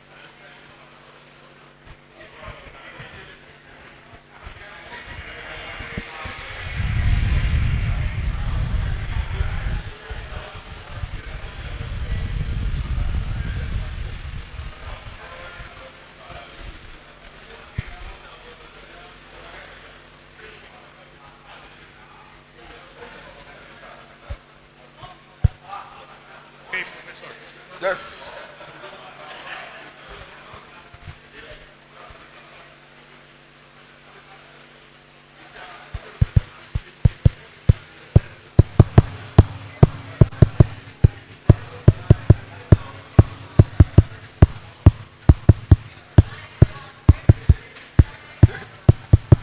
Remember, it's time to get back to plenary. Time to get back to plenary. Group 2. Yes. So the presenter should get ready. And I hope it's in a way when you present, we'll collect the document so that Secretariat will type it out properly. Okay? Let's reconvene. Let's reconvene. We have done well.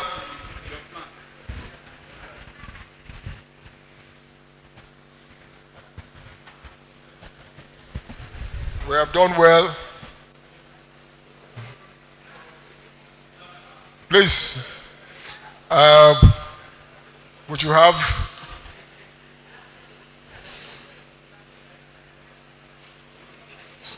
you back? Please, take your seats. Take your seats, and I hand over at this point. We expect that the group will present. Each group will present its work, and then, of course, if there are any questions, comments, and all that, you guys, the two groups did the same thing. So we expect that you should be able to put everything together. After the presentation, you hand over the document, to the Secretariat. Hello? Yeah, we collect your paper after presentation so that we give to the Secretariat to type it out properly and all that. So, Madam Coordinator, Madam Facilitator. All of the above.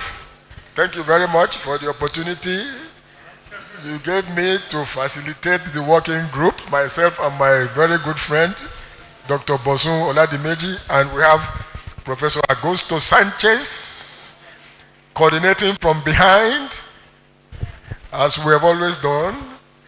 Thank you very much. Thank you. Thank you, Mr. Bayero, for that wonderful facilitation from you.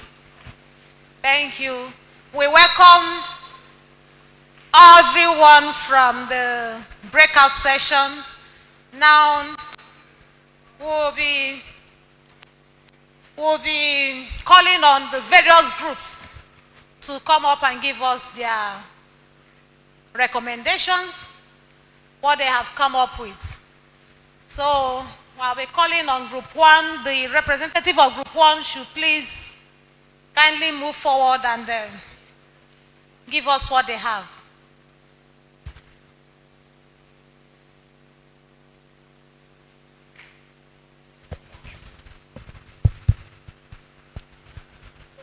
Good afternoon once again. My name is Mr. Jeremiah Atto. I was the rapporteur for Group 1. And Group 1 had about 17 participants cut across different sectors, both from government, SON, NESRIA, FCCPC, NARAP, as well as NGO.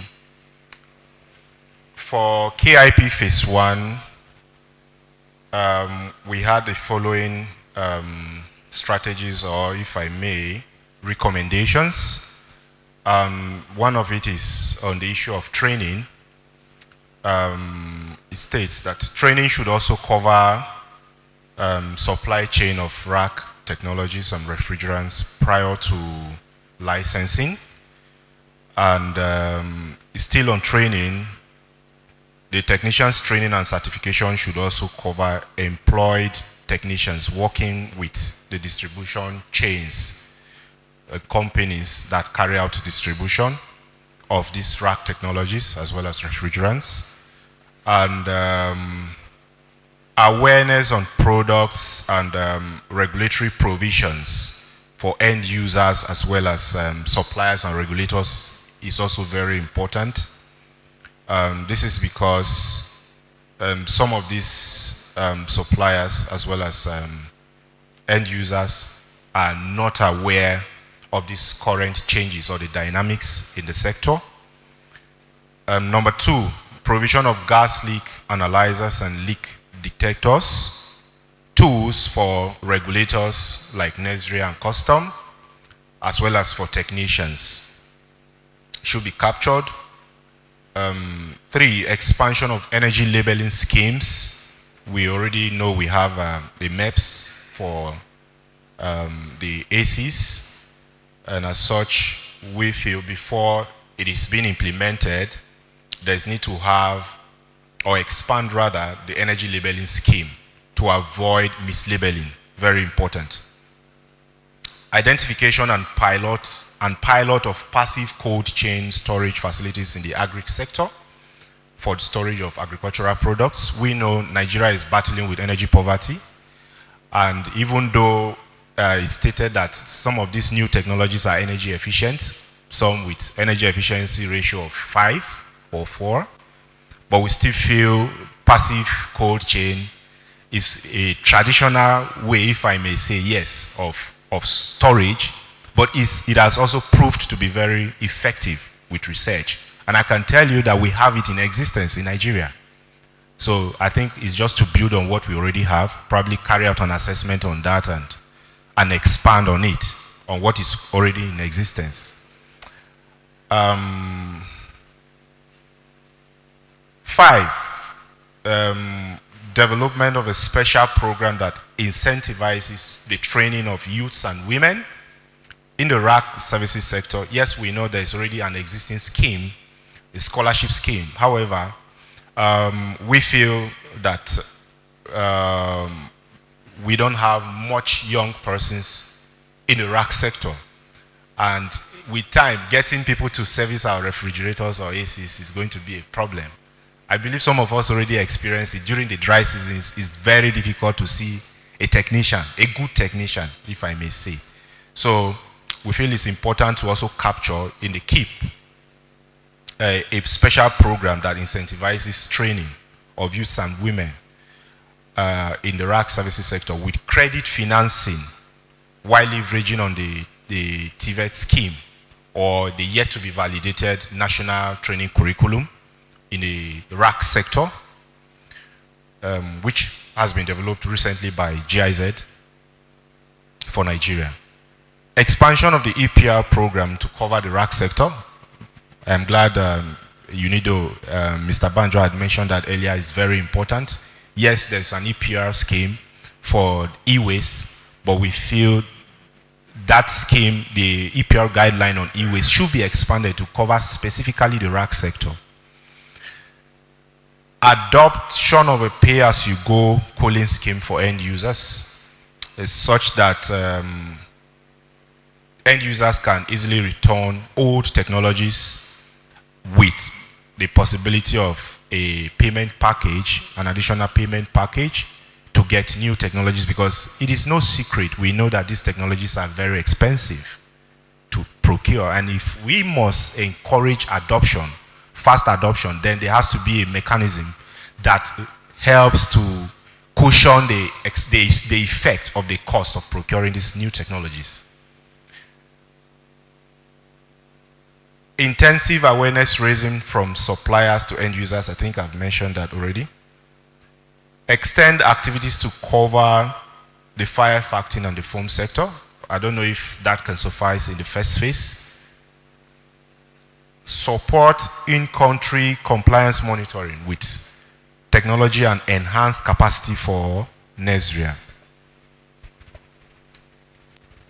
Then for the HPMP phase 4,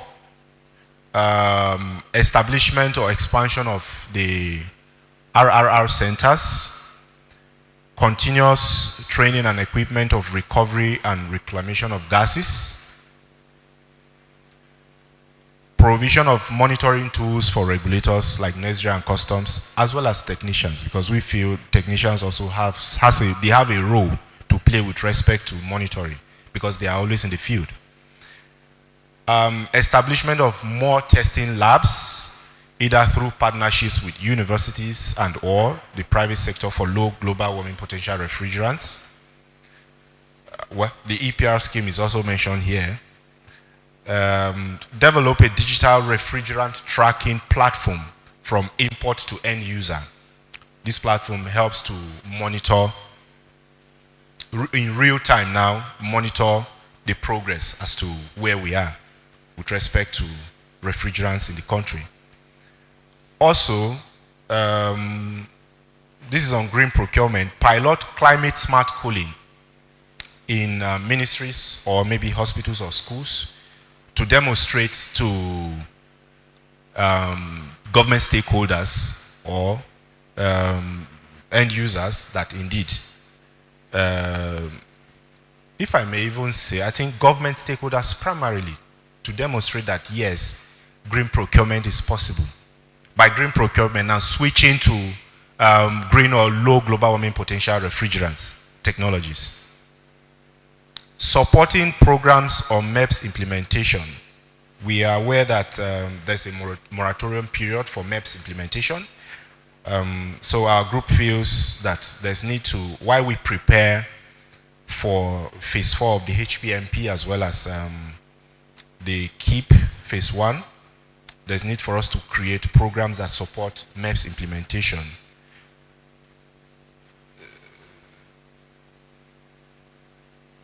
Okay, standardization and quality control of rack technologies, parts and accessories. I don't know if this is supposed to be part of the KEEP, but it's a very serious issue that the technicians just raised, that for instance now, the gas pipes, the size of the gas pipes, the quality has reduced, and there could be possible safety hazards with respect to the use of such gas pipes. So there's need to ensure maybe like a quality control that monitors, the standard of these accessories or parts, within the rack sector. So, except if we have any other further additions from Group 1, otherwise, I rest my case. Thank you. Thank you so much, Group 1. You have done a very fantastic job. I will call on if there's any reactions, any comments on the presentations by the Group 1. Any comments? Group 2, please.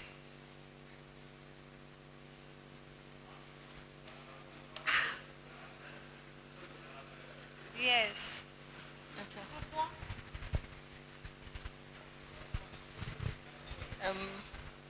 Good afternoon, or is it good evening already? I'm Hanatu Amadumanu. I'm the Communications and Outreach Officer from Stridev, Nigeria.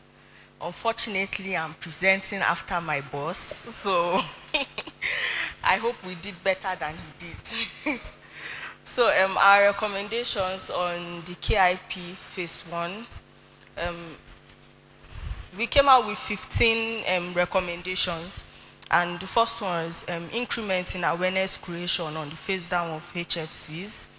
So we feel to be able to phase down HFCs, we should start awareness creation now before we go deep into it, because we cannot just come maybe in the last 1 year and tell Nigerians who should be ringing it in their heads already before time. And we feel why we brought up this is the matters of Montreal Protocol is actually a bit technical, or is more technical than other environmental regulations and implementation. So we feel it should start now. Then to back it up, we feel that also they should make the new technologies accessible and available. So it will be, as we are telling them and creating awareness, some people are actually, how they call them, is it laggards? People that pick up inventions, immediately they hear about it. So if we are telling them to buy it, some will immediately want to do that, and I think we should make it accessible and available for them, which is a problem based on what I was able to hear. It is not easily accessible in Nigeria. Then continuous and massive certification training for technicians. Based on what I was able to get, the training that has been done, not a very few percentage of the technicians out of the amount of technicians we have in Nigeria have actually been trained. So there is need for more training. I know NO has done a lot, but there is need for more. Then incentives for manufacturers, suppliers, and importers. We brought this up since we want the new technologies to be accessible. If they are bringing it in, maybe there should be incentives that the governments can make for them. Maybe if you bring in your technologies to our country and you bring it in a large quantity, we'll maybe cut down on something for you. Maybe your tax will be reduced as the first set of people bringing it in. Then inclusion of control measures into technical school modules. So we feel that this new technology should also be, it should be included in the modules for these technical schools already coming up. So when they get into the system, if possible, they can be certified as they are graduating. So as you're graduating from technical school, you already have your certificate with NARAP to join the organization, and you can be certified to work under NARAP. Then development of standard operating procedures in the RAC sector. So that is necessary for our technicians to work well. It's not just right for anybody to wake up one day and say he's going to learn handwork, and does not even finish it and goes on. Then there should be a RAC plan in the construction sector. They also complained, the technicians amongst us also complained that when buildings are made, that is not considered so it should be considered. Then increased stroke improved training for enforcement agencies and relevant regulators, such as NESRA. I know custom has been, they are in the plan, so I think NESRA too should be included and other regulators too. Then accessibility to monitoring and enforcement tools and equipment, that is for the enforcement agencies and regulators. They should be able to access the monitoring and enforcement tools stroke equipment. Then create incentives too for the take back system. Sorry, so for the take back system. So if possible, just as Group 1 said, as you're taking back your equipment, it's either you'll be able to pick up another one by adding something to it, or there shall be incentives to that. Then development of recovery centers across Nigeria. That is recovery centers in the aspect of the gases that like technicians should be able to go to have a recovery center where they can take back the gases that they have brought out instead of just releasing it into the atmosphere. They can have that. And also in the take back systems, it's also possible that if these recovery systems might take, might take long, it can be that the government should be able to collect these gases from technicians. So incentives might be given to them. So the gases can be collected. If you maybe put up your gases in a specific can and you return them back to the government, something can be done for you. Maybe an incentive can be given. Then review of the regulations on emerging issues. We feel that the NESRA's last regulation was in 2022, and since they are the enforcement agencies, probably there will be new emerging issues that they should review their regulation for. So the National Zone Office can also try to enforce that. Then improvements of facilities for regulators, such as the NESRA also and customs, to improve their regulation, their work. Then also bilateral agreements between countries on refrigerants. And we got a point that if, since Nigeria is not a manufacturing country and we're just importing, if countries that are manufacturing should have maybe a bilateral agreement where they don't bring in, they don't import, they don't export that is out of their country into our country, the old gases, and bring in the new ones, I think it will work out well too for Nigeria. Then on the HPMP Phase 4, our recommendation, accessibility and availability of gas analyzers to help identify and report wrongly labeled gases. So it is already a problem from what we heard. These manufacturers, or I don't know who the people that are in charge of it, but they are already mislabeling or wrongly labeling refrigerants and the gases. So, and the technicians are the ones that actually get to face it at times when they go to install these technologies and they realize that it has been mislabeled. So if there is a way that they can have these gas analyzers that will be able to help them identify this wrong labeling and report directly to customs or the ministry, so that something can be done about that.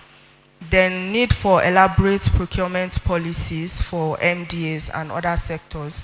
If we want to enforce green procurement, we think there should be policies on it that will help enforce it, so that the government offices can start and others can pick up. Thank you.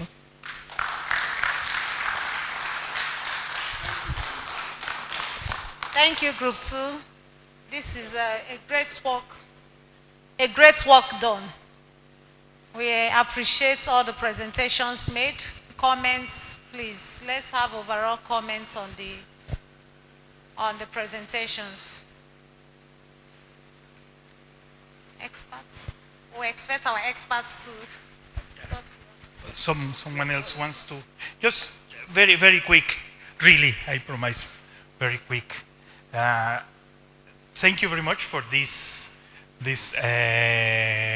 recommendations. Surely we are going to take it. Here is the one that will be telling me, hey, recall. We took these notes, we took these elements, yeah. And what I'm looking at, listening these recommendations, one very important issue that is a common factor in most of the recommendations. We have to put the people in front. Yes, not in the back, in the front. The most important is to take care about the technicians, the end users, the people itself, the children, the women, etc., etc. Yes, all the people that are involved in this is who is going to be in the front of this HPMP4 and keep plus. Thank you very much. Any more words from the national consultants?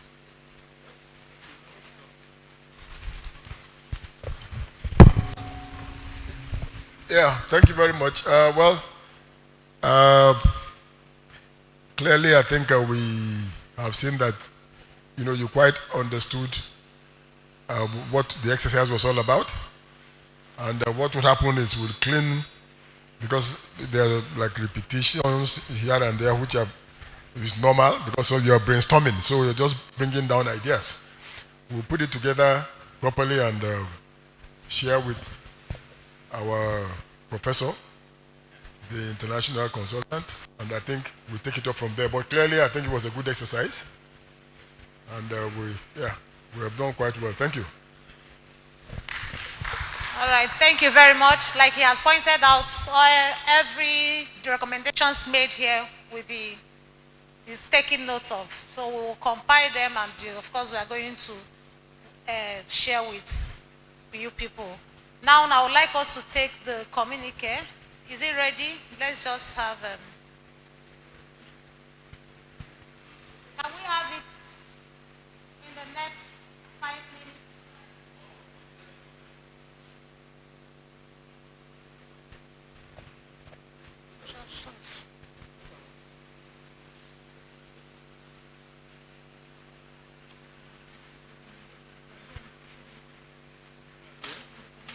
Yes, later you share it.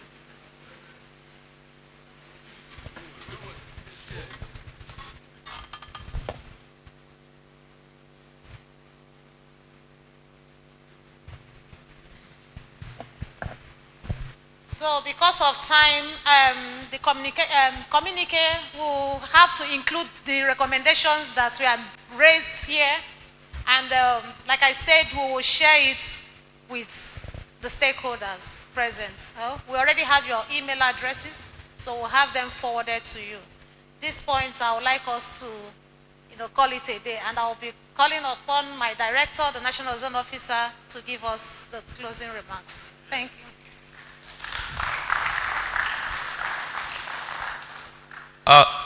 Thank you very much. First of all, I would like to thank Almighty God for allowing us to witness today and participate. And I pray that we see the implementation of these two projects in good health. Amen. So I would like to clap. I would like you to clap for yourself.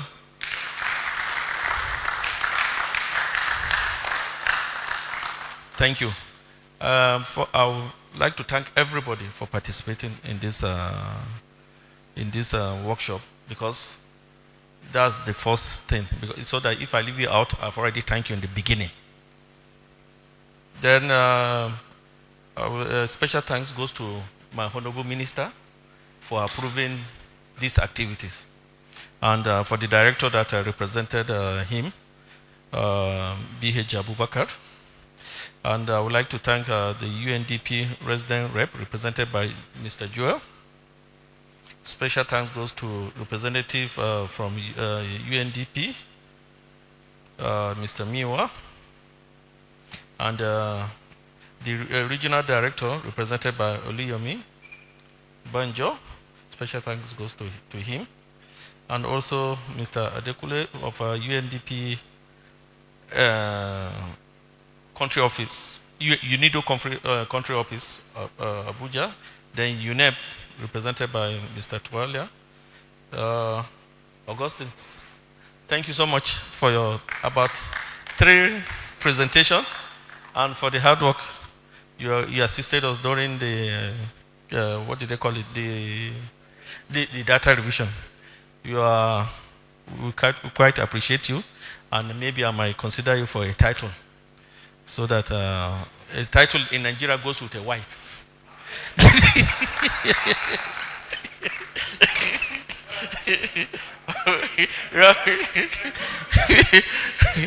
You have another family here, and you have in Mexico. No problem, balance. Yes. That I would like to thank other MDS present,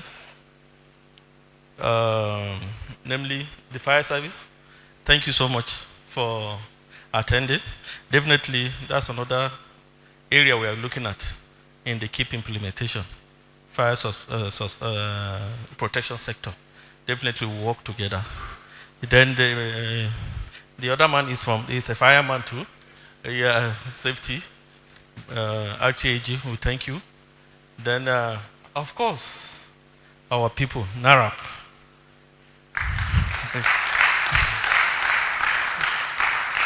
Thank you very much. We are always there for each other. You are there for me, I'm there for you. It's a good relationship. Very nice relationship. Special thanks goes to you again. Of course, custom. Thank you so much. For your data, they've been very helpful to us. And they one good thing with custom, they always attend our program. We thank you, and then we'll look at this KEEP and see how we'll strengthen the importation aspect of it, starting from the analyzer that we're going to give you. And of course, if there's any training, we're going to involve the custom officers. Then my people in my ministry, in my department, the ozone office. Ogie, thank you so much. We fight and we'll come back together again. We shout on each, I shout on her. Thank you, I appreciate you. Nuruddin, Kelechi, Yunusa, thank you. I thank you all. I thank all of you. And who again? Of course, nothing to say, we thank God. So now I wish you safe journey back to your respective destination. Thank you so much. Thank you, sir. We call it a day. Thank you, everyone. Thank you very much.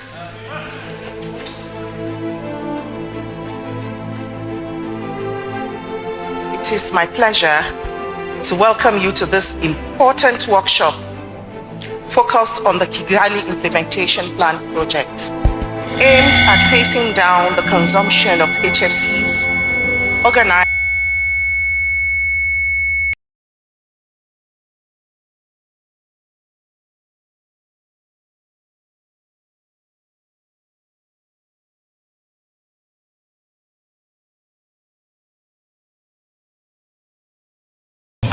to formulate HFCs free rigid polyurethane.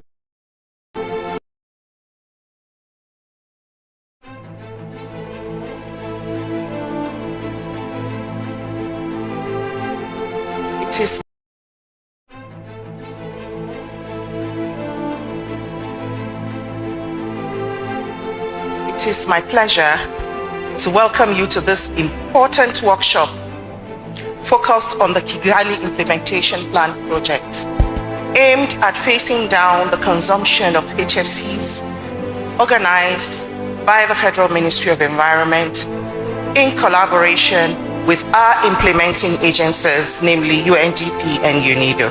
Under the farm sector activities will mainly be technical assistance to some foam manufacturing companies to formulate HFC's free rigid polyurethane foam system and the manufacture of rigid polyurethane foam. We are here today not just to talk about the targets and timelines, but to build a shared understanding of how we will get there together. We are here because Nigeria is doing very well with regards to the implementation of the Montreal Protocol.